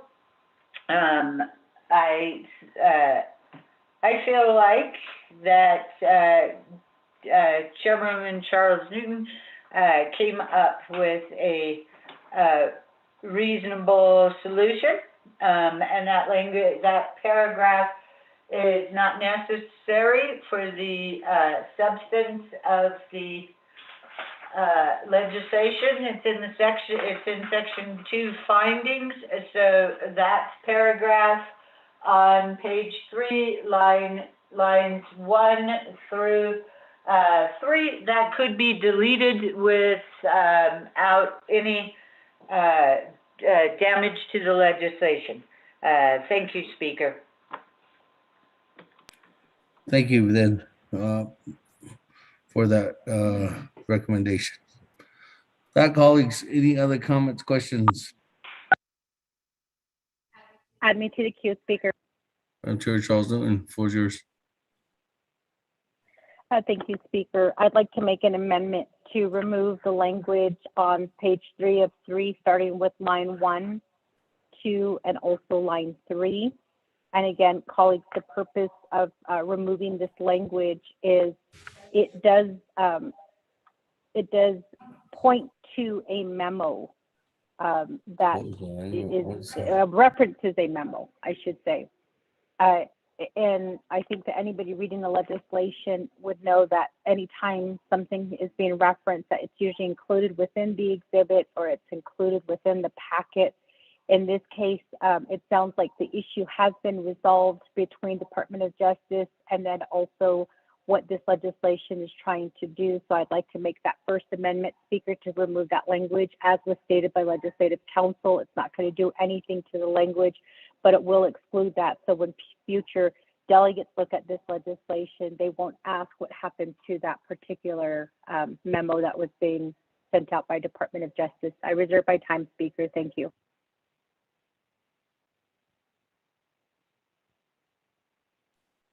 That Chair Charles Newman with reserved time of 3 minutes, 55 seconds. Page 3, delete lines 1 through 3. That's it, right?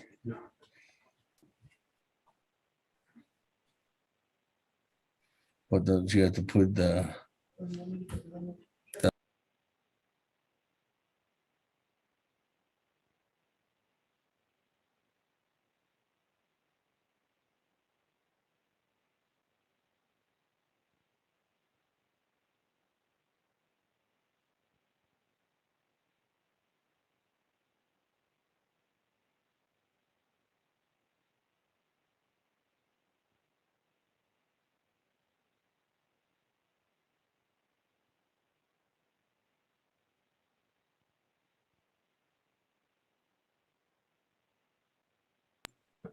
okay, with that, there's a motion for amendment number 1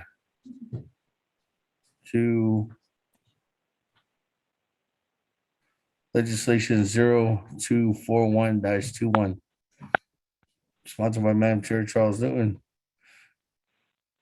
With that, Mr. Rico, I'm just going to read that into the record before I get a second. Thank you, Speaker. Members of the 24th Nomination Council. Amendment number 1, page 3, delete lines 1 through 3, paragraph 3 in its entirety. 2, renumber, re-letter succeeding paragraphs, sections, and exhibits as necessary and appropriate. The Nomination Council hereby authorize the Office of Legislative Services and the Office of Legislative Counsel to correct technical errors consistent with the intent of the council. This amendment shall supersede all inconsistent language in the other council amendment. Mr. Speaker.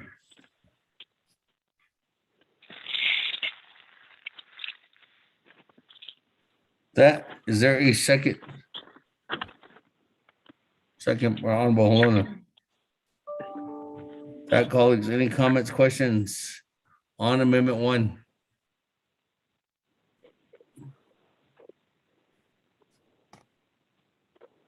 Going twice. Going 3 times. Let's go to board on Amendment 1.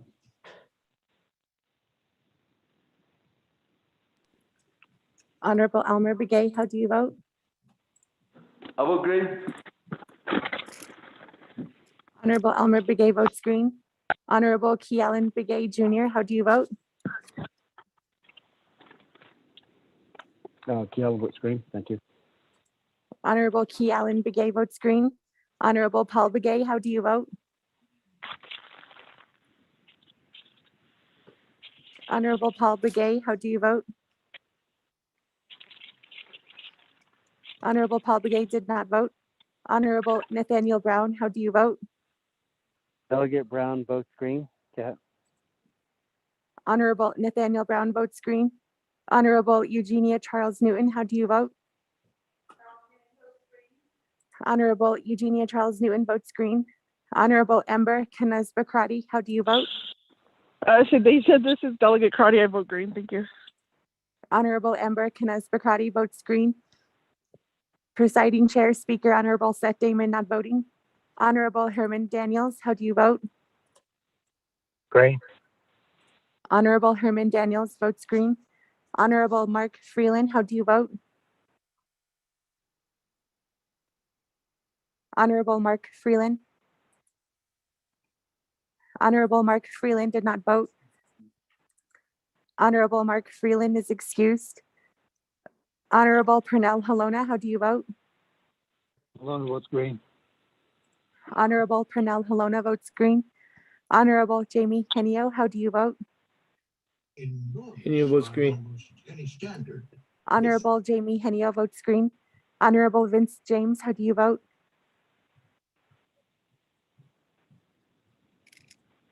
Honorable Vince James votes green. Honorable Rick Nez, how do you vote? Delegate Rick Nez votes green. Honorable Rick Nez votes green. Honorable Carl Slater, how do you vote? Green. Honorable Carl Slater votes green. Honorable Raymond Smith Jr., how do you vote? Honorable Raymond Smith Jr. Honorable Raymond Smith Jr. did not vote. Honorable Wilson Stewart Jr., how do you vote? Honorable Wilson Stewart Jr. Honorable Wilson Stewart Jr. did not vote. Honorable Otto So, how do you vote? Honorable Otto So votes green. Honorable Charlene So, how do you vote? Honorable Charlene So. Honorable Charlene So did not vote. Honorable Wilson Stewart Jr. votes green. Honorable Daniel So, how do you vote? I vote green. Honorable Daniel So votes green. Honorable Eugene So, how do you vote? Honorable Eugene So. Honorable Eugene So votes green. Honorable Thomas Walker Jr., how do you vote? Honorable Thomas Walker Jr. votes green via text. Honorable Edison Wanika, how do you vote? Honorable Edison Wanika votes green. Honorable Edmund Yazi, how do you vote? Honorable Edmund Yazi. Honorable Edmund Yazi did not vote. Honorable Jimmy Yellowhair, how do you vote? Delegate Yellowhair votes green. Honorable Jimmy Yellowhair votes green. I'm going back up. Honorable Paul Begay, how do you vote?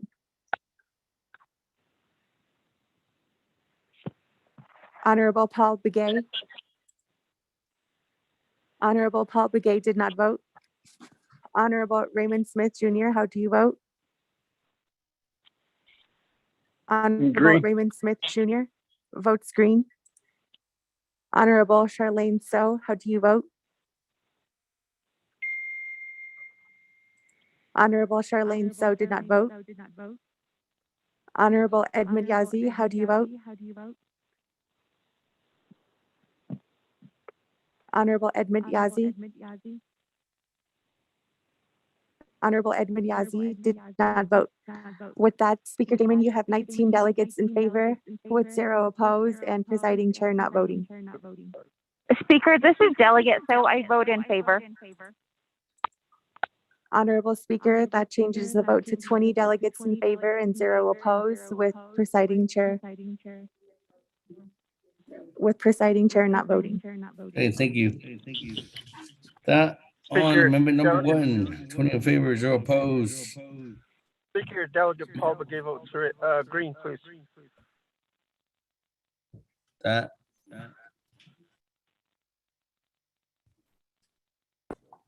Honorable Charlene So and Honorable Paul Begay vote green.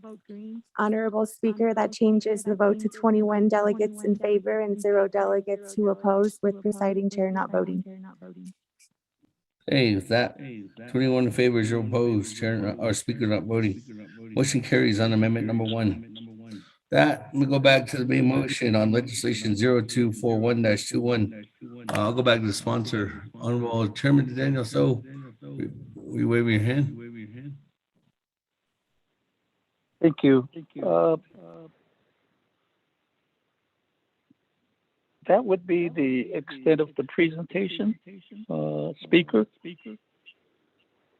The amendment basically clarifies the intent and purposes of this particular limited waiver of sovereign immunity so that the agreement can go forward. Thank you. Thank you.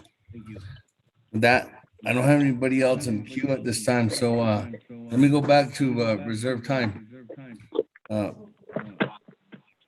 I do believe Madam Chair, Member Crowdy has waived her time. Is that correct? Chief, she texted you? She said waive her time? Yes, she did. Waive her time. Moving on down, Madam Chair Charles Newton, 3 minutes, 55 seconds. Thank you, Speaker. Now that that technical amendment has been made, my question to Navajo Nation Division of Behavioral and Mental Health Services is, do you provide service to inmates who have been arrested on the Navajo Nation and who are currently in our facilities here on Navajo Nation jails? I reserve my time, Speaker. Thank you. 3 minutes, what? 3 minutes and 28 seconds is on the reserve time. Let me go back to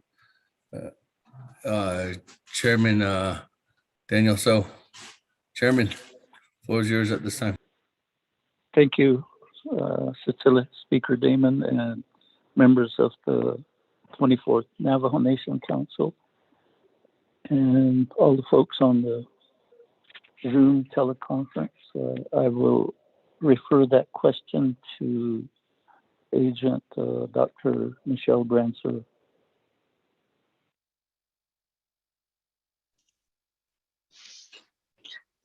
Yes, thank you, Delegate Virginia, and also our sponsor for that question. And this is Michelle, Dr. Branzer.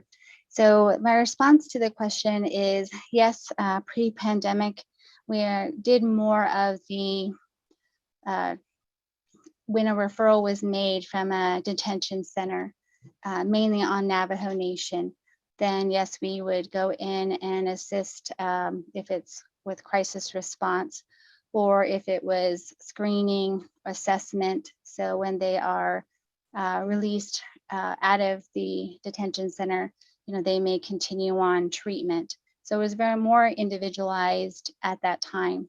But since the pandemic and actually some staff that have moved on or retired, we haven't been able to do that yet. So as we continue to move forward and adjusting during this pandemic and working on these areas, as we know, unfortunately, the incarcerated, do oftentimes need substance abuse treatment as well as mental health.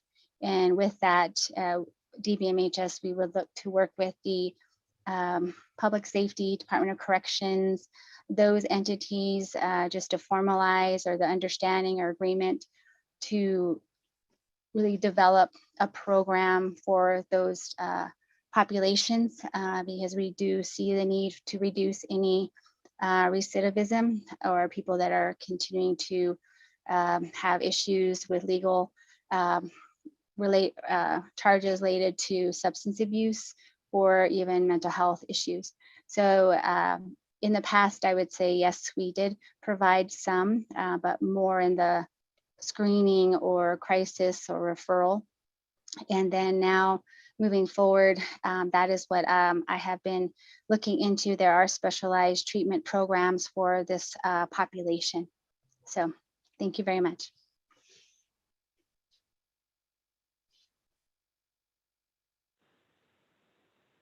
Speaker, that would be our response to the question by Honorable Chair Charles Newton.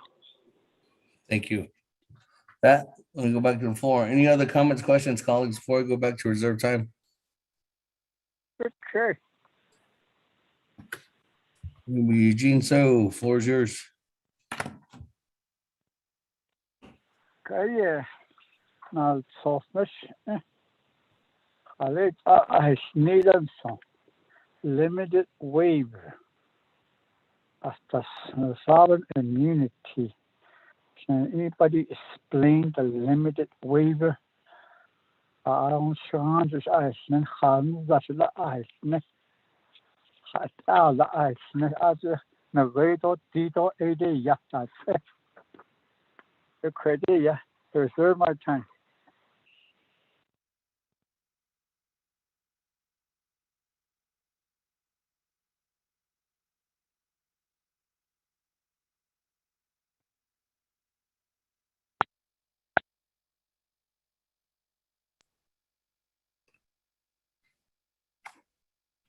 That reserve time is 4 minutes and 34 seconds. Any other comments, questions, colleagues, on legislation 0241-21? Speaker, Yes. this is Edmund. I'd like to say something real quick, okay? Again? Chairman Yazi, go ahead. Okay, Speaker, members of the council, Mr. So, your agents, on this legislation. Last week, I had a meeting virtual with our magistrate judges, McKinley County, and they've been wanting and needing help. And of course, they're always relying on Navajo. And we met with Commissioner Billy Moore, Mayor Baniguidi, and talked about, and Senator Pinto, and talked about this detention that was brought up. And I'm glad that was brought up by Honorable Chair Newton. And so the magistrate court, even though it's not in the Navajo Nation's jurisdiction, but majority of our people are the ones that need help when they get detained, whether it's alcohol abuse or any drug addiction. So my question is, Mr. So, Chair So, and your agent, could we set up a meeting, conference call with the magistrate judge and President Nez, and we're going to have another update meeting couple weeks from now, and I'll keep you posted, Chair. And so if that's okay with you all, and I know we're talking about purchasing that old RMCH as a medical treatment center for drug addiction. And so, but that's still in the talks. But I guess we just need to have a meeting for the first phase, if that's okay with you, Chair So, and to your agent. And I'll go ahead and vote for the legislation. And so I don't want to reserve my time, Speaker, sir.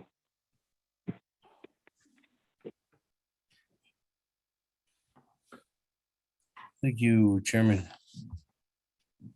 Any other comments, questions, colleagues? If not, let me go back to reserve time. Madam Chair Charles Liu in 3 minutes, 28 seconds, and then I'll go back to Chairman Daniel So. Thank you very much, Speaker. I think this is a really important topic in the legislation that we are debating. I know that as a former prosecutor, one of the issues that we always ran into was involuntary commitment. So whenever an individual who may have been on meds gets off of their medication and they become violent, and the family is requesting assistance from the Navajo Nation to have them committed, to get them back onto their meds, or I know that the courts cannot keep an individual in detention if they are in need of medication, or if there are, I guess in this case, where they're involuntarily committed. And it has been an issue, an ongoing issue, I know, with the prosecutor's office. So can you tell me, what is your process for assisting our Diné people who suffer from serious mental health illnesses and who have to go through having to be involuntarily committed? I reserve my time, Speaker.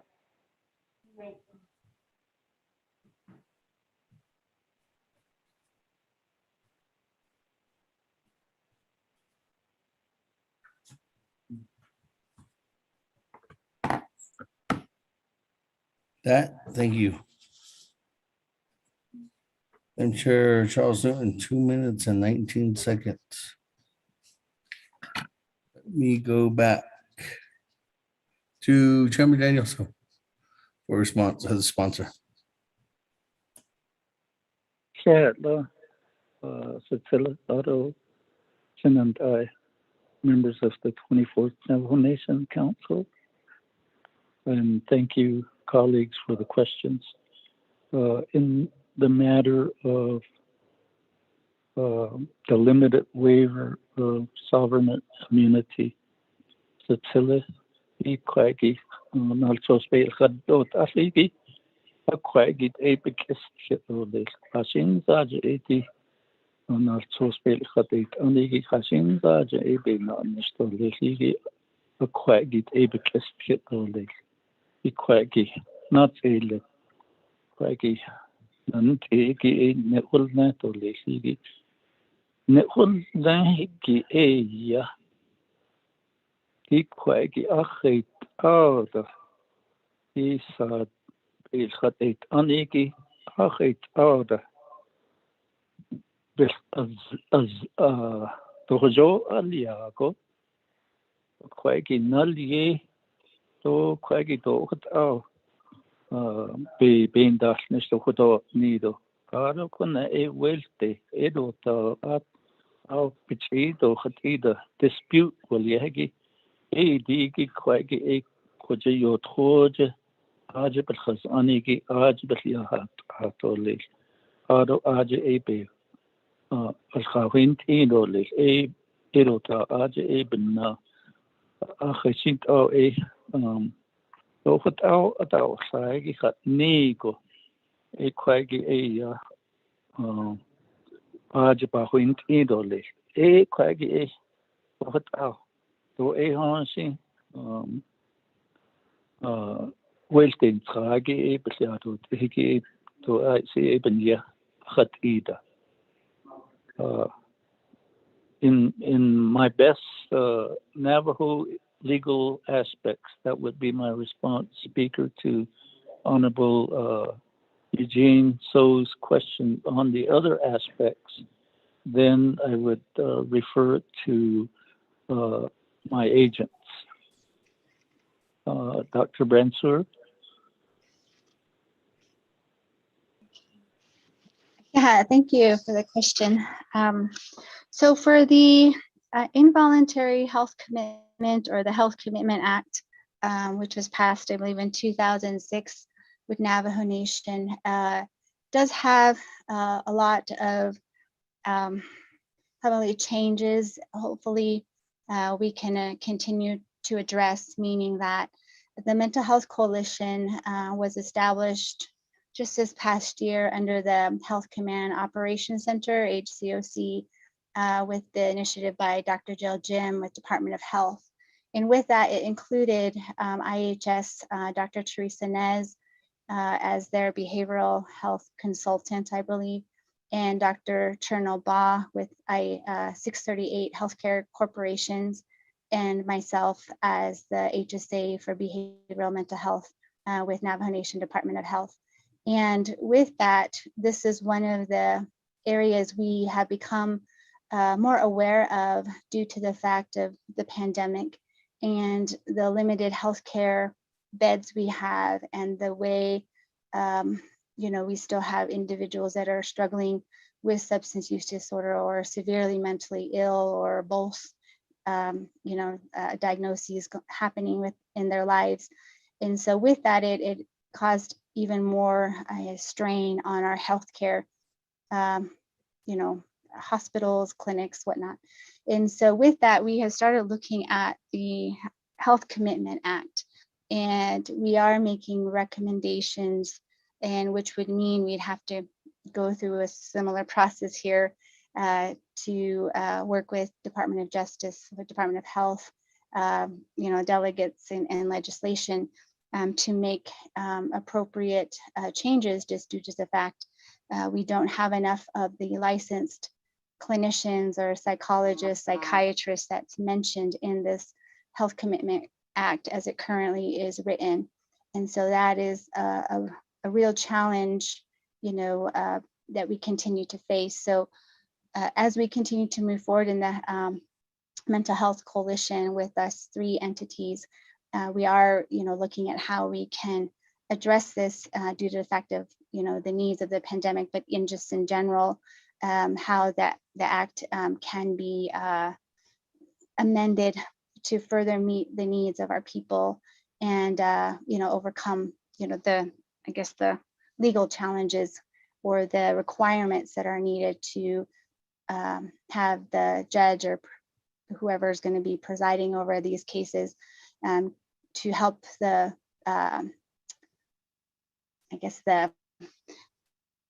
the families or even the client or whatnot who needs this type of involuntary commitment. So that would be my response. Thank you very much.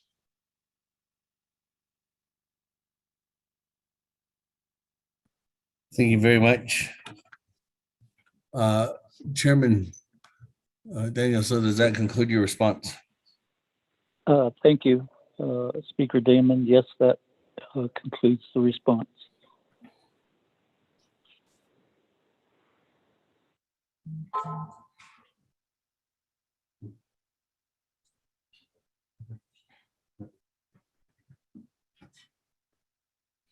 Okay, thank you.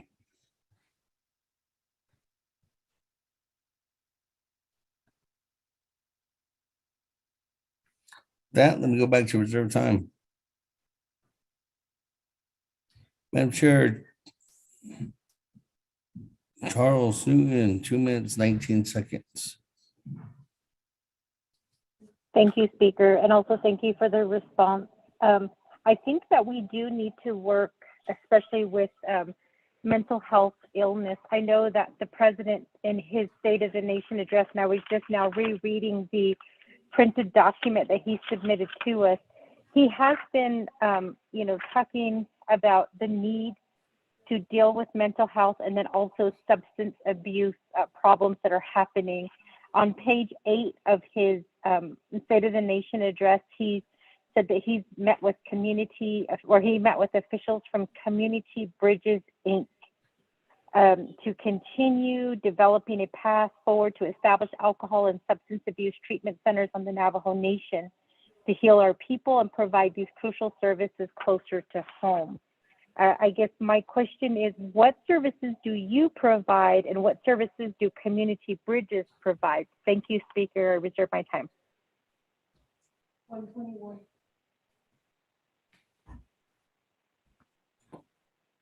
Reserve your time at 1 minute and 21 seconds.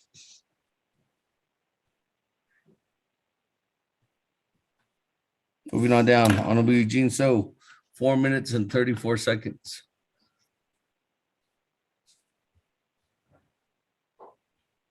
Yeah, that's true. The way page 2 of 3, line 12, 13, 14, 15. A crap a copy, health education, health human service, 001-18, you're not seeing a plan operation. A coti correct new match a quarter la haleta, a provider than leader, things and title 1 that out at the test another is data had cost is data provider. A crag if a Kaiben cultural center, holistic approach for prevention. The second question I'm not at the end, last page 3 of 3, line 3, number 3, under number 12, article 18 of the agreement within the detail of exhibit A1. Anyway, 30, going to ask a question, 930, Navajo medical certified. Because the application gets in this own go. It's had it, I spend so much. Because the rich and leaders, it's a fidget of car. Because suddenly don't know what's the code of the last sheet. Now, that's my third question. Reserve my time. Reserve your time at 2 minutes and 57 seconds. Moving on down, you have Honorable Elmer Begay in the queue.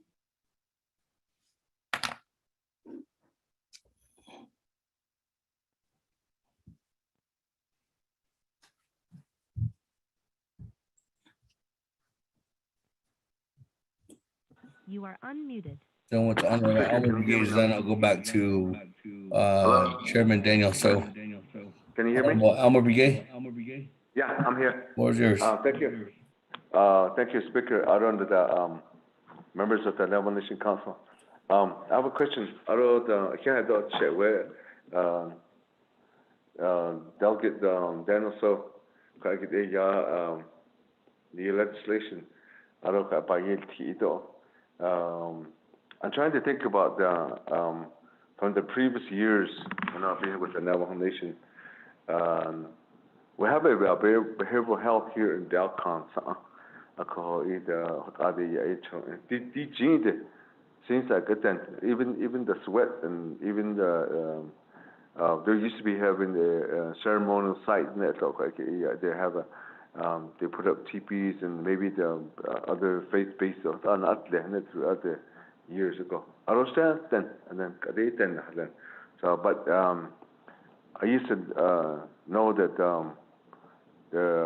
a lot of participants that are being referred to behavioral health, these clients and then these have sweats too, only for the fight exchange.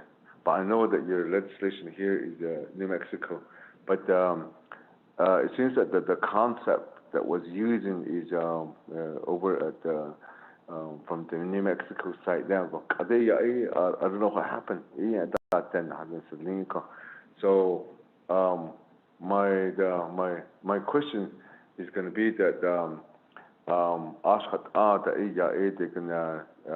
with this legislation, with this agreement, is there going to be more helping with the behavioral health Navajo Nation Bihiki? And then there's a regional behavioral health from Gallup side. So it actually is going to kind of like enhance the program again, recording this like it is one. The second one is there's some people out in New Mexico. There's this program that there's some then they go over there. They do but within 1 hour they do the participation about but these then they get paid for it. They get money for it. Is this program can be more helping out or something like that? I know it's under this one Blue Shield. It's not the other because there's in those programs. So can you is this more geared towards that to those kind of programs? Sure. Just want to have the question to you. Now, case. Thank you. Thank you. We're able to go back to Chairman Daniel So.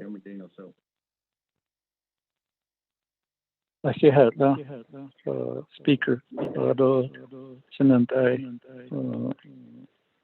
members of the 24th Navajo Nation Council.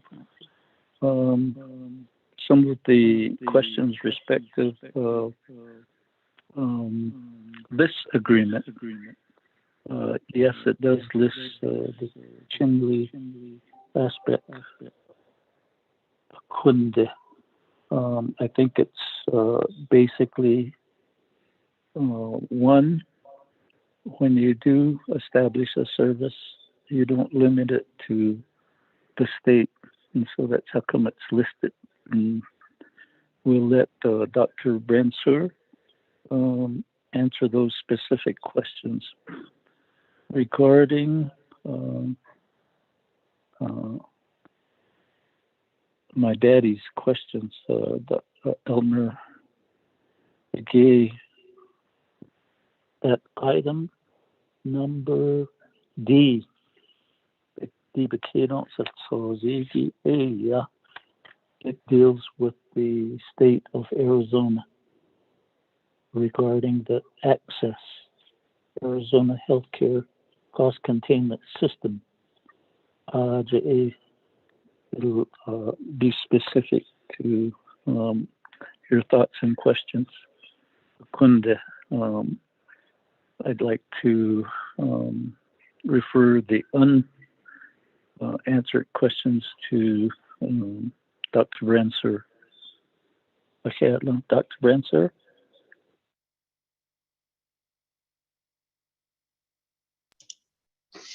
Yes, hello everyone. Thank you for all the questions, and I guess I'll try to go in order with them.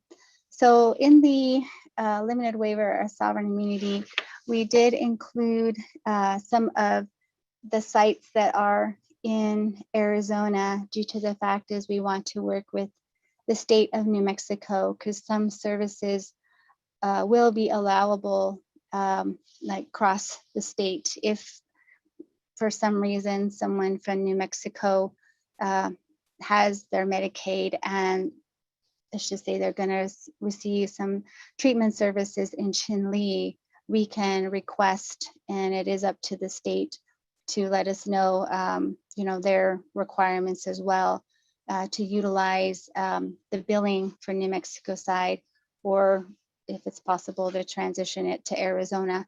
But that is why some of the Arizona sites are listed in New Mexico, because we hope with the passing of this legislation, we'll be able to work with the states in this manner, and also the managed care organizations that are, we would be able to work with our Medicaid provider agreement identification number. So that is why you see that in there.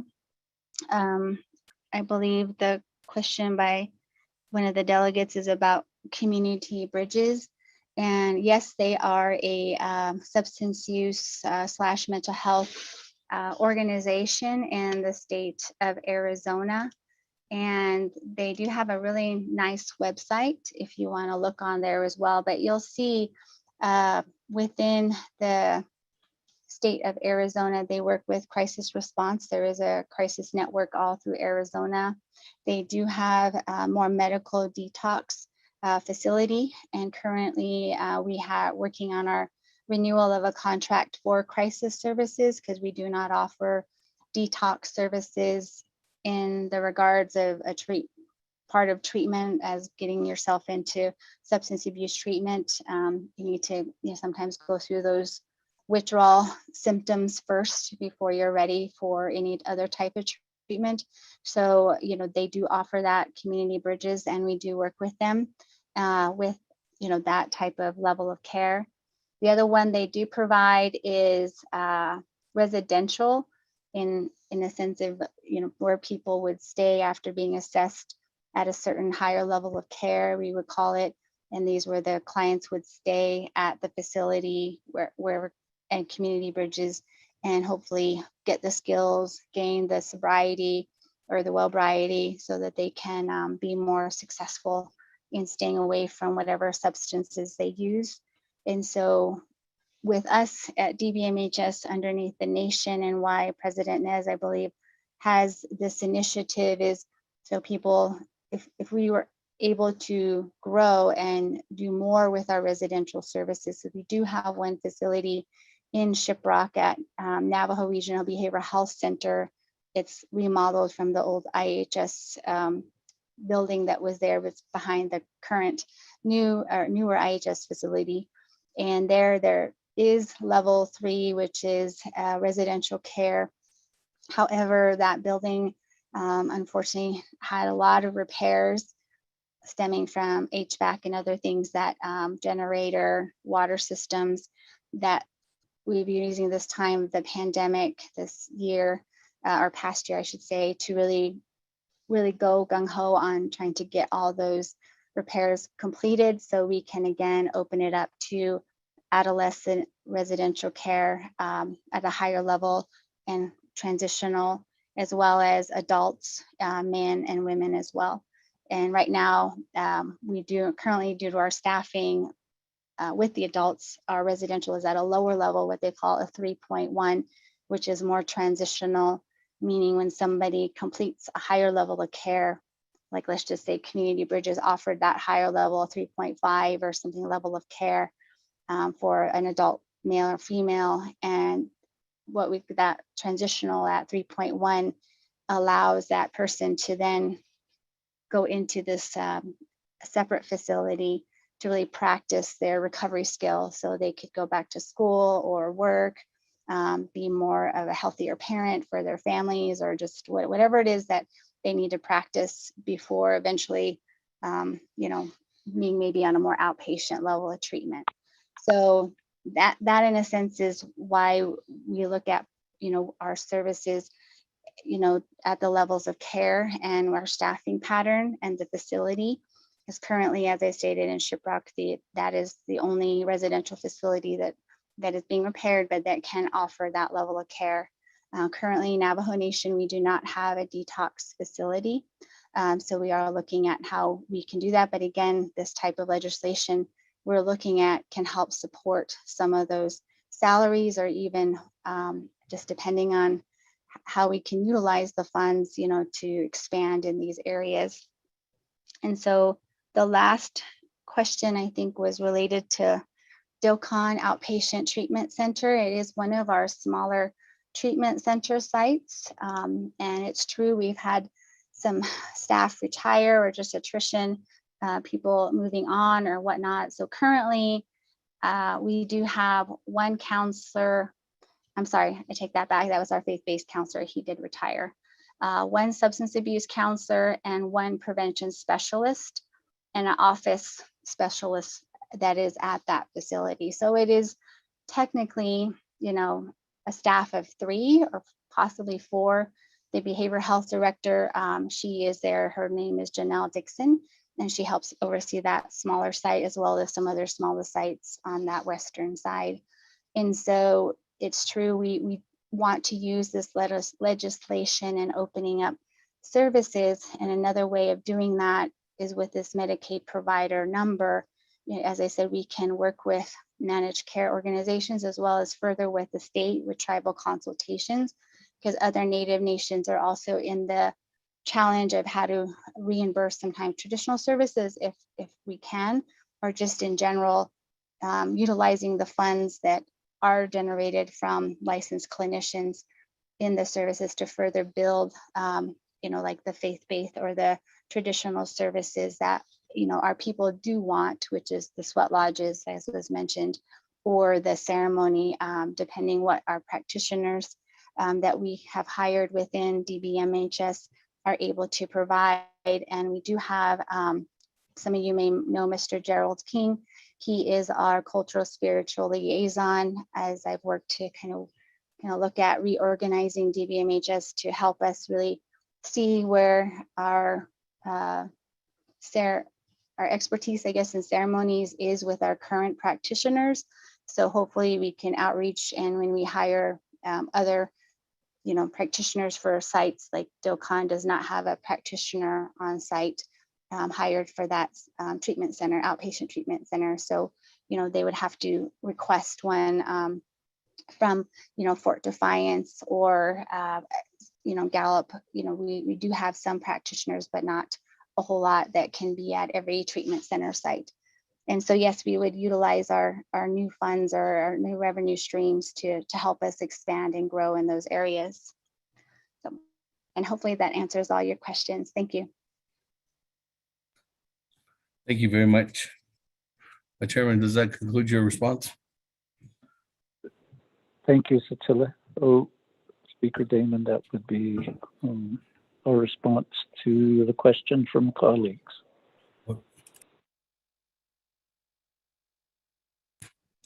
Thank you very much. That, colleagues, I don't have anybody else in queue at this time. So let me go back to reserve time. I have Madam Chair Charles Newton, 1 minute and 21 seconds. Thank you, Speaker. I do have another question. This legislation is specifically for New Mexico. Do you have something in place or something similar to the services that are being provided, I guess, for our Dina people? Do we have something for Arizona and Utah? Because it sounds like this is just for New Mexico, yet there are facilities that are listed in Arizona that are on this legislation. So I just want to get some clarification. Thank you, Speaker. I reserve my time.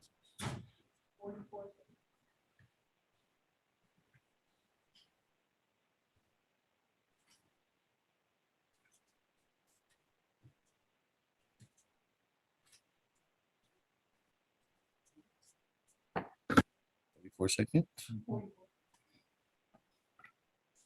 Thank you. Oh, shoot. Hold on. 44 seconds. Madam Chair. Charles Newton, in your reserve time. With that, let me go back to Honorable Eugene So. 2 minutes and 57 seconds.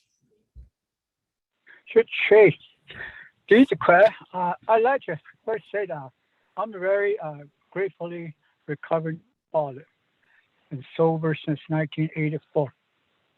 I used the 12 tradition, the big book. I was wondering if these providers use the same thing.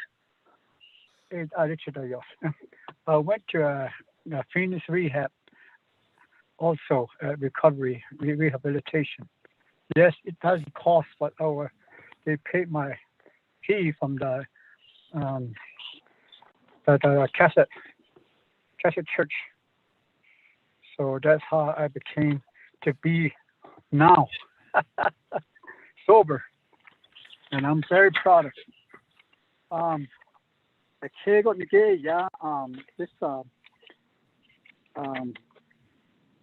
What I was thinking about is during that you had seen, I think it was already asked, if there's any agreement between the states, Arizona and New Mexico. That's what I was going to request for, but I think that might be already somewhere, because I wanted to know who has the jurisdiction in regards to payment. Even Navajo, what do they use to re-educate and rehabilitate the alcohols or drug addictions? Because to me, like I said, I use the 12 step. That's really looking at yourself. So what I said, not just is the so those are some of the issues that that people have out here, because people would get drunk and then they get sober. There are different kind of alcoholics, periodic and also it's every day, but they don't get drunk. And then periodically, they 2 weeks, 3 weeks, or a month, or a year, they'll get drunk again. They'll be drunk for a month or 2 months. Then the one that's really drunk all the time. So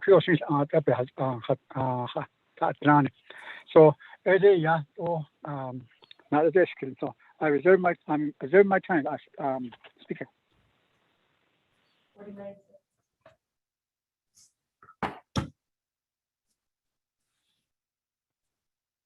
Every time at 49 seconds. That. Anybody else with the reserve time? Any other further comments, questions, colleagues?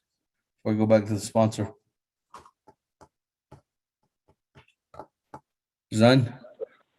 Chairman Daniel, the floor is yours. Oh, yeah, respective of Chair Eugenia Charles Newton's question. The very next legislation 0244-21. Again, this was Honorable Eugene So's question previously. That covers the Arizona Healthcare Cost Containment System. It'll be a provider participation agreement between the Navajo Nation, the Division of Behavioral and Mental Health Services, and the Arizona Healthcare Cost Containment System. So that, and again, that the billing would go for services rendered for Arizona residents who wish to participate in the program. The other aspects of Eugene So's questions, I will refer to Agent Dr. Brenser. Thank you.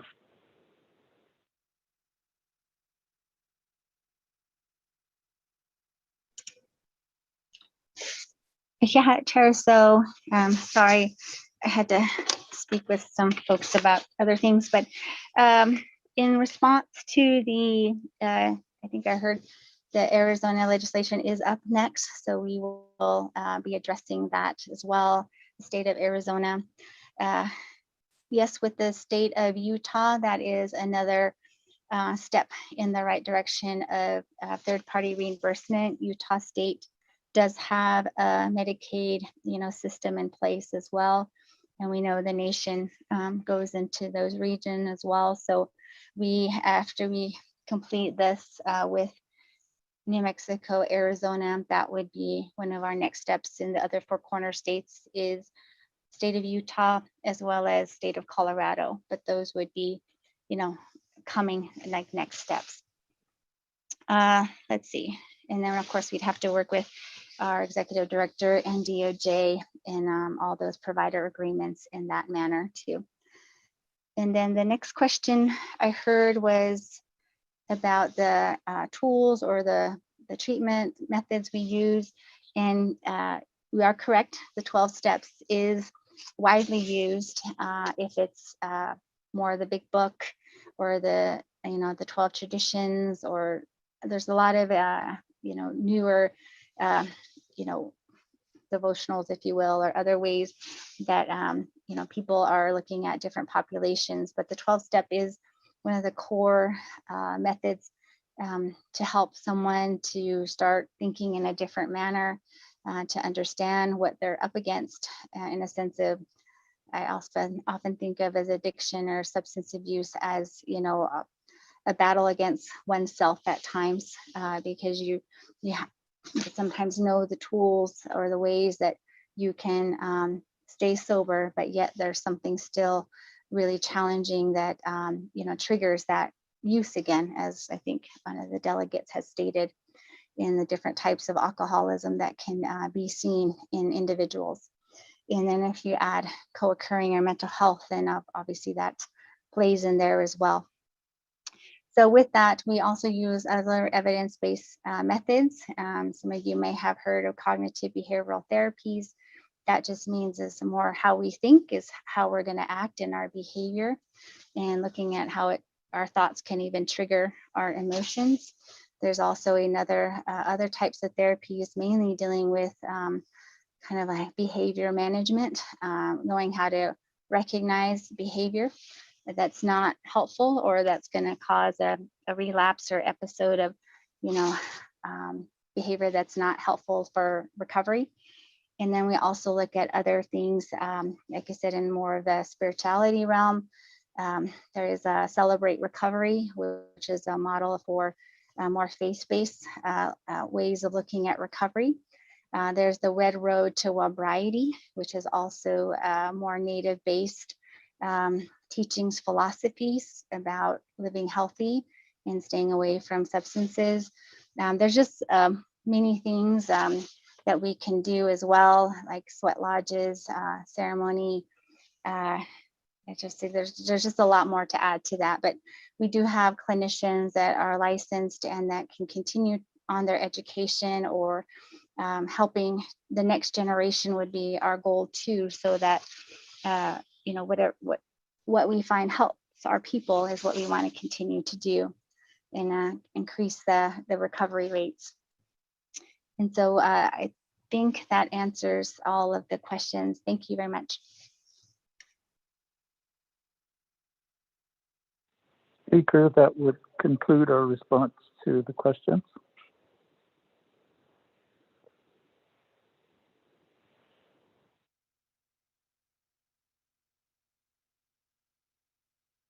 Thank you very much.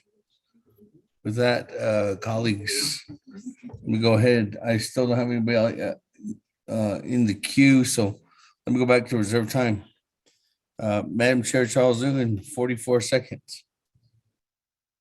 I'm good, Speaker. I just want to say to the Division of Behavioral and Mental Health Services, thank you for the work that you're doing, and I look forward to working with you and public safety and addressing the issues that are happening within detention and then those that do need help in our community. So I waive the rest of my time, Speaker. Thank you.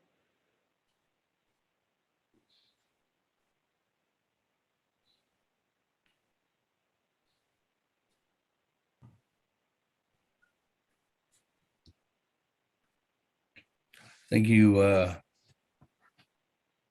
Madam Chair Charles Nguyen.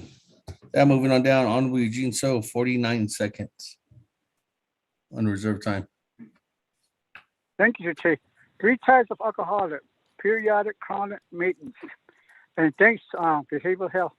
It's it works if you let go and let God, one day at a time. That's why I'm doing them.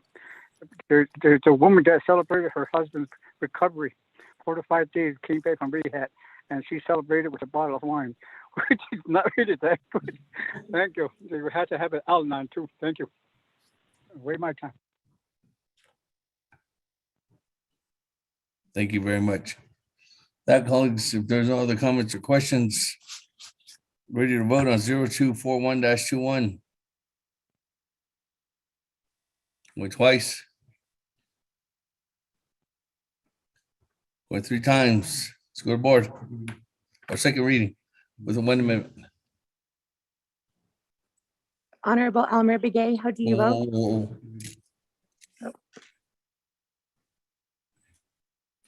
Thank you, Speaker. Members of 24th Nomination Council, you have 1 amendment. Amendment 1, page 3, lines 1 through 3, delete paragraph D in its entirety. 2, renumber letters succeeding paragraphs, sections, and exhibits as necessary and appropriate. The Nomination Council hereby authorizes the Office of Legislative Services and the Office of Legislative Counsel to correct technical errors consistent with the intent of the council. This amendment supersedes all inconsistent language in any other council amendment. Mr. Speaker. Okay, thank you. That, let's take a roll call now. Voting. Honorable Elmer Begay, how do you vote? Honorable Elmer Begay. Honorable Elmer Begay did not vote. I vote green. Honorable Elmer Begay votes green. Honorable Key Allen Begay Jr., how do you vote? Delegate Calvin Gay Jr. votes green. Honorable Key Allen Begay Jr. votes green. Honorable Paul Begay, how do you vote? Delegate Paul Begay votes green.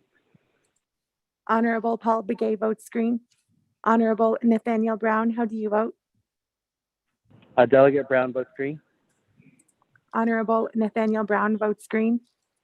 Honorable Eugenia Charles Newton, how do you vote? Charles Newton votes green. Honorable Eugenia Charles Newton votes green. Honorable Amber Knez Bakrati, how do you vote? Honorable Amber Knez Bakrati. Honorable Amber Knez Bakrati did not vote. Presiding Chair, Honorable Speaker Seth Damon not voting. Honorable Herman Daniels, how do you vote? Honorable Herman Daniels. Honorable Herman Daniels did not vote. Green. I vote green. Honorable Herman Daniels votes green. Honorable Mark Freeland votes green via text. Honorable Pernell Halona, how do you vote? Honorable Pernell Halona. Honorable Pernell Halona did not vote. Halona votes green. Honorable Pernell Halona votes green. Honorable Jamie Henio, how do you vote? Honorable Jamie Henio. Honorable Jamie Henio did not vote. Honorable Vince James, how do you vote? Delegate James votes green. Honorable Vince James votes green. Honorable Rick Nez, how do you vote? Delegate Rick Nez votes green. Honorable Rick Nez votes green. Honorable Carl Slater, how do you vote? Honorable Carl Slater votes green. Honorable Raymond Smith Jr., how do you vote? Honorable Raymond Smith Jr. Honorable Raymond Smith Jr. did not vote. Honorable Wilson Stewart Jr., how do you vote? Green. Honorable Wilson Stewart Jr. votes green. Honorable Otto So, how do you vote? Honorable Otto So votes green via text. Honorable Charlene So, how do you vote? Honorable I vote Charlene. green. Honorable Charlene So votes green. Honorable Daniel So, how do you vote? I vote green. Honorable Daniel So votes green. Honorable Eugene So, how do you vote? Torch, yeah. Honorable Eugene So votes green. Honorable Thomas Walker Jr., how do you vote? Honorable Thomas Walker Jr. Honorable Thomas Walker Jr. votes green via text. Honorable Edison Juanica, how do you vote? Honorable Edison Juanica votes green. Honorable Edmund Yazi, how do you vote? Green. Honorable Edmund Yazi votes green. Honorable Jimmy Yellowhair, how do you vote? Delegate Yellowhair votes green. Honorable Jimmy Yellowhair votes green. Going back up, Honorable Amber Canas Bakrati, how do you vote? Honorable Amber Canas Bakrati. Honorable Amber Canas Bakrati did not vote. She's excused. Honorable Amber Canas Bakrati is excused. Honorable Jamie Henio, how do you vote? Henio votes green. Honorable Jamie Henio votes green. Honorable Raymond Smith Jr., how do you vote? Green. Honorable Raymond Smith Jr. votes green. With that, Speaker Damon, you have 22 delegates in favor and 0 who oppose, with presiding chair not voting.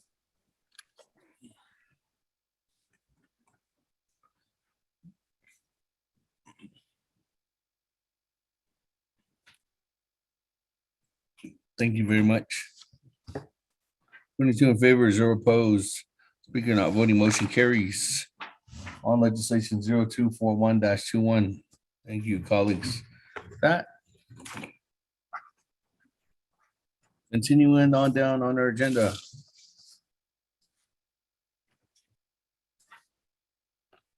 Item number D, legislation 0244-21, sponsored by Chairman Daniel So, co-sponsored by Honorable Edison Juanica.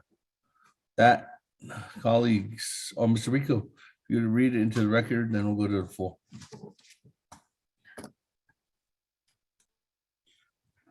Thank you, Speaker. Members of the 24th Nomination Council, tracking number 0244-21, an action relating to health, education, human services, budget and finance, and Navajo committees and the Navajo Nation Council, approving a limited waiver of sovereign immunity in the Arizona Healthcare Cost Containment System provider participation agreements between the Navajo Nation Division of Behavioral and Mental Health Services and the Arizona Healthcare Cost Containment System. Legislation is sponsored by Honorable Chairman Daniel E. So, co-sponsored by Honorable Edison J. Juanica.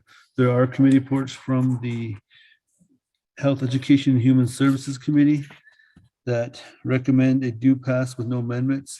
A committee report from the Budget and Finance Committee that recommend a due pass with no amendment. And a committee report from the Navajo Committee that recommend a due pass and referred to the Navajo Nation Council. This is a 2/3 vote legislation. Per Navajo Nation Council Rules of Order Rule 9, legislation has been read into the record by electronic voice recording. Mr. Speaker.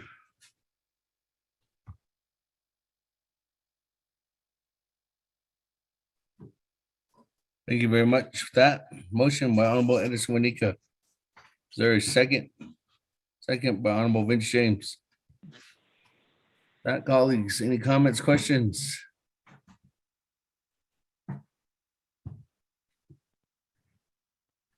Going twice.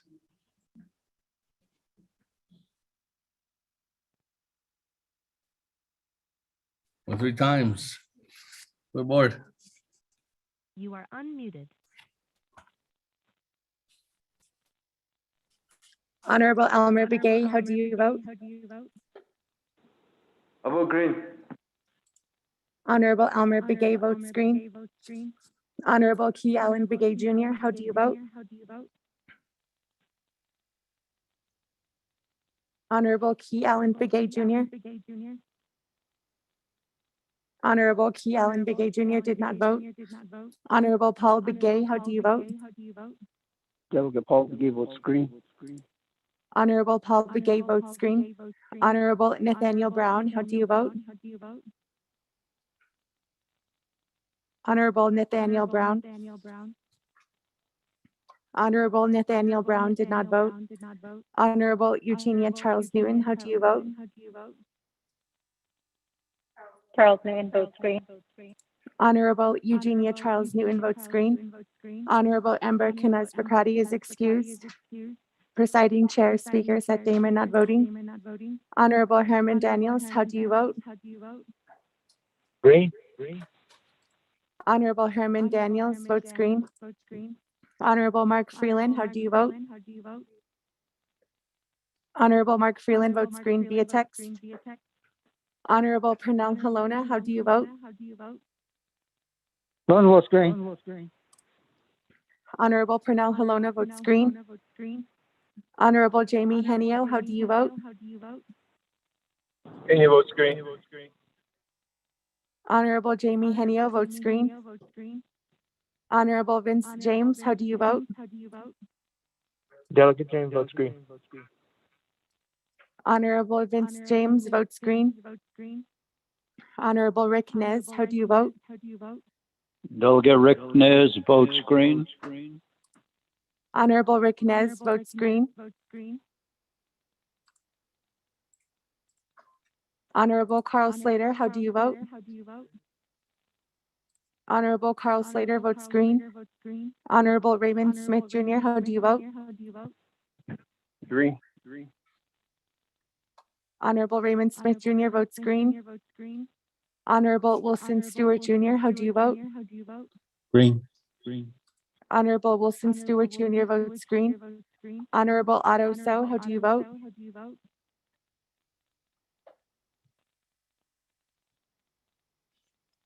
Honorable Otto So, how do you vote?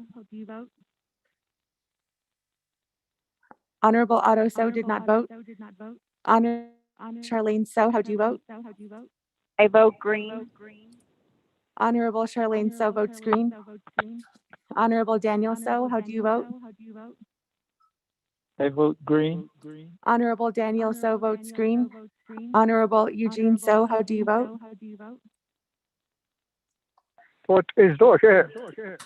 Honorable Eugene So votes green. Honorable Thomas Walker Jr., how do you vote? Honorable Thomas Walker Jr. Honorable Thomas Walker Jr. did not vote.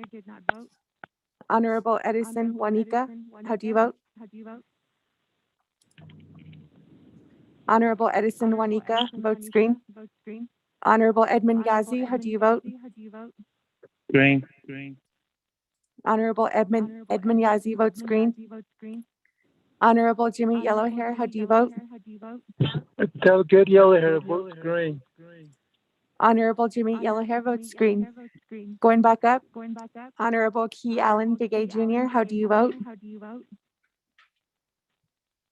Honorable Key Allen Big A Jr. Honorable Key Allen Big A Jr. did not vote. Honorable Nathaniel Brown, how do you vote? Honorable Nathaniel Brown. Honorable Nathaniel Brown did not vote. Honorable Otto So, how do you vote?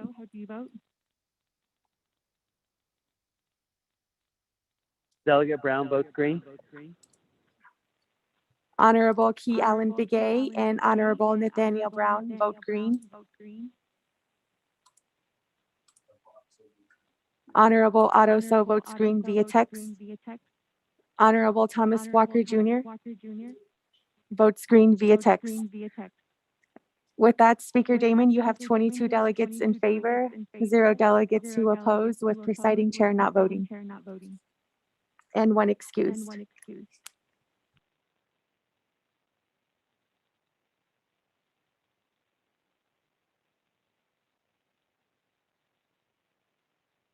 That, thank you. 22 in favor, 0 opposed. Speaker not voting, motion carries. That, colleagues, moving on down. Go to Honorable Stewart.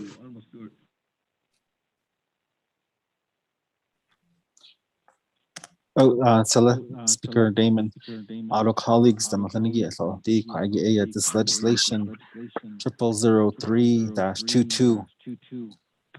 I want to ask that be removed from our agenda this winter session, I received a message from the Division Director of Economic Development to remove this legislation. Speaker. Thank you. This is a motion to delete legislation 0003-22 off the agenda by Honorable Wilson Stewart. Colleagues, before I get a second, this would be 16 votes in order to get this item off the agenda. Is there a second? Second by Chairman Daniel Stowe. Colleagues, any comments, questions?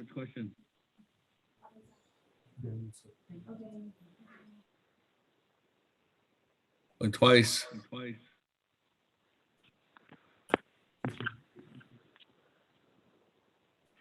3 times. Let's go to the board. To remove legislation 0003-22 off the agenda. Honorable Elmer Begay, how do you vote? I vote green.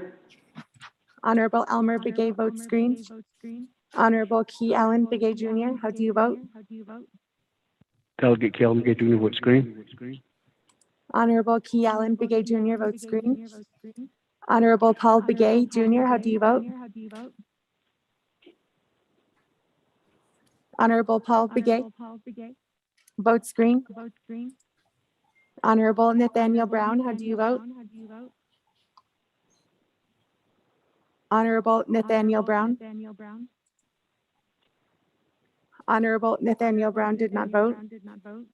Honorable Eugenia Charles Newton, how do you vote? Honorable Eugenia Charles Newton. Honorable Eugenia Charles Newton did not vote. Honorable Amber Knez-Bakrati is excused. Presiding Chair, Speaker, Honorable Seth Damon not voting. Honorable Herman Daniels, how do you vote? Honorable Herman Daniels. Green. Honorable Herman Daniels votes green. Honorable Mark Freeland, how do you vote? Honorable Mark Freeland votes green via text. Honorable Pernell Halona, how do you vote? Honorable Pernell Halona. Honorable Pernell Halona votes green. Honorable Jamie Henio, how do you vote? Honorable Jamie Henio votes green via text. Honorable Vince James, how do you vote? Delegate James votes green. Honorable Vince James votes green. Honorable Rick Nez, how do you vote? Delegate Rick Nez votes green. Honorable Rick Nez votes green. Honorable Carl Slater, how do you vote? Honorable Carl Slater votes green. Honorable Raymond Smith Jr., how do you vote? Green. Honorable Raymond Smith Jr. votes green. Honorable Wilson Stewart Jr., how do you vote? Green. Honorable Wilson Stewart Jr. votes green. Honorable Otto So, how do you vote? I vote green. Honorable Otto So votes green. Honorable Charlene So, how do you vote? I vote green. Honorable Charlene So votes green. Honorable Danielle So, how do you vote? I vote green. Honorable Danielle So votes green. Honorable Eugene So, how do you vote? Honorable Eugene So. Honorable Eugene So did not vote. Honorable Thomas Walker Jr., how do you vote? Honorable Thomas Walker Jr.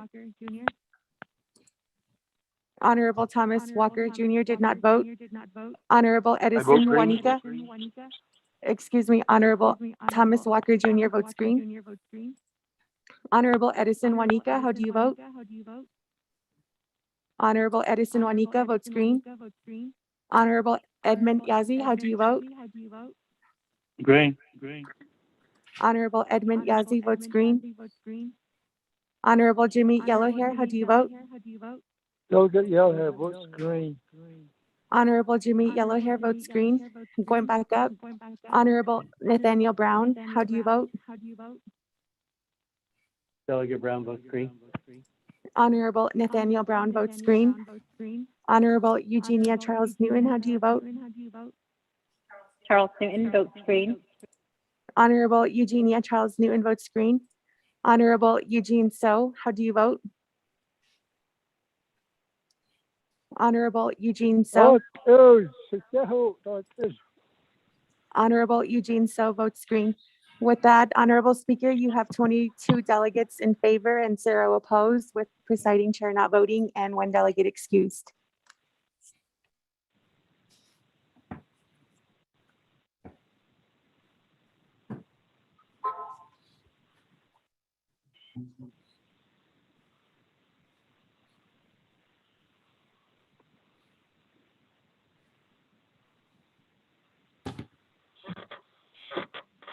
Thank you very much. 22 in favor, 0 opposed. Chair not voting, motion carries with that 2/3 majority. That, colleagues, moving on down, as legislation 0003-22 has been deleted off the agenda. We are on to item number G in legislation 0005-22. Sponsors by Honorable Herman Daniels, co-sponsors myself, Seth Damon. That, Mr. Rico, could you read that into the record? Thank you, Speaker. Members of the 24th Navajo Nation Council, tracking number 0005-22, an act relating to the Resource and Development, Budget and Finance, and Nabaquieta Committees and the Navajo Nation Council, allocating $419,718 from the unreserved undesignated fund balance UUFB to the Division of Community Development to fund chapter official stipends for the remainder of FY 2022, waiving 12 NC section 820E, 820F, and 820J to allow use of the UUFB for recurring expenses. Legislation is sponsored by Honorable Herman M. Daniels Jr. and co-sponsored by Honorable Speaker Damon. You do have committee reports from the Resource and Development Committee that recommend a do pass with no amendment. There is a committee report from the Budget and Finance Committee that recommend a do pass and no amendment. And also a committee report from the Nabaquieta Committee that recommend do pass and referred to the Navajo Nation Council. This legislation is 2/3 vote, and we'll move on to the Office of the President and Vice President. Per Navajo Nation Council Rules of Order, Rule 9, legislation has been read into the record by electronic voice recording. Mr. Speaker. Thank you. That on legislation 0005-22 is a motion by Honorable Paul Begay, second by Honorable Vince James. Colleagues, is there any comments, questions on this?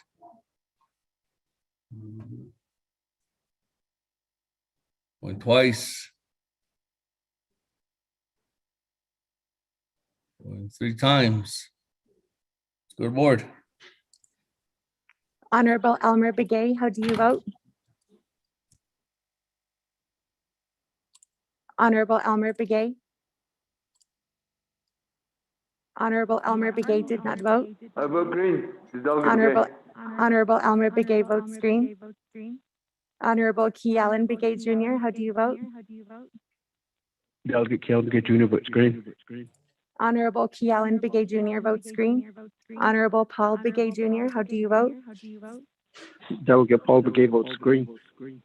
Honorable Paul Begay Jr. votes green. Honorable Nathaniel Brown, how do you vote? Delegate Brown votes green. Honorable Nathaniel Brown votes green. Honorable Eugenia Charles Newton, how do you vote? Charles Newton votes red. Honorable Eugenia Charles Newton votes red. Honorable Amber Canaz-Bakrati is excused.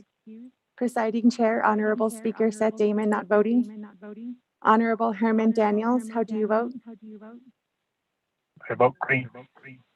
Honorable Herman Daniels votes green. Honorable Mark Freeland, how do you vote? Honorable Mark Freeland votes green via text. Honorable Pernell Halona, how do you vote? Halona votes green.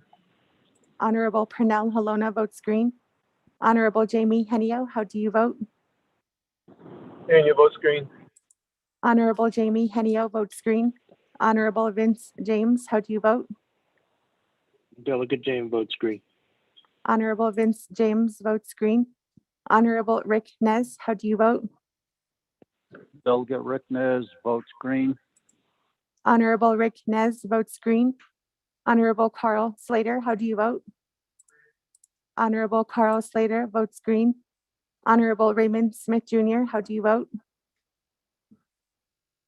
Honorable Raymond Smith Jr.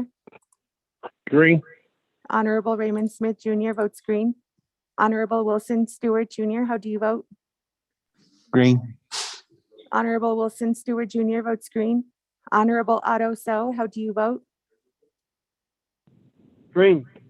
Honorable Otto So votes green. Honorable Charlene So, how do you vote? I vote green. Honorable Charlene So votes green. Honorable Danielle So, how do you vote? Honorable vote Daniel. green. Honorable Daniel So votes green. Honorable Eugene So, how do you vote? Honorable Eugene So. Honorable Eugene So did not vote. Honorable Thomas Walker Jr., how do you vote? Honorable Thomas Walker Jr. Honorable Thomas Walker Jr. did not vote. Honorable Edison Juanica, how do you vote? Honorable Edison Juanica. Honorable Edison Juanica votes green. Honorable Edmund Yazi, how do you vote? Honorable Edmund Yazi. Honorable Edmund Yazi did not vote. Honorable Jimmy Honorable Edmund Yazi votes green. Honorable Jimmy Yellowhair, how do you vote? Delegate Yellowhair votes green. Honorable Jimmy Yellowhair votes green. Going back up. Honorable Eugene So, how do you vote? Honorable Eugene So votes green. Honorable Thomas Walker Jr., how do you vote? Honorable Thomas Walker Jr. Honorable Thomas Walker Jr. did not vote. With that, Speaker Damon, you have 20 delegates in favor and 1 opposed, with presiding chair not voting and 1 delegate excused. Thank you. On legislation 0005-22, 20 in favor, 1 opposed, and speaker not voting, motion carries. Speaker, this is Thomas Walker. I'm voting green on the last legislation there. That, colleagues, with Vice Chair Walker's vote, that changes it to 21 in favor, 1 opposed, and speaker not voting on legislation 0005-22. Motion carries. That, colleagues, moving on down. Legislation 0009-22, sponsored by Chairman Daniel So, co-sponsored by myself. With that, Mr. Rico, could read this into the record. Thank you, Speaker. Members of the 24th Nomination Council, tracking number 0009-22, an action relating to the Navajo Committee and Navajo Nation Council overriding the veto of CO-56-21 that proposed reaffirming the Navajo Nation's request to the Governor of New Mexico to activate the Natani Development Corporation Molina Healthcare Incorporated Indian Managed Care Entity to increase medical resources available to the Navajo people during the COVID-19 state of emergency. Legislation is sponsored by Honorable Chairman Daniel E. So, co-sponsored by Honorable Speaker Damon. There is a committee report from the Navajo Committee that recommend do pass and refer to Navajo Nation Council. This legislation is 2/3 votes and is override is non-debatable. Per Navajo Nation Council Rules of Order 9, legislation has been read into the record by electronic voice recording. Mr. Speaker. Thank you. That, colleagues, is there a motion? Motion by Honorable Vince James. Is there a second? Second by Honorable Paul Begay. That, colleagues, on legislation 0009-22, As Mr. Rico indicated, this is a 2/3 legislation, so overriding a veto of CO-56-21. It's not debatable. Go to board. Honorable Elmer Begay, how do you vote? Honorable Elmer Begay. You are unmuted. I vote green. Honorable Elmer Begay votes green. Honorable Key Allen Begay Jr., how do you vote? Delegate Callan Jr. votes green. Thank you. Honorable Key Allen Begay Jr. votes green. Honorable Paul Begay, how do you vote? Delegate Paul Begay votes green. Honorable Paul Begay votes green. Honorable Nathaniel Brown, how do you vote? Delegate Brown votes green. Honorable Nathaniel Brown votes green. Honorable Eugenia Charles Newton, how do you vote? Charles Newton votes green. Honorable Eugenia Charles Newton votes green. Honorable Amber Canaz Bakrati is excused. Presiding Chair, Honorable Speaker Seth Damon not voting. Honorable Herman Daniels, how do you vote? Honorable Herman Daniels. Honorable Herman Daniels did not vote. Honorable Mark Freeland, how do you vote? Honorable Mark Freeland votes green via text. Honorable Pernell Halona, how do you vote? Lona votes green. Honorable Pernell Halona votes green. Honorable Jamie Henio, how do you vote? Henio votes green. Honorable Jamie Henio votes green. Honorable Vince James, how do you vote? Delegate James votes green. Honorable Vince James votes green. Honorable Rick Nez, how do you vote? Delegate Rick Nez votes green. Honorable Rick Nez votes green. Honorable Carl Slater, how do you vote? Honorable Carl Slater votes green. Honorable Raymond Smith Jr., how do you vote? Honorable Raymond Smith Jr. Honorable Raymond Smith Jr. did not vote. Honorable Wilson Stewart Jr., how do you vote? Green. Honorable Wilson Stewart Jr. votes green. Honorable Otto So, how do you vote? I vote green. Honorable Otto So votes green. Honorable Charlene So, how do you vote? I vote green. Honorable Charlene So votes green. Honorable Daniel So, how do you vote? I vote green. Honorable Daniel So votes green. Honorable Eugene So, how do you vote? Is here. Honorable Eugene So votes green. Honorable Thomas Walker Jr., how do you vote? Honorable Thomas Walker Jr. Honorable Thomas Walker Jr. did not vote. Honorable Edison Juanica, how do you vote? Honorable Edison Juanica votes green. Honorable Edmund Yazi, how do you vote? Honorable Edmund Yazi votes red via text. Honorable Jimmy Yellowhair, how do you vote? Yeah, she got it. Honorable Jimmy Yellowhair. Honorable Jimmy Yellowhair did not vote. Going back up. Delegate Yellowhair votes green. Honorable Jimmy Yellowhair votes green. Going back up. Honorable Herman Daniels, how do you vote? Honorable Herman Daniels. Green. Honorable Herman Daniels votes green. Honorable Raymond Smith Jr., how do you vote? Honorable Raymond Smith Jr. Honorable Raymond Smith Jr. did not vote. Honorable Thomas Walker Jr., how do you vote? Honorable Thomas Walker Jr. Honorable Thomas Walker Jr. did not vote. With that, Honorable Speaker, you have 19 delegates in favor with 1 opposed and presiding chair not voting.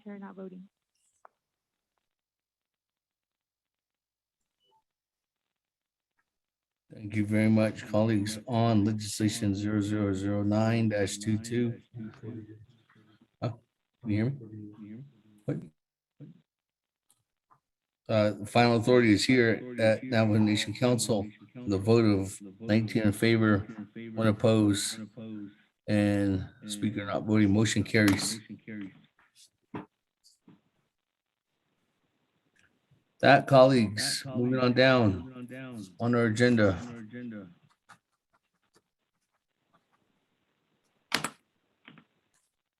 On to item number I, legislation 0111-21.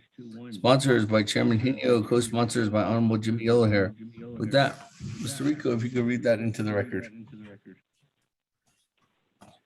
Thank you, Speaker. Members of 24th Nomination Council, tracking number 0111-21, an act relating to the Resource and Development, Law and Order, Budget and Finance, and Nabakeate Committees and the Navajo Nation Council, amending the Navajo Nation sales tax at 24 NNC Section 601 to Section 624. Legislation is sponsored by Honorable Chairman Jamie Henio, co-sponsored by Honorable Jimmy Yellowhair. There are committee reports from the Resource and Development Committee that recommend a do pass with no amendment. There is a committee report from the Law and Order Committee with a recommendation that it do not pass with no amendment. A motion was made and a lack of second. This legislation moves forward with the guidance from the Office of the City Council. There is a committee report from the Budget and Finance Committee with the recommendation that it fill no second to the motion without amendment. And it moves on to the Nabakeate Committee. There is a Nabakeate Committee report with a recommendation to pass and refer to Navajo Nation Council. This legislation is a majority vote. Moves on to the Office of the President and Vice President. Per Navajo Nation Council Rules of Order 9, legislation has been read into record by electronic voice recording. Mr. Speaker. Thank you very much for that. Colleagues, is there a motion? Motion by Honorable Vince James. Is there a second? Delegate Yellowhair. Second by Honorable Jimmy Yellowhair. Right, colleagues, any comments, questions on legislation 0111-21? This is Delegate Brown with questions. Okay, with that, we go to the floor. I mean, but not to the floor, to the sponsor. Chairman Henio, floor is yours at this time. Kashina Kela, Speaker Damon Shinanta, the Shinanta, 24th Navajo Nation Council, the listening audience, the World Wide Web. This legislation 111-21 has been coming for a long time. And this one thing, Shinanta, please be mindful that this legislation does not automatically raise the sales tax. All it does is it gives that buffer zone from 6 to 10%. That means that any future tax sales tax increase proposal that could be sponsored by any delegate, it allows for that buffer zone so they can implement propose a tax increase for any cause. And so this is what this does is, as many people are saying, commenting that it's raising the sales tax, but it's not actually raising the sales tax. It's just creating that ceiling for 10%, up to 10%. And so that was recommended by the Navajo Nation Tax Commission. And therefore they passed a resolution to that, along with some amendments to the Navajo Nation Sales Tax Code. And therefore, with the past leadership of Mr. Marty Ashley, he has since retired from the Navajo Nation. And there's a young lady that has taken his place, Ms. Arlita So. And so she's here as my agent from the Navajo Nation Tax Office.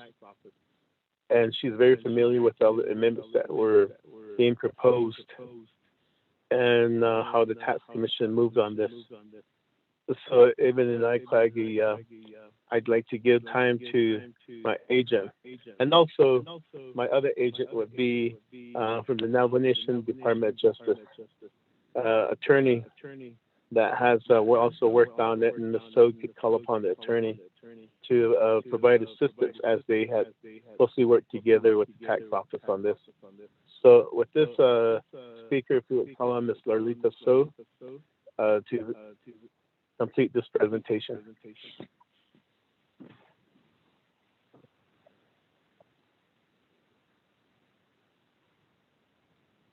Good afternoon, Honorable Speaker Seth Damon and the 24th Navajo Nation Council.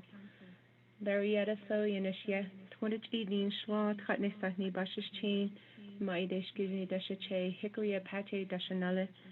I would just like to comment on the changes that are made to the sales tax statute. As Honorable Mr.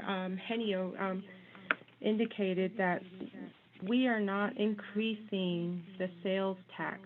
All we are doing is extending the range to 10%. Right now, we are capped at the 6% rate. And so that's what this legislation is for. And it's also to clarify the definition of certain verbiage within the sales tax statute, and just defining it a little bit more to help us better administer the sales tax. So I would just like to make that comment for the sales tax statute, that we are not increasing the sales tax, we're just increasing the range up to 10%. Thank you.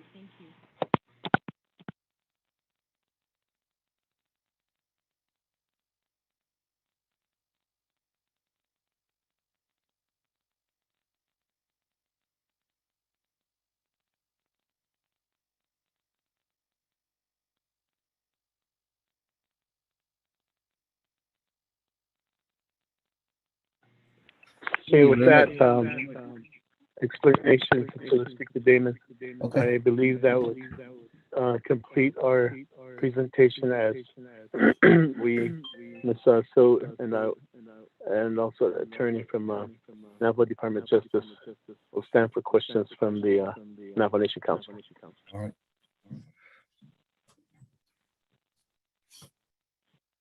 With that, I'm gonna go ahead and go on down. I do have this is who I have in the queue at this time, colleagues. Honorable Elmer Brigade, then Honorable Nathaniel Brown, and then Chairman Rick Nez. Honorable Elmer Brigade.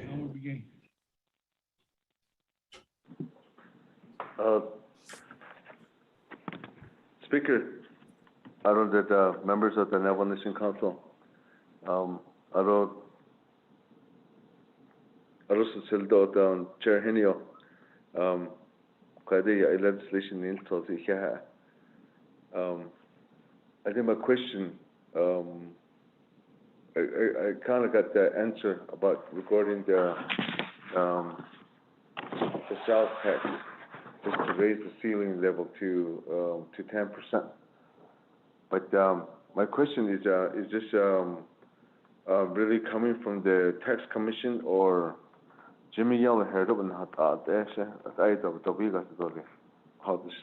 But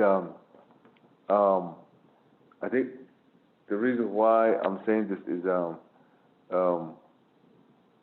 we capping it off at 10%? And right now, if there's nobody there imposing to raise this the sales tax, we can deal with this tax.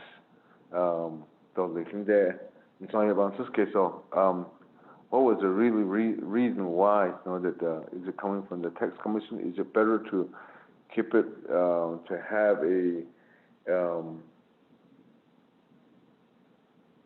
to seal to cap to cap it off at the 10%. What was the main reason? Okay, because a lot of people are concerned in that. So, Speaker, reserve my time. Should say put me in the queue.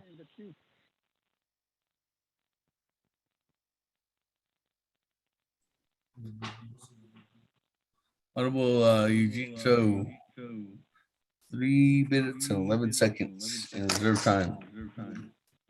I mean, Honorable Elmer Begay, sorry. God, I'm just not-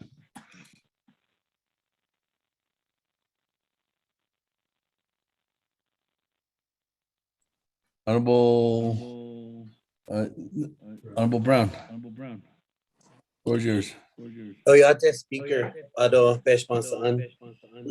Ado, thank you, Delegate Henia, for this legislation. Few questions. I know that the young lady and yourself keep restating that this is not to increase the taxes.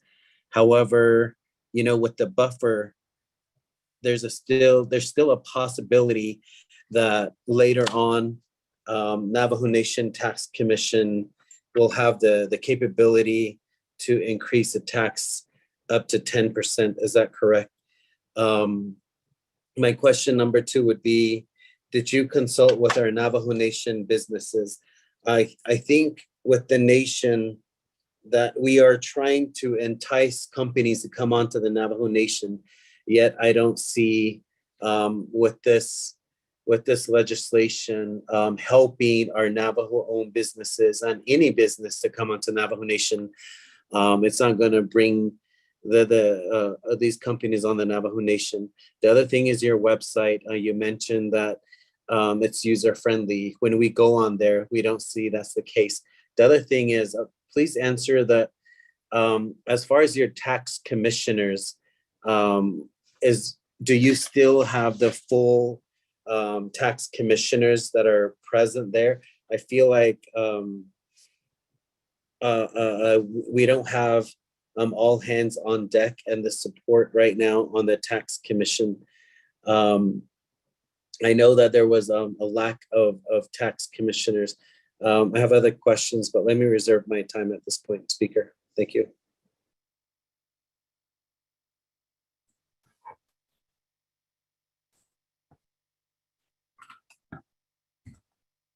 Thank you, Honorable Brown. Reserve your time at 3 minutes and 13 seconds.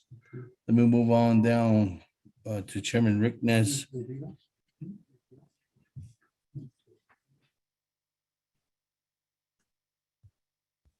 Chairman? Thank you. Can you hear me? Yes, I can hear you. Okay. Thank you, Speaker Damon. Ana, Chairman Henio, Ros sponsoring Lagi. I do have a few questions, and I requested an amendment to Office of Legislative Counsel. I do have questions for the agricultural products at NAPI. Has the businesses been consulted at NAPI as well? Because NAPI currently is exempt from paying Navajo Nation sales tax. I just would like to find out if you have consulted Navajo Tax Commission consulted Navajo Nation businesses in reference to this legislation. I reserve my time at this time.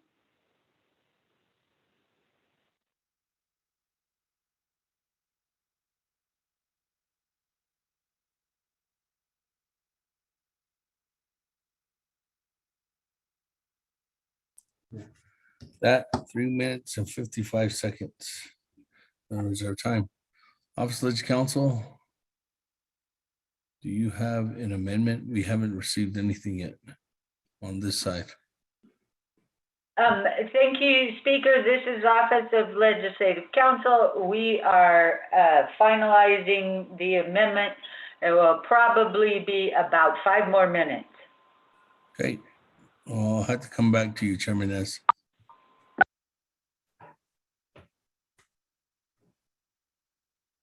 Thank you. Okay, so let me go back then to the sponsor. Chairman Henio, floor is yours. Response.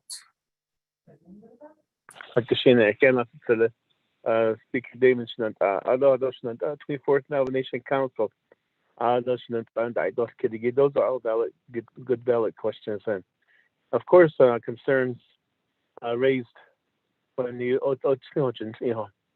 that looks like this Navajo Nation will be increasing their sales tax to 10%. But if you really look at it, as earlier they had the seats done in the presentation, it's just creating that ceiling. And this is a recommendation from the Navajo Nation Tax Commission, and in the legislation, a resolution this law called based off of that. As it has to go through the Navajo Nation Council for acceptance and also signed into law by President Nez. That's the process they take.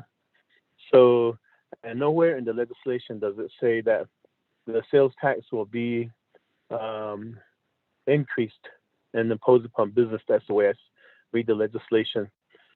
This is so that when a delegate or a lawmaker somewhere down the line in the future decides to propose a sales tax increase for any number of reasons, let's say, for example, to build a maybe a 0.5 cent tax on sales tax to get money for a broadband. Or in the past, I remember one where there was an alcohol tax that was imposed at casinos. And so it had to go through the same process of getting the legislation being introduced by a council delegate, and then going through the process of committees, and then council, and then to president. And so in the future, this will just be an opportunity for any law delegate to do that proposed sales tax increase, but they don't have to do double duty, because providing that range, uncapping it at 6% and putting it to 10%. It's just trying to make it easier. It's the way the tax commission is looking at it. And so even in explain on the other than that, if there's anything that I might have missed, I'll defer back to Ms. So for the explanation, especially the questions that were raised by Delegate Nathaniel Brown and also Chairman Rick Nez on Naidish Kidigi. So Ms. So, if you would provide that response for the questions that were being asked.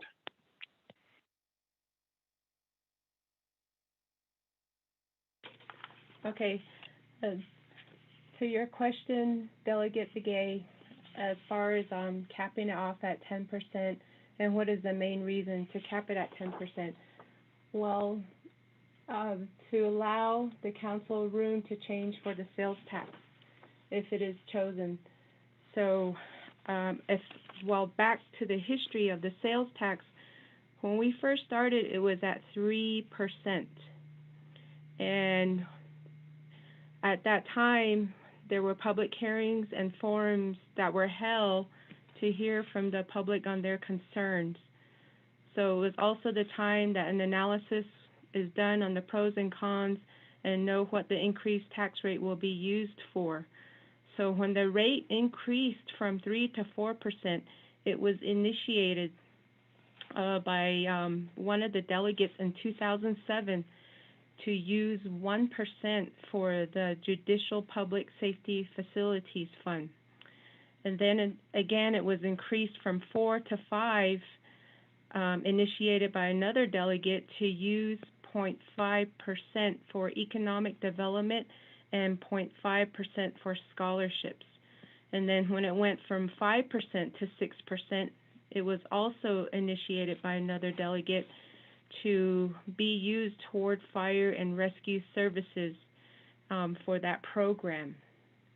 So it's not the Office of Navajo Tax Commission that increases the rate. It's initiated by the delegates to be used, as Mr. Henio had mentioned, for other services.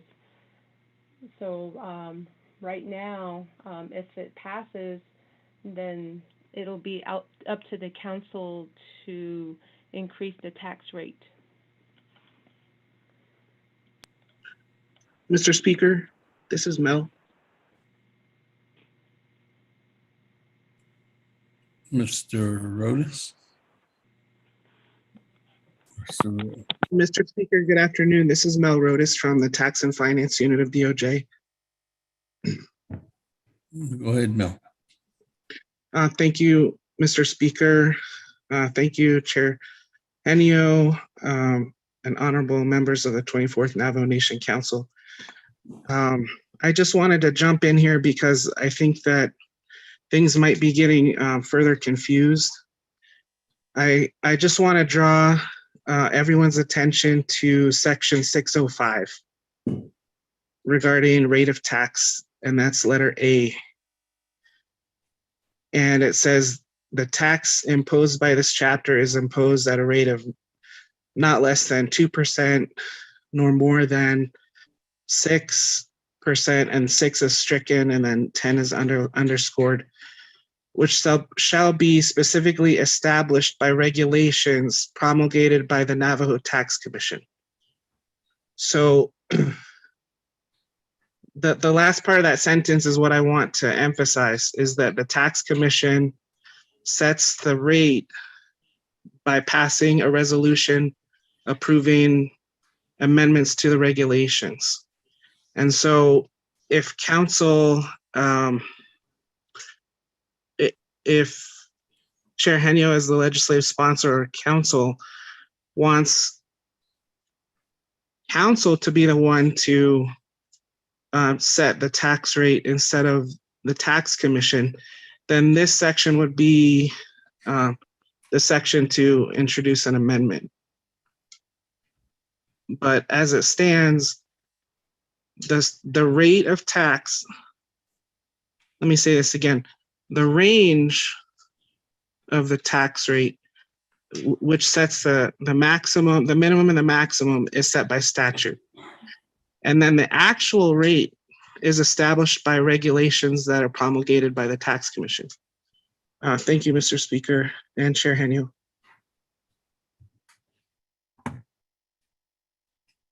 Thank you, Mel. That Chairman Henio, is there anything else you'd like to add on? Yes, the questions that were posed by Delegate Nathaniel Brown, and the same question by Chairman Rick Nez, which is public outreach regarding this legislation, and from the Navajo Nation Tax Commission or the Navajo Nation Tax Office. So Ms. So, if you would answer those questions regarding the public outreach that has taken place so far. Okay, thank you, Delegate Henio. So our office, the Office of Navajo Tax Commission, we're committed to working with small businesses, and our office oftentimes provides taxpayers with multiple teleconferences to ask questions about assessments or the applicability of taxes to certain activity. Also, our phone number and email is posted on our website at www.tax.navajo-nsn.gov in order to remain open and available to small businesses wishing to conduct business on the Navajo Nation. And before the sales tax was enacted, we did have numerous public hearings regarding the sales tax, and we also had questionnaires just to let the public know that the Navajo Nation was going to implement a Navajo Nation sales tax at that time. And so we visited with a lot of the community members out in the agencies, and we also went to the schools and other entities to get their feedback on implementing the sales tax. But we do try to work with all businesses, not only just the small Navajo owned businesses, but also a lot of. So that is my answer to the questions. And then also Delegate Brown's question regarding the tax commissioners. We currently have three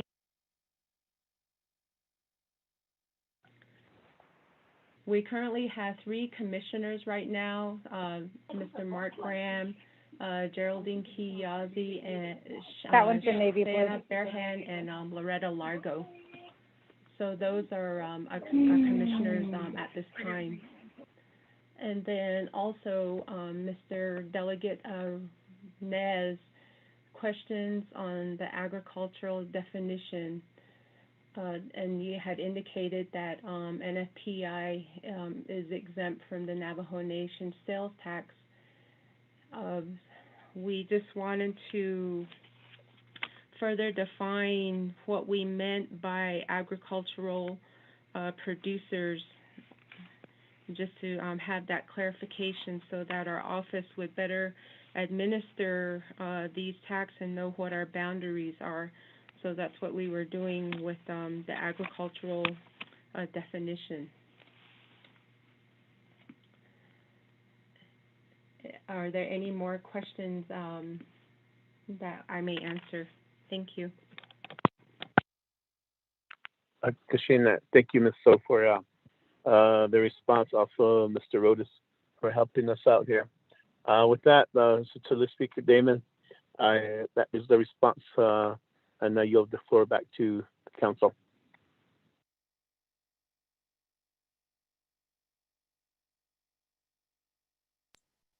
Thank you very much.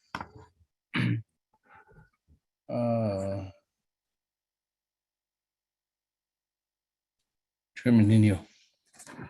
With that, let me go back to the floor. I do have Honorable Charlene So in the queue. Honorable Charlene So, floor is yours. Thank you, Speaker.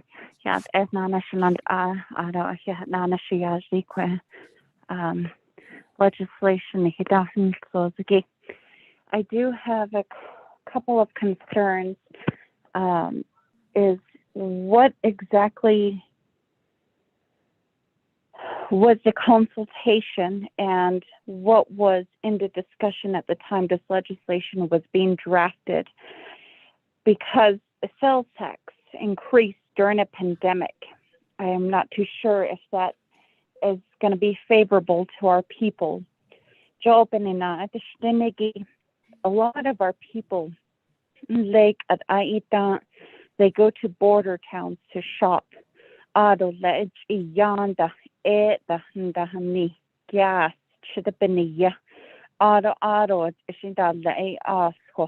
Lake Farmington, Gallup, Flagstaff, what does that mean? What is the study behind this? Is there any particular data where this will show in good support to the Navajo Nation? Will this effect have our people going to the outside towns much more than today? And what are some of the pros and cons? I reserve my time. Thank you. Thank you very much. Reserve your time at 3 minutes and 28 seconds. Moving on down, Honorable Otto So, floor is yours at this time. Thank you very much, Speaker, members of the Council. I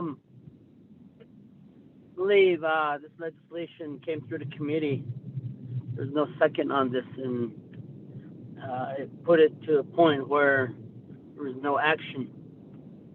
or there was some sort of action because it was put on the agenda. That was the action that our Ledge Council identified and it allowed legislation to move forth. So clearly there is questions pertaining to giving this authority so that that range up to 10% and allowing that ceiling to be raised, but the consumers will be the Navajo people, and I really hope this is not a way to try to increase revenues. Right now people are sort of out of work on Shidakten. And those individuals that are buying on Navajo, you're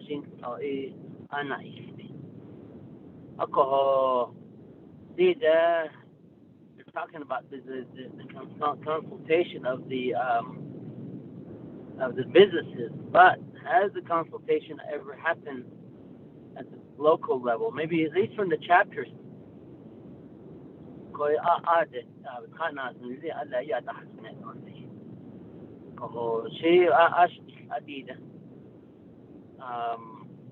But once you give that ceiling okay to the tax commission, pretty soon the tax commission is going to want to raise that. Yes, they're going to ask the delegate to run with it.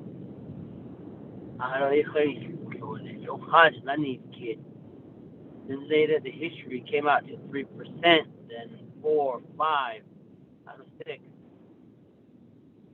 4% back from 6 to the current rate to 10%, and that's 4% total. And what is the sort of projection if a realistic increase up to the maximum amount? What would the projection may look like if we use today's numbers? And but right now we're just setting this up so that it can be done and it will be passed on to the Navajo people to hold the burden. It's all been so reserve my time.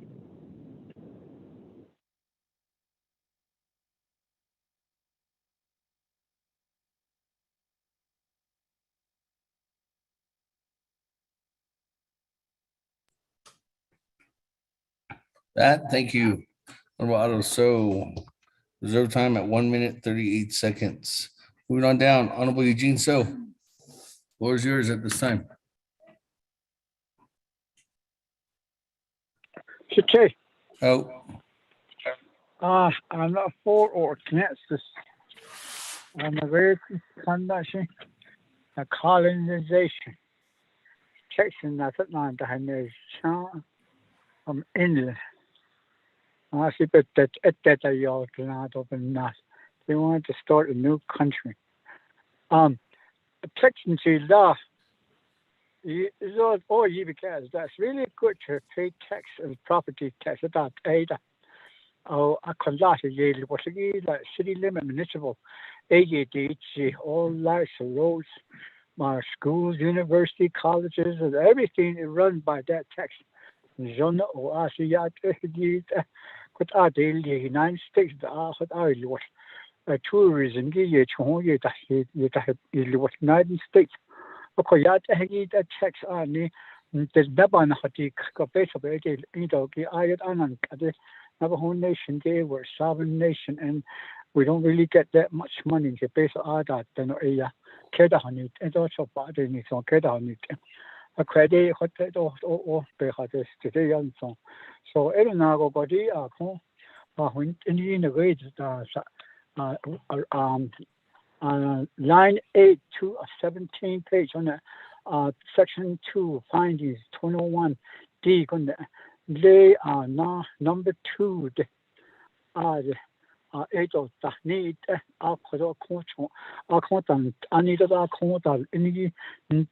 one the question is what do we do with the hay that comes in from off the reservation and onto the reservation and then we sell it to our neighbors.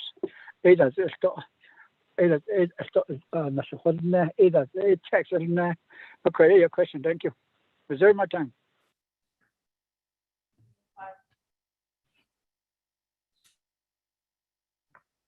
Reserve your time, 3 minutes and 5 seconds. That, let me go back to Chairman Henio for response.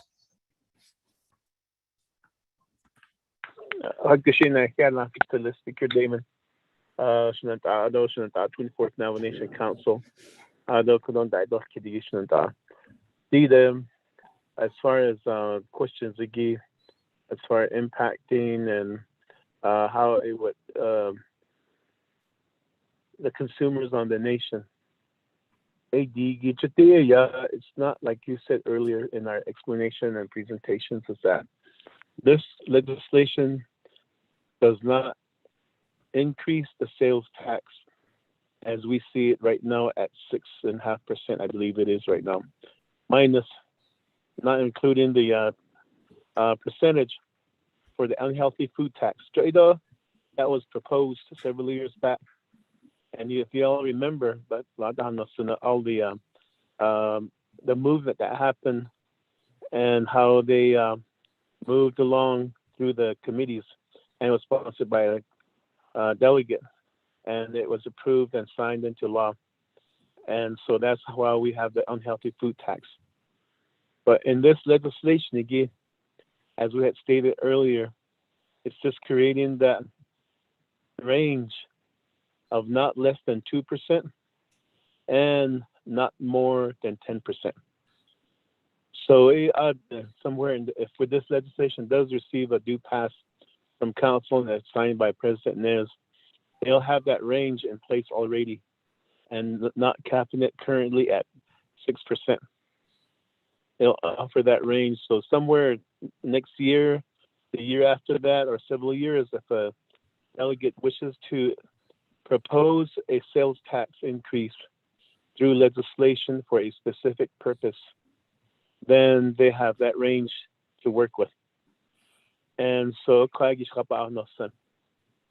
and at the same time, as Ms. So had indicated earlier, the past increases were specifically for specific purposes, as she has stated, for judicial facilities, for public safety.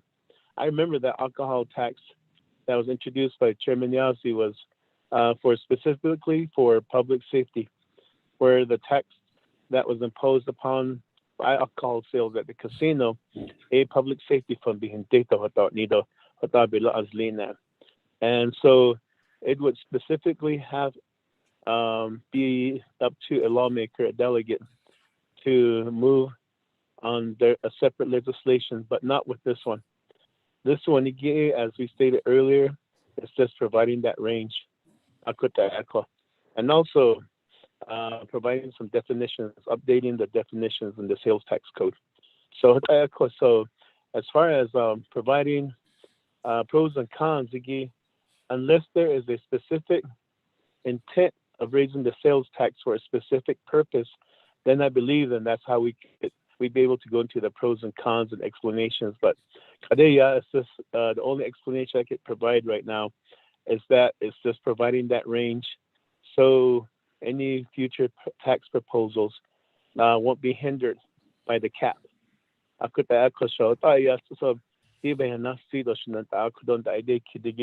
And as far as consultation with the businesses, again, Ms. So, if you would provide that explanation again.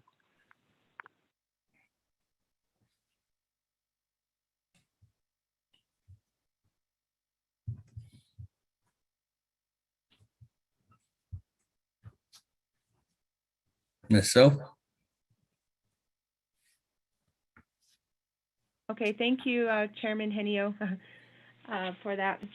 So for the consultation part, again, we are working with the businesses that are currently registered with our office, and that these amendments were based on Office of the Navajo Tax Commission's experience with non-compliant taxpayers and by reviewing the taxpayer data and uncollected assessment amounts. And so there were several meetings that were held with the staff, which included tax compliance officers and auditors, to determine how we could improve the tax code, and also with the Navajo Tax Commissioner's recommendation in that change.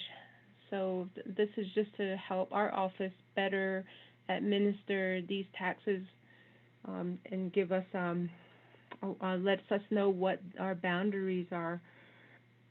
Again, we're open and we're committed to working with the small businesses.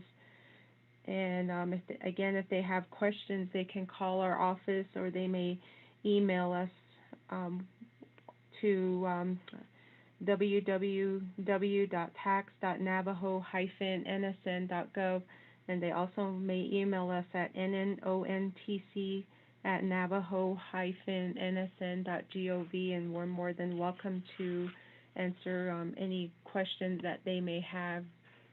Thank you. Thank you, Ms. So, for your explanation. And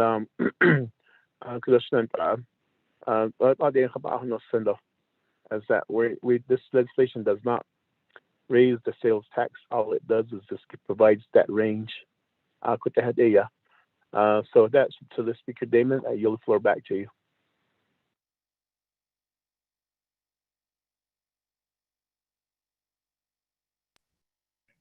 Okay, thank you. That, colleagues, let me continue on down. I do have, this is who I have in the queue, Honorable Vice Chair Slater, Honorable Keon Begay, then Honorable Wilson Stewart. Honorable Vice Chair Slater. Thank you, Speaker, and thank you, Delegate Henio, Chairman of Budget and Finance Committee, for bringing this legislation before us. I think it's very brave and a conversation that the Council and the nation needs to have. That said, I'll be a red vote for both 111 and 112, and I'll share my comments on them right now and keep them brief. In essence, I don't think we should be opening the door to increasing taxes during a pandemic, even though this does identify the retail rate will remain the same until it changes. It does leave it open to change. And I think that small business owners who have been particularly hit hard during the pandemic shouldn't be fraught with fear that their taxes are going to go up and they're going to have increased liabilities, increased tax burdens going forward as they try to recover out of the pandemic. So with that said, I don't think there's a rush, even if this is something that's just opening the door. I think that instead we need to meditate, speak with small business owners, and really evaluate commerce on Navajo. Now with 112, I think that being punitive on the fee increases by going, it seems like mainly from $50 to $200, isn't going to encourage more tax compliance. I think in general, those sorts of punitive arrangements don't motivate our people. That's not how we work. So that said, I think if anything, we need a tax holiday in order to get people into compliance. There's a lot of activity that happens in the informal economy where people feel disconnected from local government, from their Navajo national government, from regional organs of power. And we need to build that ethic that we're all in this together. We can't have a nation if we're not all contributing. And I think we need to figure out ways that will encourage participation, that will not be overly punitive, and that will not provide uncertainty for people who are trying to start businesses or have businesses that have been adversely impacted during the pandemic. So with that said, Speaker, first, I'd like to thank Chair Henio. I think that this is a really important legislation conversation to have, and I think because it deals with taxes, which nobody likes. It takes a certain level of bravery to bring forward. So go ahead, and Speaker, I'll yield the rest of my time. Thank you.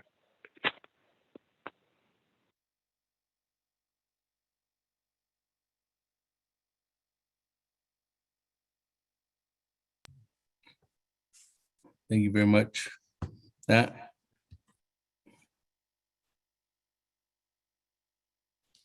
Moving on down, I have Honorable Keon Begay. Jay, floor is yours. Speaker. Yes.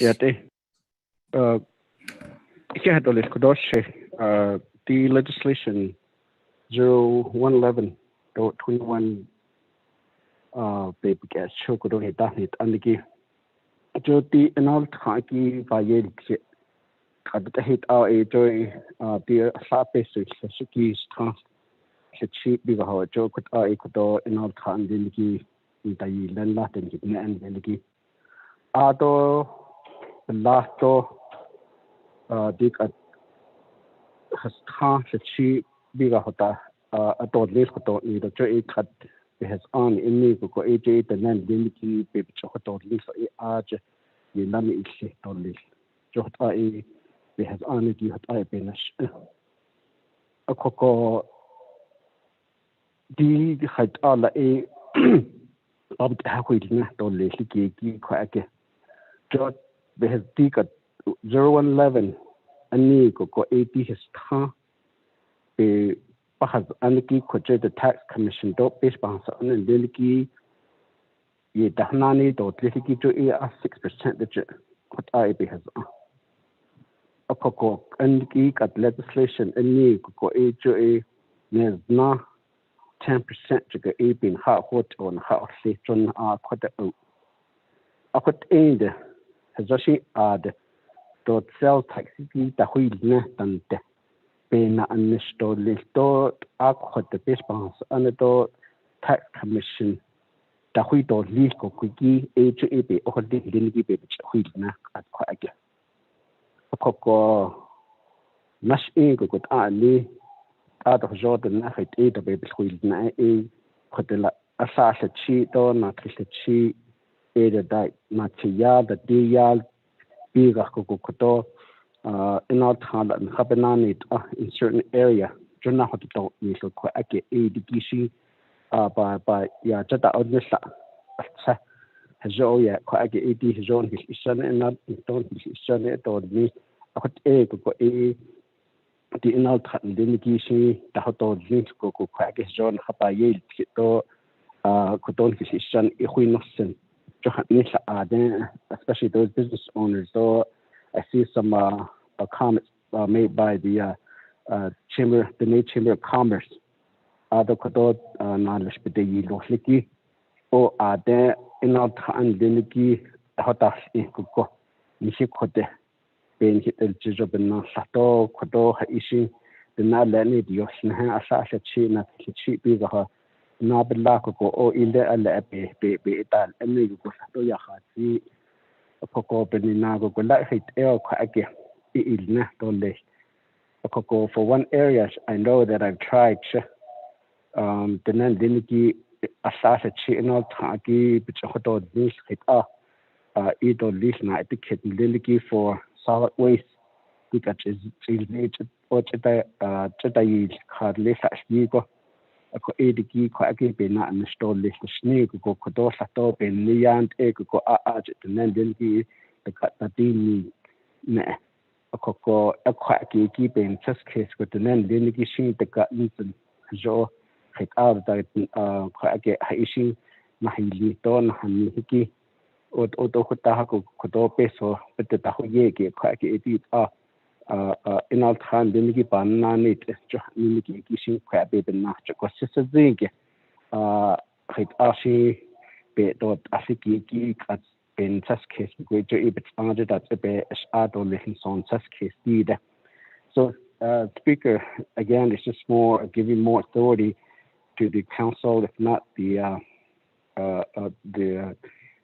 tax commissioners to increase more taxes if we do allow them to max the current 6% to 10%, and not giving more, I guess, an opportunity for the people to speak on, or business owners. So the Navajo I could also at like at the top of Nasi or the don't have job is some sort of slot or this being such don't think that you can also the negotiation I could also bahasi or the speaker. Yeah.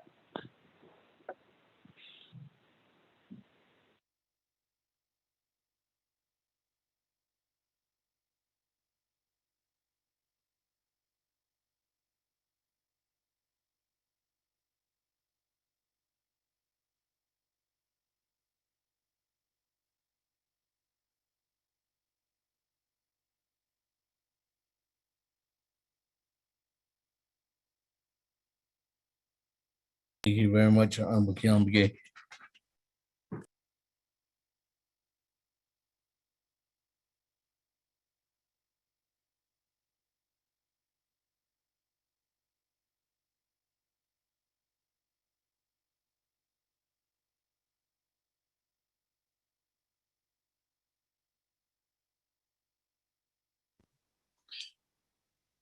Can you hear me? Honorable Stewart, floor is yours.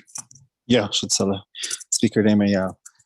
Okay. Shana, Chairman Hinio, the agent, though yacht a the colleagues and though is not again it Konosanagi, Kunza holds Shigi, Kokagi a legislation, Nigi Benit, Nigi taxation, but not Chigi.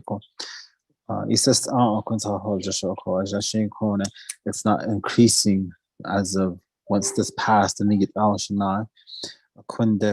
There's been discussions we've been having on the side, myself and a couple of other delegates, the taxes and then again, but not I heard Allah that they need to know. Tax base on the big at $8 when a hobby got I know this is for the future planning even not I couldn't like dual taxation AD with the states, the counties, could not even date in the shadow could by a date Tiosha. Shuttle just a banda and all size by a dust here. Around the corner, so Vice Chair Slater, you had to get also tax holidays, so Asian generalist, so around the corner, so Shana, needy, you had to see it long. Delegate Key Allen, of course, though. A Kokagi, the chapters on Liniki, so with this auto list, and Siki, so this auto Nana Gia certified chapters on Liniki, local certified chapters on Liniki, so in the future, go into the Karigita, highlight how does that affect them? Just like they're trying to get their own taxes and tax ordinances within their local certified chapters. Well, this alleviates some of that too for them. That's it. Well, that make it harder for them. That's all. In so in this case, I look at this case, so Chairman Hinio. Those are my questions up to this point. And just some comments. I thought Shanai. Consor, speaker. Thank you. Wait my time.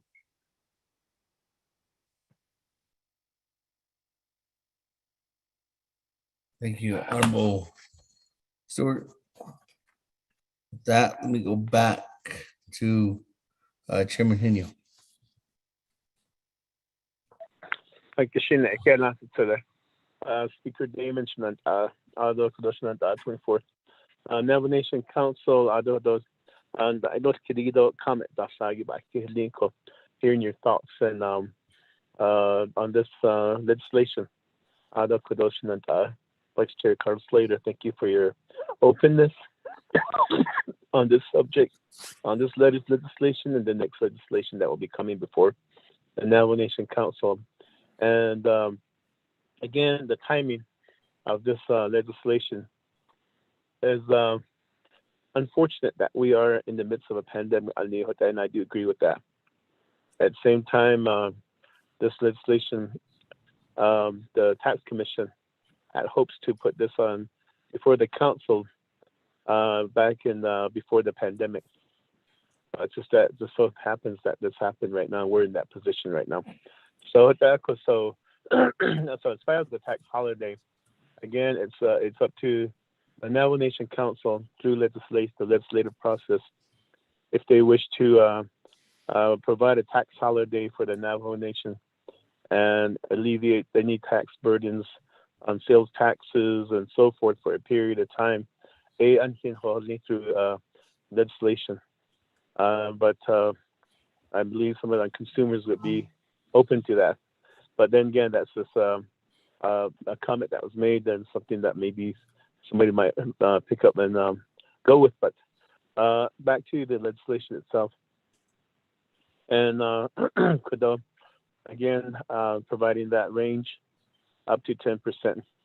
And as far as giving the tax commission more power, I didn't really see that in the legislation, unless if I missed it. But it's actually council that would have to initiate this through legislation for a specific purpose, like I said. And so with the comments that are being made at the same time with the support and non-support you gave, I do see both sides and how these comments that are coming in, especially from the big businesses, the big like NAPI and so forth, where they're afraid that they might end up paying more sales taxes. And so I can see where they're coming from. But at the same time, Delegate Eugene So and I, they say, what about the hay sales? People that bring in hay from outside and reselling it on the Navajo Nation. And so that's a good question. As we all know that when we go to the flea market, a lot of the sales happen cash only sales. And so that's to avoid paying taxes, keeping the record of taxes, and not businesses that are, I guess, formally recognized by the Navajo Nation Business Regulatory Department or Commission are the ones that are subject to taxes, and they work in conjunction with the Navajo Nation Sales Tax Office. And so you'll see, I'll take one case in point here in town, Gallup, where there's an establishment that sells hay. But in order to not pay any taxes, they're encouraged that you pay cash, and then from there, they're not subject to the tax. I think that's one way some of these businesses are getting around it, but it's a complicated subject, tax, especially dual taxation. And we've been subject to dual taxation for many, many years.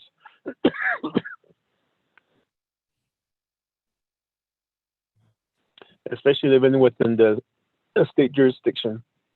And so even in Claggy, it's a conversation that needs to take place again. We've been having a lot of these conversations with our state leaders, but we're still trying to resolve it. And so with this, again, be subject to a vote, and how the vote comes out, that's would be the council, Navajo Nation Council, exercising their voice whether to support this legislation or not. So even so again, it belongs to the Navajo Nation Council at this present time, and and either way, I mean, I respect the votes, whether it goes in favor or against it. But that's individual choices that we are charged with, and that we should respect each other for those votes that we make, and not really come back and say, oh, those so-and-so voted this way. And we should be respectful of our votes. And so and then that way we can move forward to the other legislations. I don't know if Ms. So, do you have anything to add?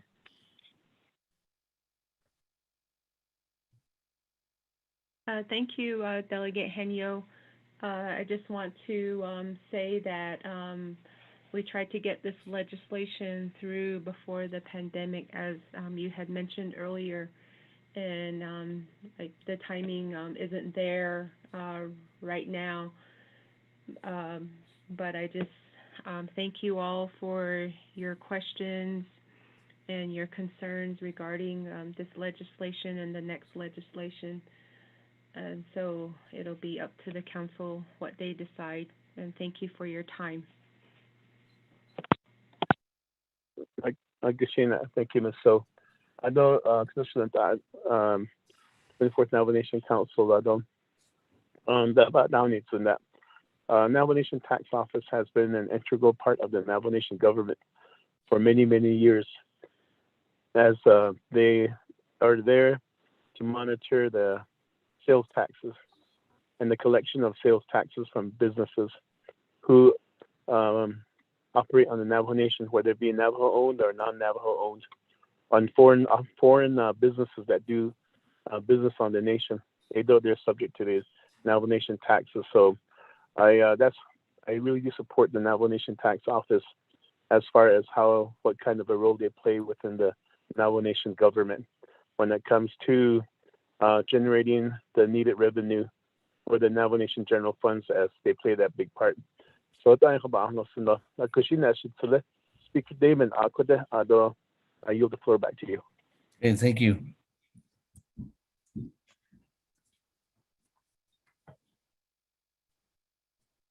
With that, I did indicate that I come back to Chairman Nez when his amendment was ready, and we did get that amendment. So Chairman Nez. Thank you, Honorable Speaker Damon. I would like to make that motion, sir, to have that Amendment 1. It has been sent to the council. Thank you, and I reserve my time.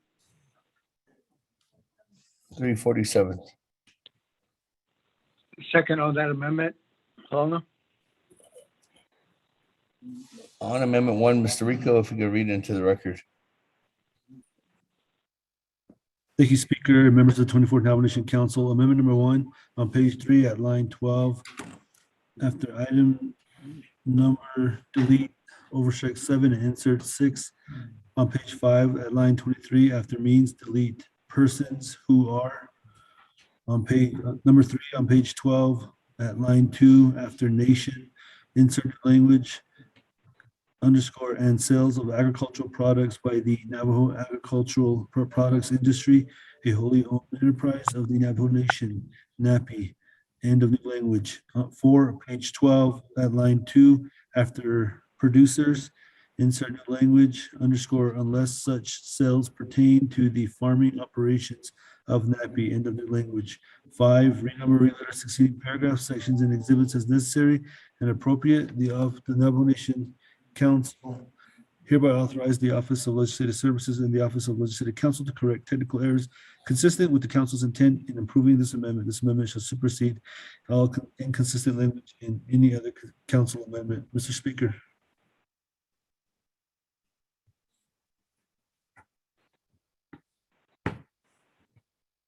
That, colleagues, there's a motion by Chairman Nez. I think was a second by Honorable Halona. Alona, second. Yes, sir. Honorable Halona. That, colleagues, any comments, questions on Amendment number 1?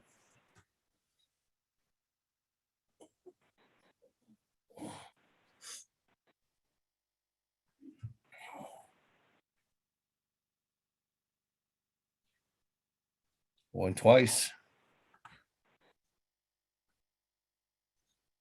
Going 3 times. Good board on Amendment number 1.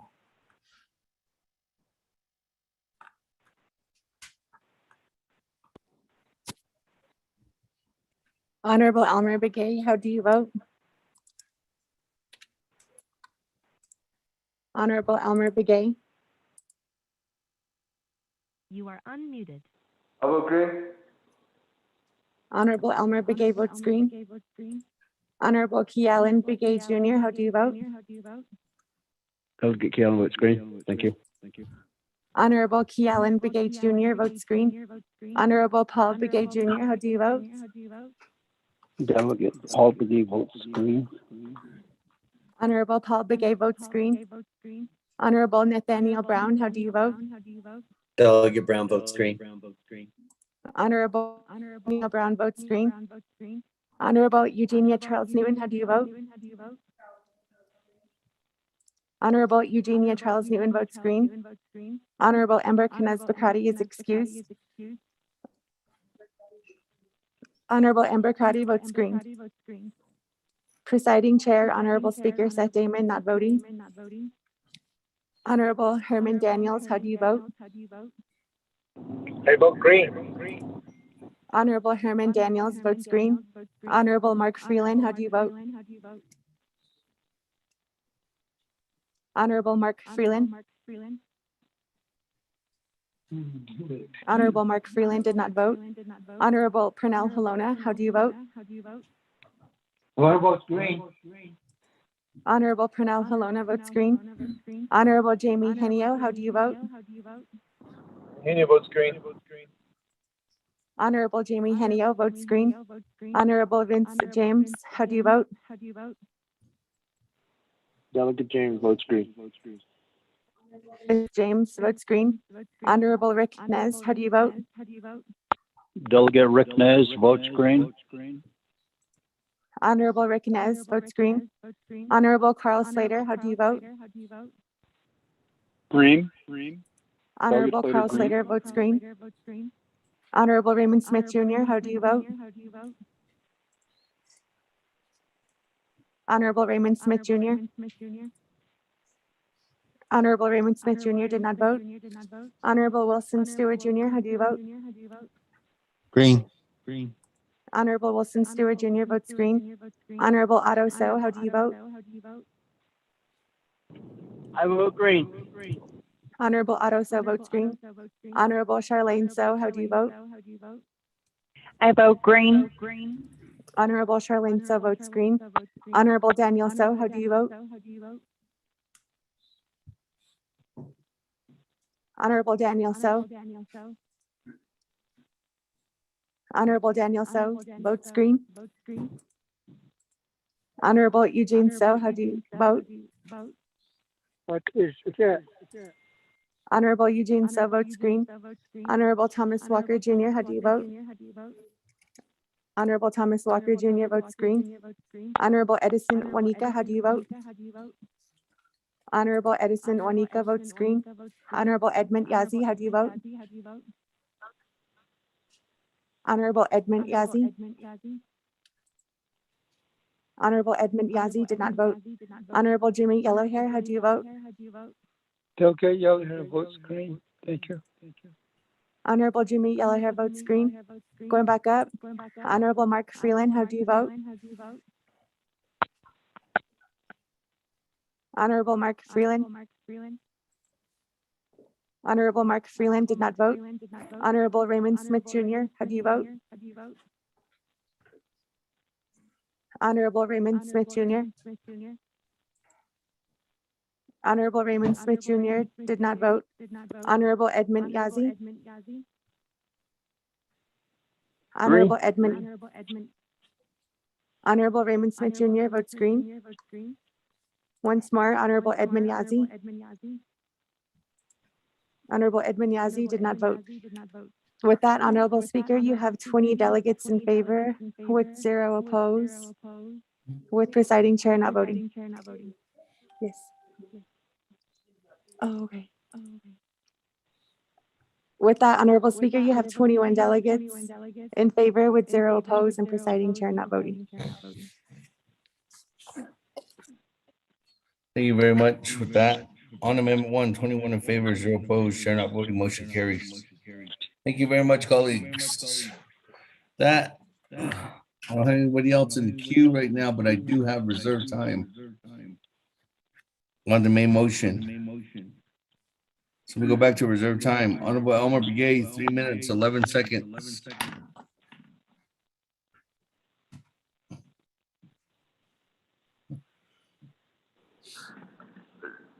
Speaker, wait my time.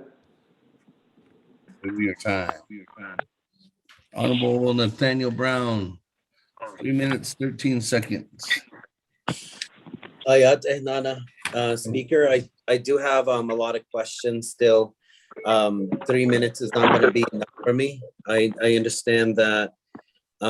First of all, I'm really concerned that our Navajo business owners and other business owners on the Navajo Nation were not consulted, and also the tax commissioners to make this available. I think one of the main things that the Navajo Tax Commission and other Navajo entities need to do, especially during this pandemic, is make everything easily accessible electronically. Right now, we are still in the Stone Ages. We're still allowing and telling people, even ourselves as delegates, carbon copies, so much redundant process, outdated process. Navajo Nation tax commissioners, if you can work on concentrating on accepting and having our people pay their taxes so they don't have to face penalties, if you can let them pay for it electronically. I know that there's other organizations that are saying, no, you need to bring in a check or a cashier's check. You have to bring it in or else there's a penalty. Those need to be fixed before imposing some of these different ranges. There's a question also that I had on page 2 of 17, when it just says on line 124, an increase of the current maximum state tax rate to 10%, an increase from a maximum rate to 6%. And then there's other questions that I have down, but because of the lack of communication with Navajo businesses, Shanant, I would need your support in really having our people to be involved in this. So I would like to move this legislation, and I'll do the same with 112 as well, as to defer this to the next council. In the meantime, to have a work session so we can have the Navajo business owners and the Net Chamber of Commerce, other organization that impact our Navajo people to help plan this process. So I'd like to make that motion, Speaker, to table this legislation until the next session. I don't think there is a rush. We're still in a pandemic, or people are still struggling. I'd like to make that motion. I'm sorry, I was on the phone with one of my elders. I'm trying to look for funding for them. They're struggling as well. So I would like to make that motion, Speaker. Yeah.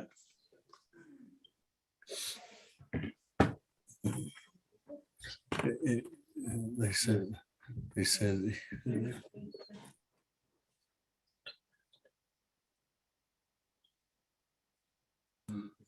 Okay, are you talking about the next regular session? So you're saying till spring session, or are you saying the next session, which there could be a special session next Friday? Then Honorable Brown. Speaker, if we have an earlier session, if we are to have a hearing, a meeting with the Navajo or the business owners in the nation who want to be involved in this, and you did see the comment in the legislation from the Net Chamber of Commerce, if they can lead the charge, if they meet earlier, then that would be great. It would be the next earliest council session. The main thing is, as long as they consult and meet with the businesses on the Navajo Nation and mainly the Net Chamber of Commerce. They've been meeting every Monday with businesses. Okay, so who is the individuals that are meeting? Is it the Net Chamber of Commerce is going to be meeting with these businesses, or is it the sponsor, or is it the council? Who is meeting with these business owners? Right now, let me just say, to make it easier, it would be a meeting with the Navajo Nation tax commissioners and the Net Chambers of Commerce, as well as Navajo Nation leadership.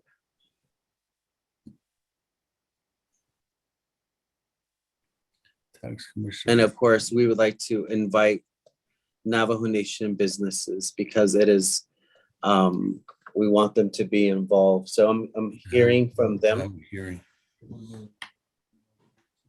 So it's kind of, is this going to be like a Dobby work session? Yes, that would be better, speaker, and then navigate to work session. Okay.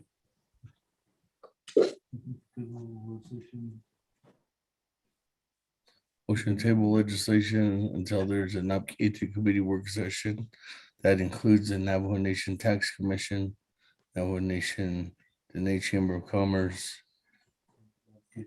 Navigate Committee, and in inviting Navajo businesses to participate in a public hearing. And bring back at the next regular or special session after that. That, colleagues. Second by Delegate Ricknez. There's a motion to table legislation 0111-21 until an advocacy committee work session is being held with the assistance of the Dene Chamber of Commerce, Navajo Nation Tax Commission, and having the insight from Navajo businesses at that time. And until then, this legislation shall not be brought back to the Navajo Nation Council until this has happened. But once this does happen, this legislation will be eligible to come back at either the next regular session or earlier if possible. That's a special session. And that is by Honorable Brown. It's motioning that to table this legislation. Second is by Madam Chair Charles Newton.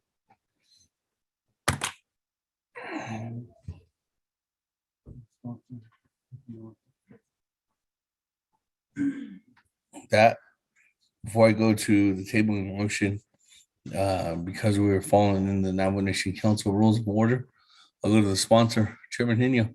You have 3 minutes before I go call for a vote. Yeah, and also to the Speaker Damon. Auto 24th Navajo Nation Council Kado. Ashland Delegate Nathaniel Brown and Shadeja Madam Chair Eugenia Charles Newton for that tabling motion and the second they gave.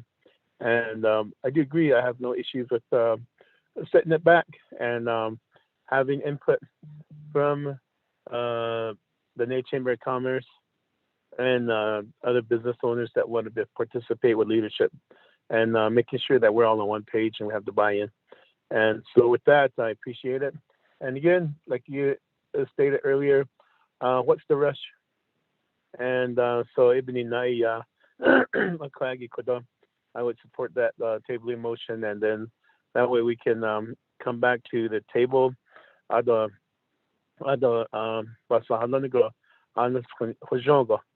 Taiwan sa case. Hojongo that the gis that no at say that these things and a hotel could be Kadeya Behis Ani Hasil so di the Behodi to the Halonigi possible impacts on Nigi. Hojongo the deal with this work session. Hala to the Speaker Damon.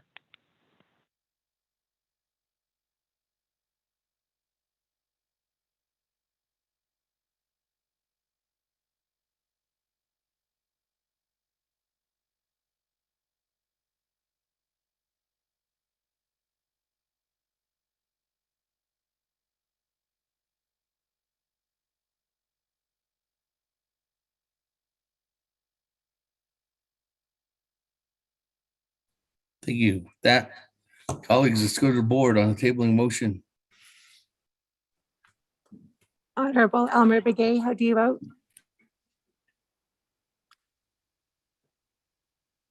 Honorable Elmer Begay. You are unmuted. How about green? Honorable Elmer Begay votes green. Honorable Kealan Begay, how do you vote? Dr. Kealan votes green. Thank you. Honorable Kealan Begay votes green. Honorable Paul Begay, how do you vote? Delegate Paul Begay votes green. Honorable Paul Begay votes green. Honorable Nathaniel Brown, how do you vote? Delegate Brown votes green. Yeah. Honorable Nathaniel Brown votes green. Honorable Eugenia Charles Newton, how do you vote? Charles Newton votes green. Honorable Eugenia Charles Newton votes green. Honorable Amber Kenneth Bakati, how do you vote? Honorable Amber Kenneth Bakati. Honorable Amber Kenneth Bakati did not vote. Presiding Chair, Honorable Speaker Seth Damon not voting. Honorable Herman Daniels, how do you vote? Green. Honorable Herman Daniels votes green. Honorable Mark Freeland, how do you vote? Honorable Mark Freeland. Honorable Mark Freeland did not vote. Honorable Pernell Halona, how do you vote? Halona votes green. Honorable Pernell Halona votes green. Honorable Jamie Henio, how do you vote? Henio votes green. Honorable Jamie Henio votes green. Honorable Vince James, how do you vote? Honorable Vince James. Honorable Vince Delegate James. James votes green. Honorable Vince James votes green. Honorable Rick Nez, how do you vote? Delegate Rick Nez votes green. Honorable Rick Nez votes green. Honorable Carl Slater, how do you vote? Delegate Slater, green. Honorable Carl Slater votes green. Honorable Raymond Smith Jr., how do you vote? Green. Honorable Raymond Smith Jr. votes green. Honorable Wilson Stewart Jr., how do you vote? Green. Honorable Wilson Stewart Jr. votes green. Honorable Otto So, how do you vote? I vote green. Honorable Otto So votes green. Honorable Charlene So, how do you vote? I vote green. Honorable Charlene So votes green. Honorable Daniel So, how do you vote? Honorable Daniel So votes green via text. Honorable Eugene So, how do you vote? What is that? Honorable Eugene So votes green. Honorable Thomas Walker Jr., how do you vote? Honorable Thomas Walker Jr. Honorable Thomas Walker Jr. votes green via text. Honorable Edison Juanica, how do you vote? Honorable Edison Juanica votes green. Honorable Edmund Yazi, how do you vote? Green. Honorable Edmund Yazi votes green. Honorable Jimmy Yellowhair, how do you vote? Delegate Yellowhair votes green. Honorable Jimmy Yellowhair votes green. Going back up. Honorable Amber Kenneth Bakrati, how do you vote? Honorable Amber Kenneth Bakrati votes green via text. Honorable Mark Freeland, how do you vote? Honorable Mark Freeland. Honorable Mark Freeland did not vote. With that, Honorable Speaker, you have 22 delegates in favor with 0 opposed and presiding chair not voting.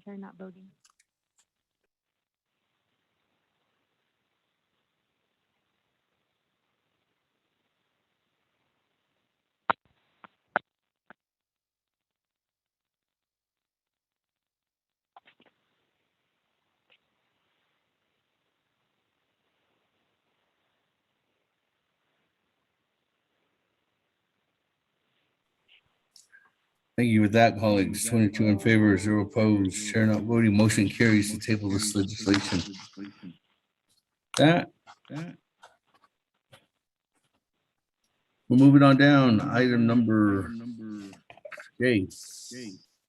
Legislation 0112-21, sponsored by Chairman Henio, co-sponsored by Honorable Jimmy Yellowhair. With that, Mr. Rico, if you could read it into the record. Thank you, Speaker. Members of the 24th Navajo Council, tracking number 0112-21, an act relating to the Law and Order, Budget and Finance, and Nabakieti Committees and the Navajo Nation Council approving the amendments to the Uniform Tax Administration Statute codified at 24 NNC Section 101 of the Navajo Nation Code. Legislation is sponsored by Honorable Chairman Jimmy Henry, sponsored by Honorable Jimmy Yellowhair. There are committee reports from the Law and Order Committee, That recommendation that do not pass with no amendment. A motion was made and lack of second. This legislation moved forward. Guidance from the Office of Legislative Counsel. There's a committee report from the Budget and Finance Committee that recommended do pass with no amendment. There is a committee report from the Navajo Committee that recommended do pass with no amendment. This legislation is a majority vote. It will move on to the Office of President and Vice President. Per Navajo Nation Council Rules of Order, Rule 9, legislation has been read into record by electronic voice recording, Mr. Speaker.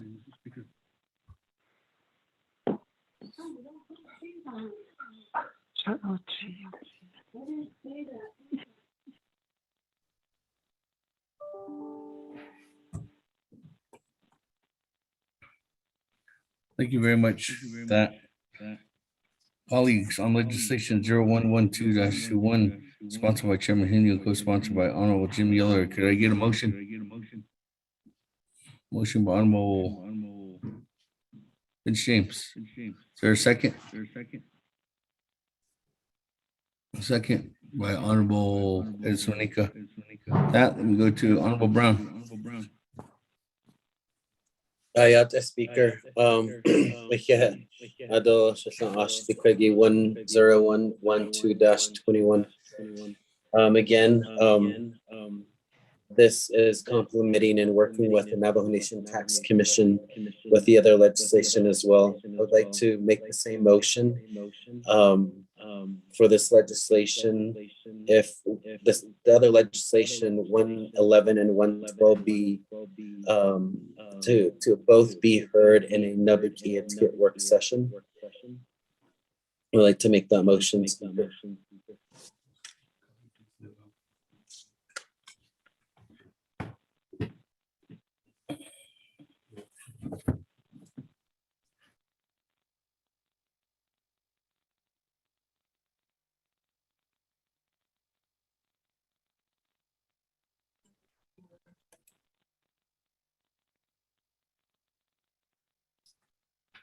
Okay, there's a motion to table legislation 0112-21.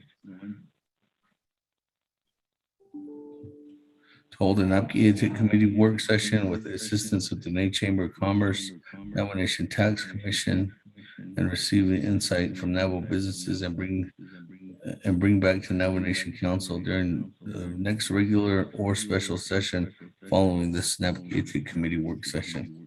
That, colleagues, there is a motion by Honorable Brown. Is there a second? Madam Chair, Charles. Second, Delegate Crotty. With that, colleagues, per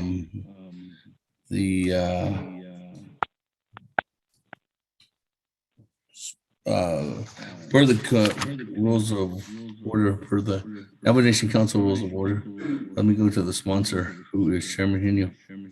Chairman Henio, you have 3 minutes on the board.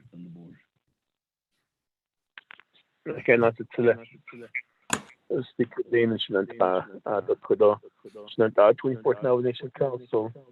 I'll give a motion to table the second. Actually, I knew it too, though. I'll tell you about this case. So, the work session, Joe by Kia, as these are important changes to the Navajo Nation Tax Code. And when it comes to the collection of taxes, it's very important. So, along with the 111, the topics that were a part of that legislation. So even if once we come out, then we should be able to look at both legislations, and then from there, we can move them forward. So I want to call the Speaker Damon ready to vote.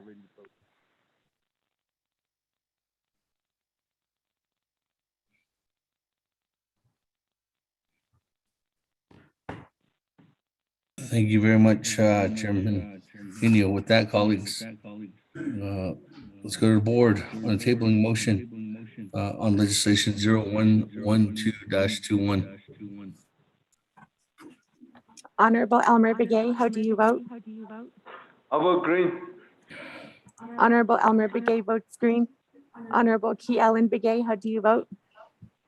Chair Speaker Delegate Keelan votes green. Honorable Keelan Begay votes green.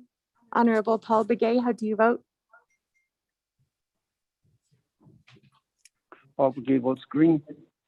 Honorable Paul Begay votes green. Honorable Nathaniel Brown, how do you vote? Delegate Brown votes green. Honorable Nathaniel Brown votes green. Honorable Eugenia Charles Newton, how do you vote? Charles Newton votes green. Honorable Eugenia Charles Newton votes green.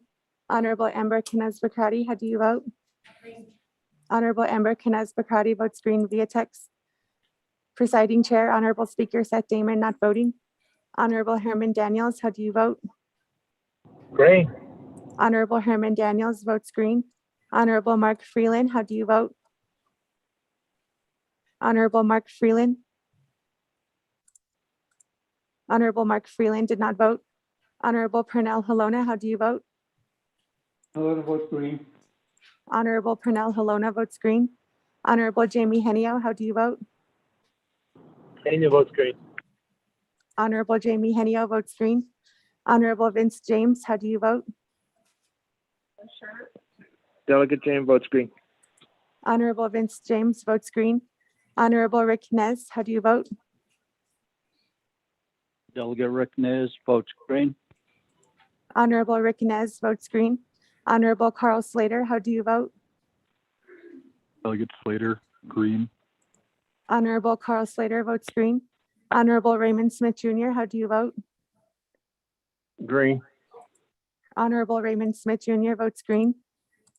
Honorable Wilson Stewart Jr., how do you vote? Green. Honorable Wilson Stewart Jr. votes green. Honorable Otto So, how do you vote? Green. Honorable Otto So votes green. Honorable Charlene So, how do you vote? Oh, I vote green. is it? Honorable Charlene So votes green. Honorable Daniel So, how do you vote? I vote green. Honorable Daniel So votes green. Honorable Eugene So, how do you vote? What is talk that? Honorable Eugene So votes green. Honorable Thomas Walker Jr., how do you vote? I vote green. Honorable Thomas Walker Jr. votes green. Honorable Edison Wanika, how do you vote? Honorable Edison Wanika votes green. Honorable Edmund Yazzie, how do you vote? Green. Honorable Edmund Yazzie votes green. Honorable Jimmy Yellowhair, how do you vote? I vote green. Honorable Jimmy Yellowhair votes green. Going back up, Honorable Mark Freeland, how do you vote? Honorable Mark Freeland. Honorable Mark Freeland did not vote. With that, Honorable Speaker, you have 22 delegates in favor and 0 opposed, with presiding chair not voting.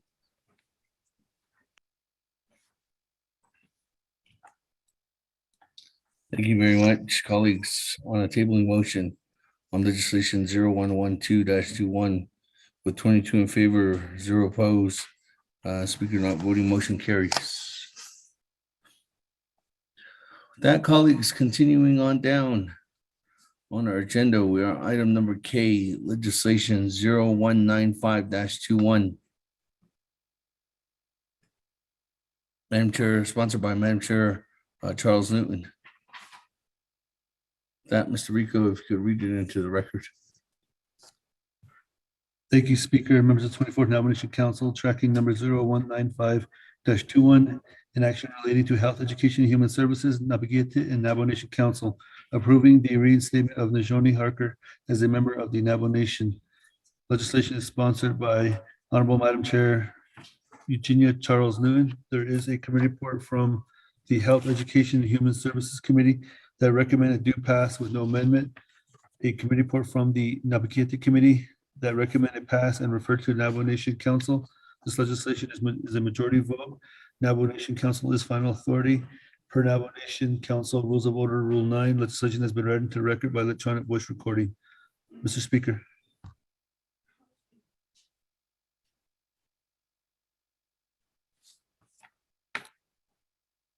Thank you very much, Mr. Rico. That, could I get a motion?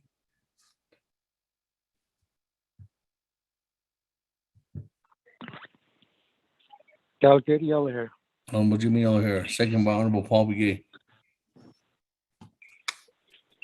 Colleagues, any comments, questions?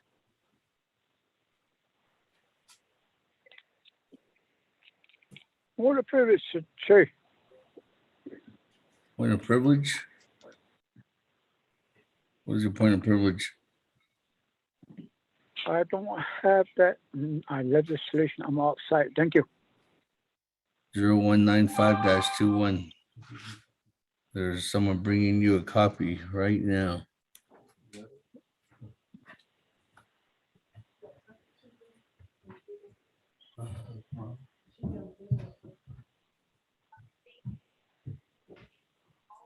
It's approving the reinstatement of Najoni Harker as a member of the Navajo Nation. That's the title. Honorable Eugene So.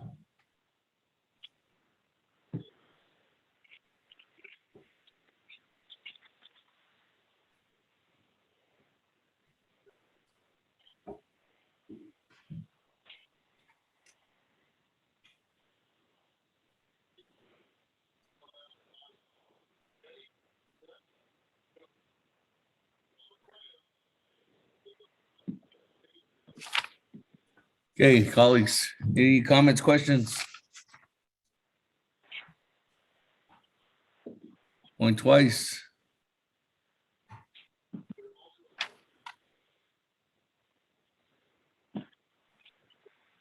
Going 3 times. Let's go to board. Legislation 0195-21. Honorable Elmer Begay, how do you vote? Honorable Elmer Begay. You are unmuted. I will agree. Honorable Elmer Begay votes green. Honorable Key Allen Begay, how do you vote? Delegate Keelan votes green. Thank you. Honorable Key Allen Begay votes green. Honorable Paul Begay, how do you vote? Delegate Paul Begay votes green. Honorable Paul Begay votes green. Honorable Nathaniel Brown, how do you vote? Delegate Brown votes green. Honorable Nathaniel Brown votes green. Honorable Eugenia Charles Newton, how do you vote? Charles Newton votes green. Honorable Eugenia Charles Newton votes green. Honorable Amber Knez Bakrati, how do you vote? Honorable Amber Knez Bakrati votes green via text. Presiding Chair, Honorable Speaker Seth Damon not voting. Honorable Herman Daniels, how do you vote? Green. Honorable Herman Daniels votes green. Honorable Mark Freeland, how do you vote? Green. Honorable Mark Freeland votes green. Honorable Pernell Halona, how do you vote? Halona votes green. Honorable Pernell Halona votes green. Honorable Jamie Henio, how do you vote? Henio votes green. Honorable Jamie Henio votes green. Honorable Vince James, how do you vote? Delegate James votes green. Honorable Vince James votes green. Honorable Rick Nez, how do you vote? Delegate Rick Nez votes green. Honorable Rick Nez votes green. Honorable Carl Slater, how do you vote? Delegate Slater, green. Honorable Carl Slater votes green. Honorable Raymond Smith Jr., how do you vote? Green. Honorable Raymond Smith Jr. votes green. Honorable Wilson Stewart Jr., how do you vote? Green. Honorable Wilson Stewart Jr. votes green. Honorable Otto So, how do you vote? I vote green. Honorable Otto So votes green. Honorable Charlene So, how do you vote? I vote green. Honorable Charlene So votes green. Honorable Daniel So, how do you vote? Honorable Daniel So votes green via text. Honorable Eugene So, how do you vote? I vote green, I reckon. Honorable Eugene So votes green. Honorable Thomas Walker Jr., how do you vote? Thomas Walker votes green. Honorable Thomas Walker Jr. votes green. Honorable Edison Juanica, how do you vote? Honorable Edison Juanica votes green. Honorable Edmund Yazzie, how do you vote? Green. Honorable Edmund Yazzie votes green. Honorable Jimmy Yellowhair, how do you vote?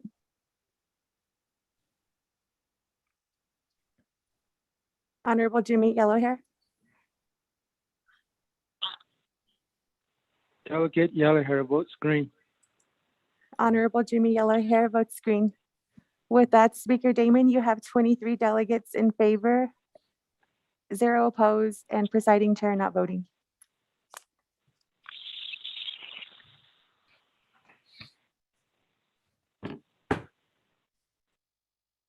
Thank you very much. 23 in favor, 0 opposed, and the speaker not voting on legislation 01915-21 for the reinstatement of Najoni Harker. Motion carries, colleagues. That.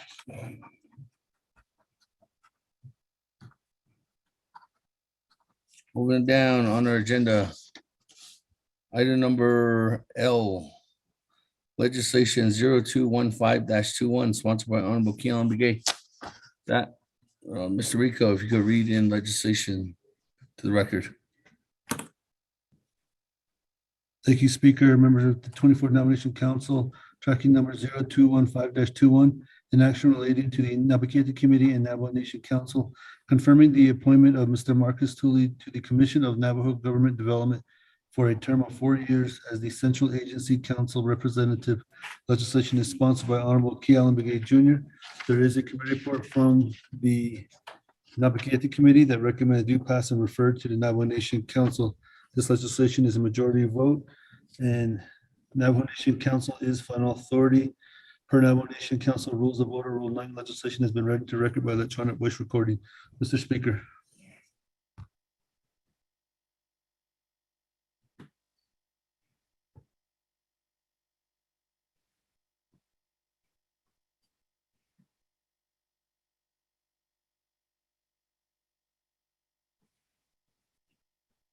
Thank you very much. With that, on legislation 0215-21, is there a motion? Motion by Honorable Edison Juanica. Is there a second?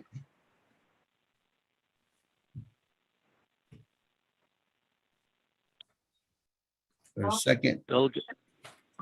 Delegate Rick Nez. Delegate Rick Nez. Any comments, questions, colleagues, on legislation 0215-21? Question by Charles Newton. I have a second by Chairman Nez already, Madam Chair. Oh, okay. He said second. Okay, with that, Honorable Kealan Begay. 3 minutes on the board. Floor is yours, Jay. Speaker. Ado kudo mentan kliniki na di response an no be jiki. Di kudo legislation 215-21 bib gas shown kudon hitan source.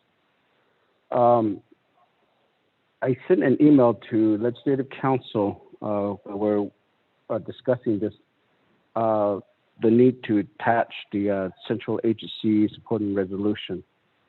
Di Kodor, as your brother, the Shno, Kodor, Mr. Marcus Tooley, I visit Akogo Kojet, Navajo Nation Government Development, Oliego Gocha Neta Nahita Nopi, Akoko, Diti Nahiko, non nationality, which a bit odd. Latin as a Chile agency representative.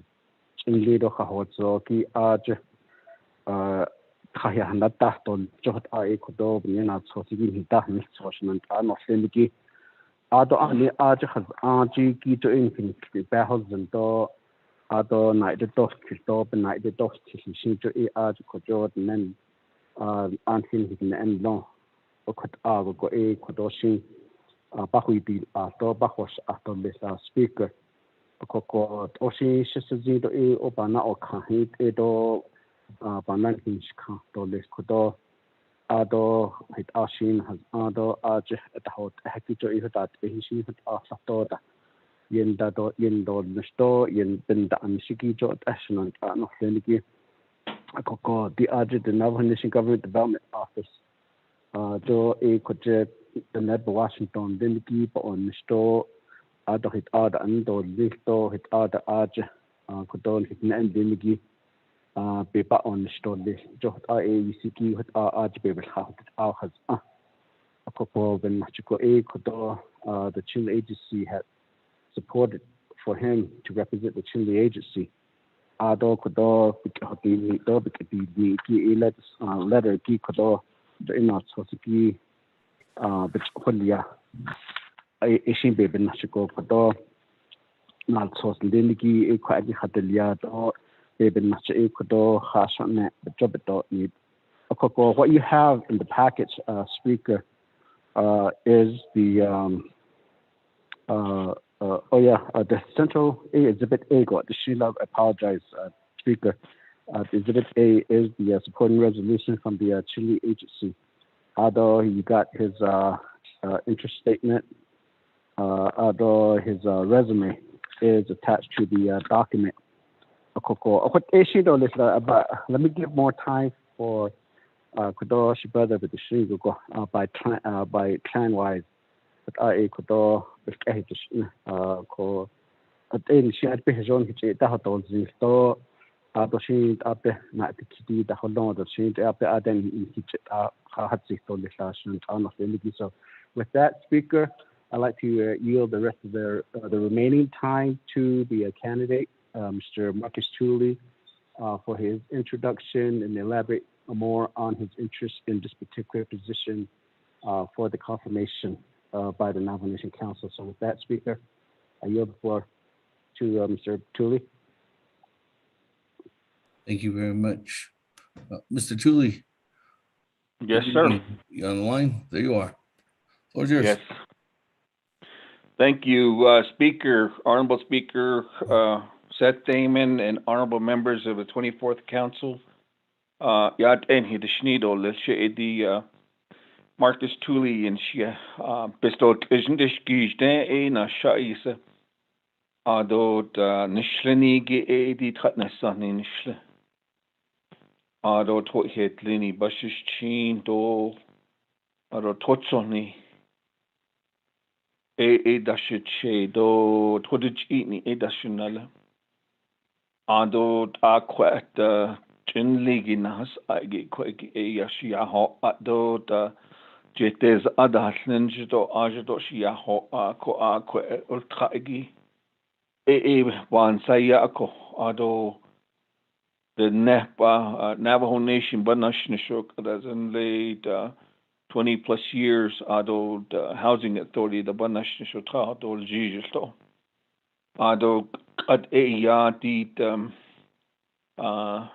Tatnas Nile Aja Laja Sata chapter president Able Pisto Ishindish Gijde Tachito na Danti Lida Ado Aja Trasata Ado the Kat Sebi Sostigas Nachil Aja Atra Shunanishish Hot Kat Aja Atrashunanishish Ado Ditaneshji Ulyeheki Ada Quidishitra Ordinio Atrahashla to Ajit Winter Rock Unified School District Tagahad Zanja Aja Ultra Eki large set to Aja school board member in Shlo Nahol Jij to Ado di Nisaj to Navajo Nation Board of Election Supervisors they know to Aja to Sha Isnel 2003 and to 2006 Aja.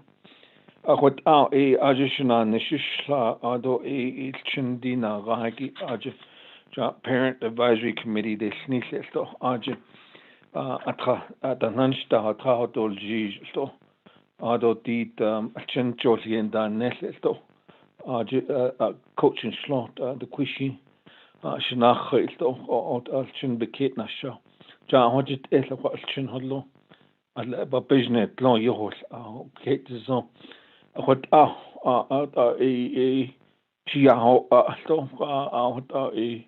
Inasalashudet no Shumado Shuje Holonde what Shiahos to Adene Kleshtra Hatnani Hawana Maza be do Kleshtra Ado on Etani do Otoneki Audat Egi Ado Shike Ado the better and Hinan Nishin that Sida Ahodat or Shiaho Ako.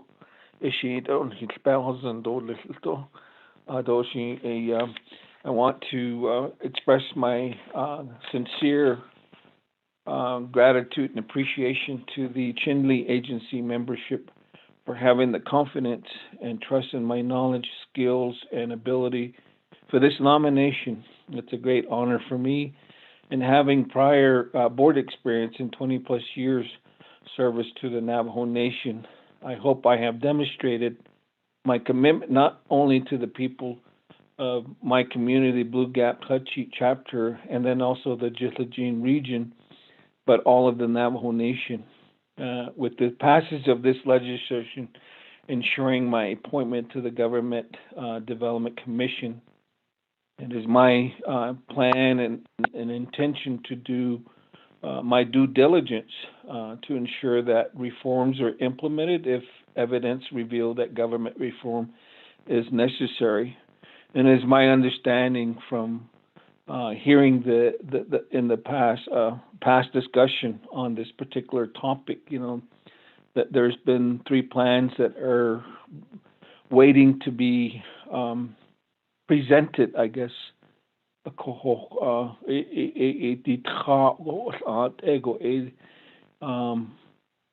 nebich no, so that's ado o tanai tato o nasndil ki hatnigo bahanne akoho eshido ni did adne but so the zen so the zeni bahat then that's is been not in someone's case ko ado sto on hidden that's sto bestahon khalid ab khalid that ela sto johin zeni hot ela ho that's been do nasta gata sto hot ela ho quite in this case that's just my opinion. Maybe we left out the key ingredient in everything that we do, and the purpose of our being here on this earth is to always involve in our Creator. And I know and I realize that we all have different beliefs and we all think differently, and so I'm a strong. And just for your information, I am a strong advocate and a proponent of local empowerment. I believe that people out there in our community, our own people, have the final authority to approve any legislation. And that's just my beliefs. Why? Because it affects them. I mean, they know, and they're in it every day. Alle bauhind andishniya hidden she beswasne but least Josh wasa halit ayan sikes to ilanila to that yako. So I try to in my execution of my chapter presidency duty, I always try to involve and ask questions on behalf of our people, and my brother, Key Allen, is aware of that. So, the one thing that I failed to also mention is that I'm also president over the Jitlajin Regional Council, and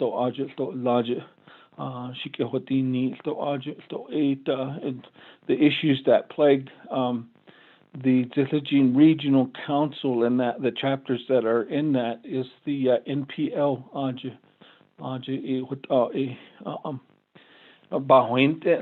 But in essence, I guess I really do appreciate the nomination. It's kind of difficult to dive into the my stance on certain issues. Because I really don't know too much about government development other than what was told to me by my Che, the late Albert Hill. We used to have long discussions on government. Since I was elected, he would always ask me questions about certain topics and so forth. And so it would Benacha in this case, though, Benacha ya the Nabohni, the Shnini, Jo a Bohni Hatnini. What are a besaz Ado Hen Hidishni. Thank you for this opportunity. And I hope that with your vote, I will do the best of my abilities to execute the office and to assist the Navajo Nation move forward with the government reform if it's revealed that it is necessary. So, thank you very much. Thank you very much. Honorable Brigade, does that conclude your presentation?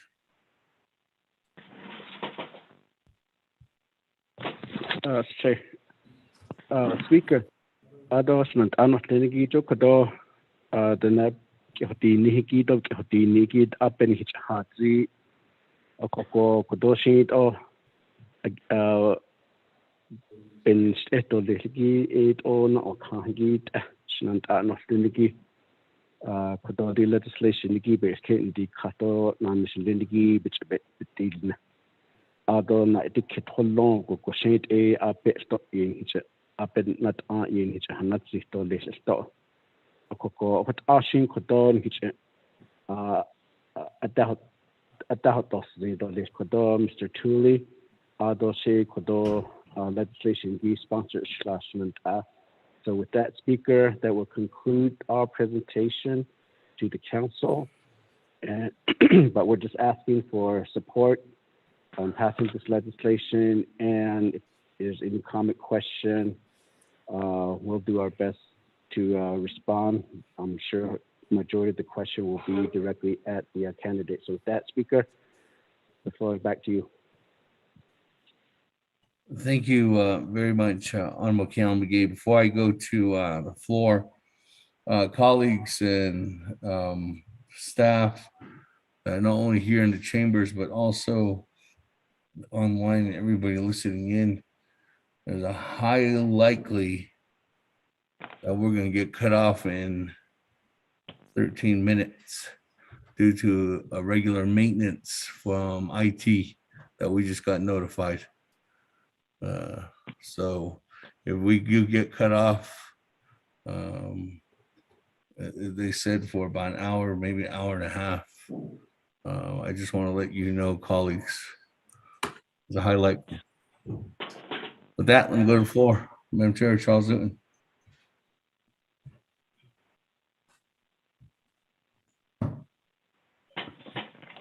Speaker, point of privilege. Point of privilege. Madam Chair, Charles Newton. Speaker, thank you. So just really quickly, the point of privilege is because part of the point of privilege under B is to maintain the dignity and integrity of the proceedings. Do you recommend that we just motion to recess then during this time? That way it doesn't cut off any of the speakers or it doesn't interfere with this particular legislation and the questions that will be asked. Speaker, if we could get some guidance on how you want to address this, if we got 14 minutes. Thank you, Speaker. There's two recommendations. The first recommendation is I would highly I'm sure everyone got an email to as well. There might be a chance to come back this evening, but that's the one, is that we'd go into recess until about 7 o'clock, or you would recess until 10 o'clock tomorrow morning.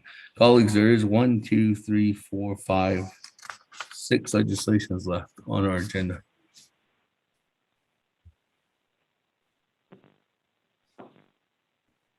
Those are 2 recommendations. Speaker, Autosol. Autosol, I can put you in the queue. Madam Chair, Charles Lewin, floor is yours on the motion. Thank you, Speaker. I'd like to motion to recess until 10 o'clock tomorrow morning. Thank you, Speaker. I reserve my time. Also a second. Motion to go into recess at 4:50 p.m. by Madam Chair Charles Newton. Second, my Honorable Paul Begay. Colleagues, comments, questions?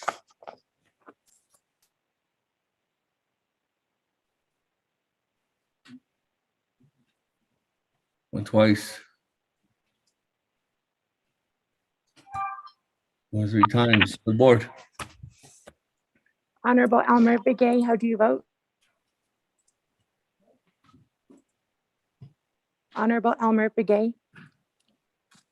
You are unmuted. I vote green. Honorable Elmer Begay votes green.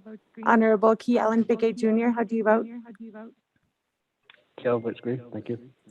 Honorable Key Allen Begay Jr. votes green. Honorable Paul Begay Jr., how do you vote? Delegate Paul Begay votes green. Honorable Paul Begay votes green. Honorable Nathaniel Brown, how do you vote? Delegate Brown votes green. Honorable Nathaniel Brown votes green. Honorable Eugenia Charles Newton, how do you vote? Charles Newton votes green. Honorable Eugenia Charles Newton votes green. Honorable Amber Kenneth Bakrati, how do you vote? Honorable Amber Kenneth Bakrati votes green via text. Presiding Chair, Honorable Speaker Seth Damon not voting. Honorable Herman Daniels, how do you vote? Green. Honorable Herman Daniels votes green. Honorable Mark Freeland, how do you vote? Green. Honorable Mark Freeland votes green. Honorable Pernell Halona, how do you vote? Vote green. Honorable Pernell Halona votes green. Honorable Jamie Henio, how do you vote? Henio votes green. Honorable Jamie Henio votes green.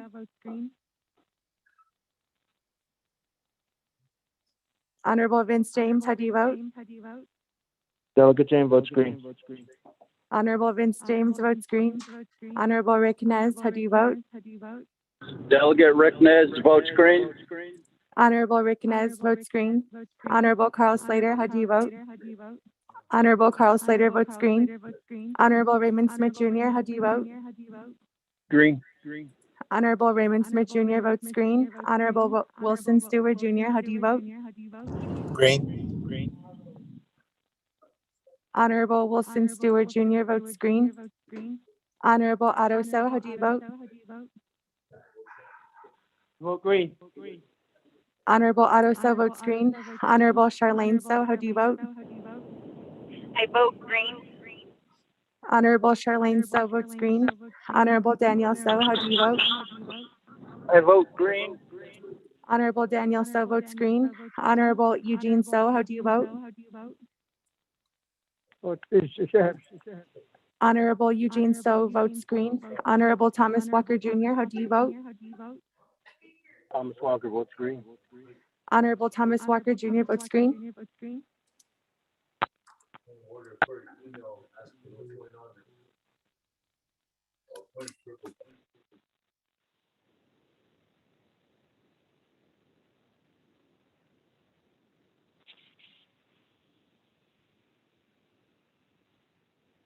Hold on, colleagues. Point of privilege. Colleagues, Honorable Vice Chair Slater just now point of privilege and asked about what's going on about an email just being sent out. There has been an email that just been sent out again by IT that stated that they are canceling the update this evening, but they will be doing it tomorrow night at 5 o'clock.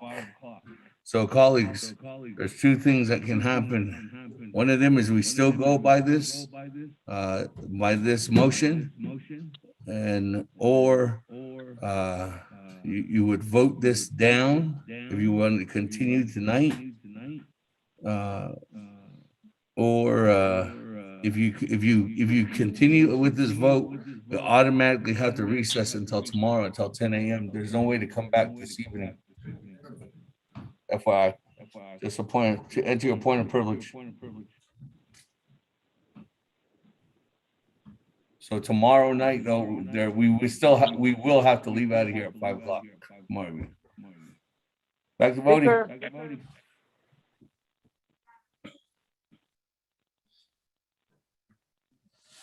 While we're voting, colleagues, for the record, Honorable Slater changed his vote to red. I'll have a roll call go around one more time.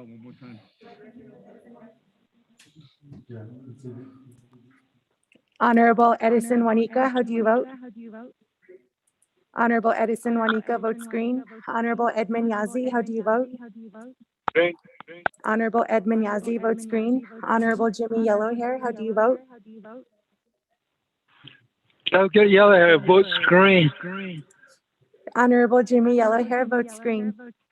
With that, Speaker Damon, you have 22 delegates in favor, 1 delegate opposed, and presiding chair not voting. Speaker, Delegate Daniel So, I'd like to change my vote to red.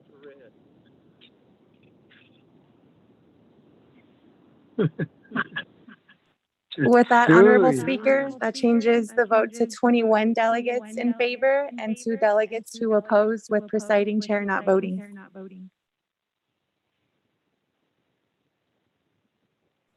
Thank you. I'm going to lock it down, colleagues.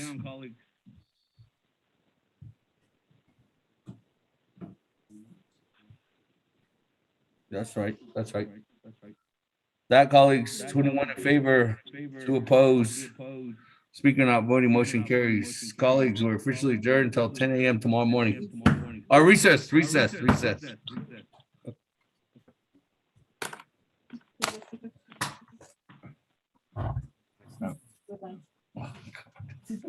gonna give this to my worry about it. Thank you very much, colleagues. We will see you tomorrow morning at 10 a.m. Colleagues, as of right now, tomorrow is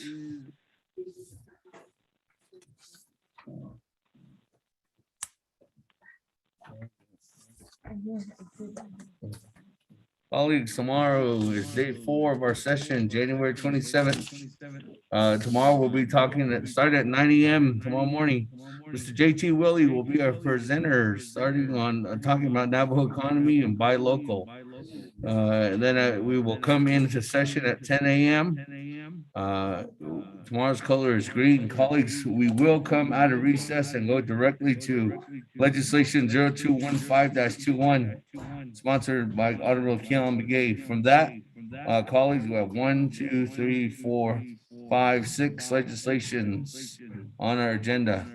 Be mindful, colleagues, tomorrow evening, we will be asking to be out of here at 5 o'clock again, just for that, to have a continuous or to meet a request from the Department of Information Technology. That, colleagues, we are officially adjourned, officially recessed at 4:50 p.m. this evening. Have a good evening, everyone. Stay safe, safe travels.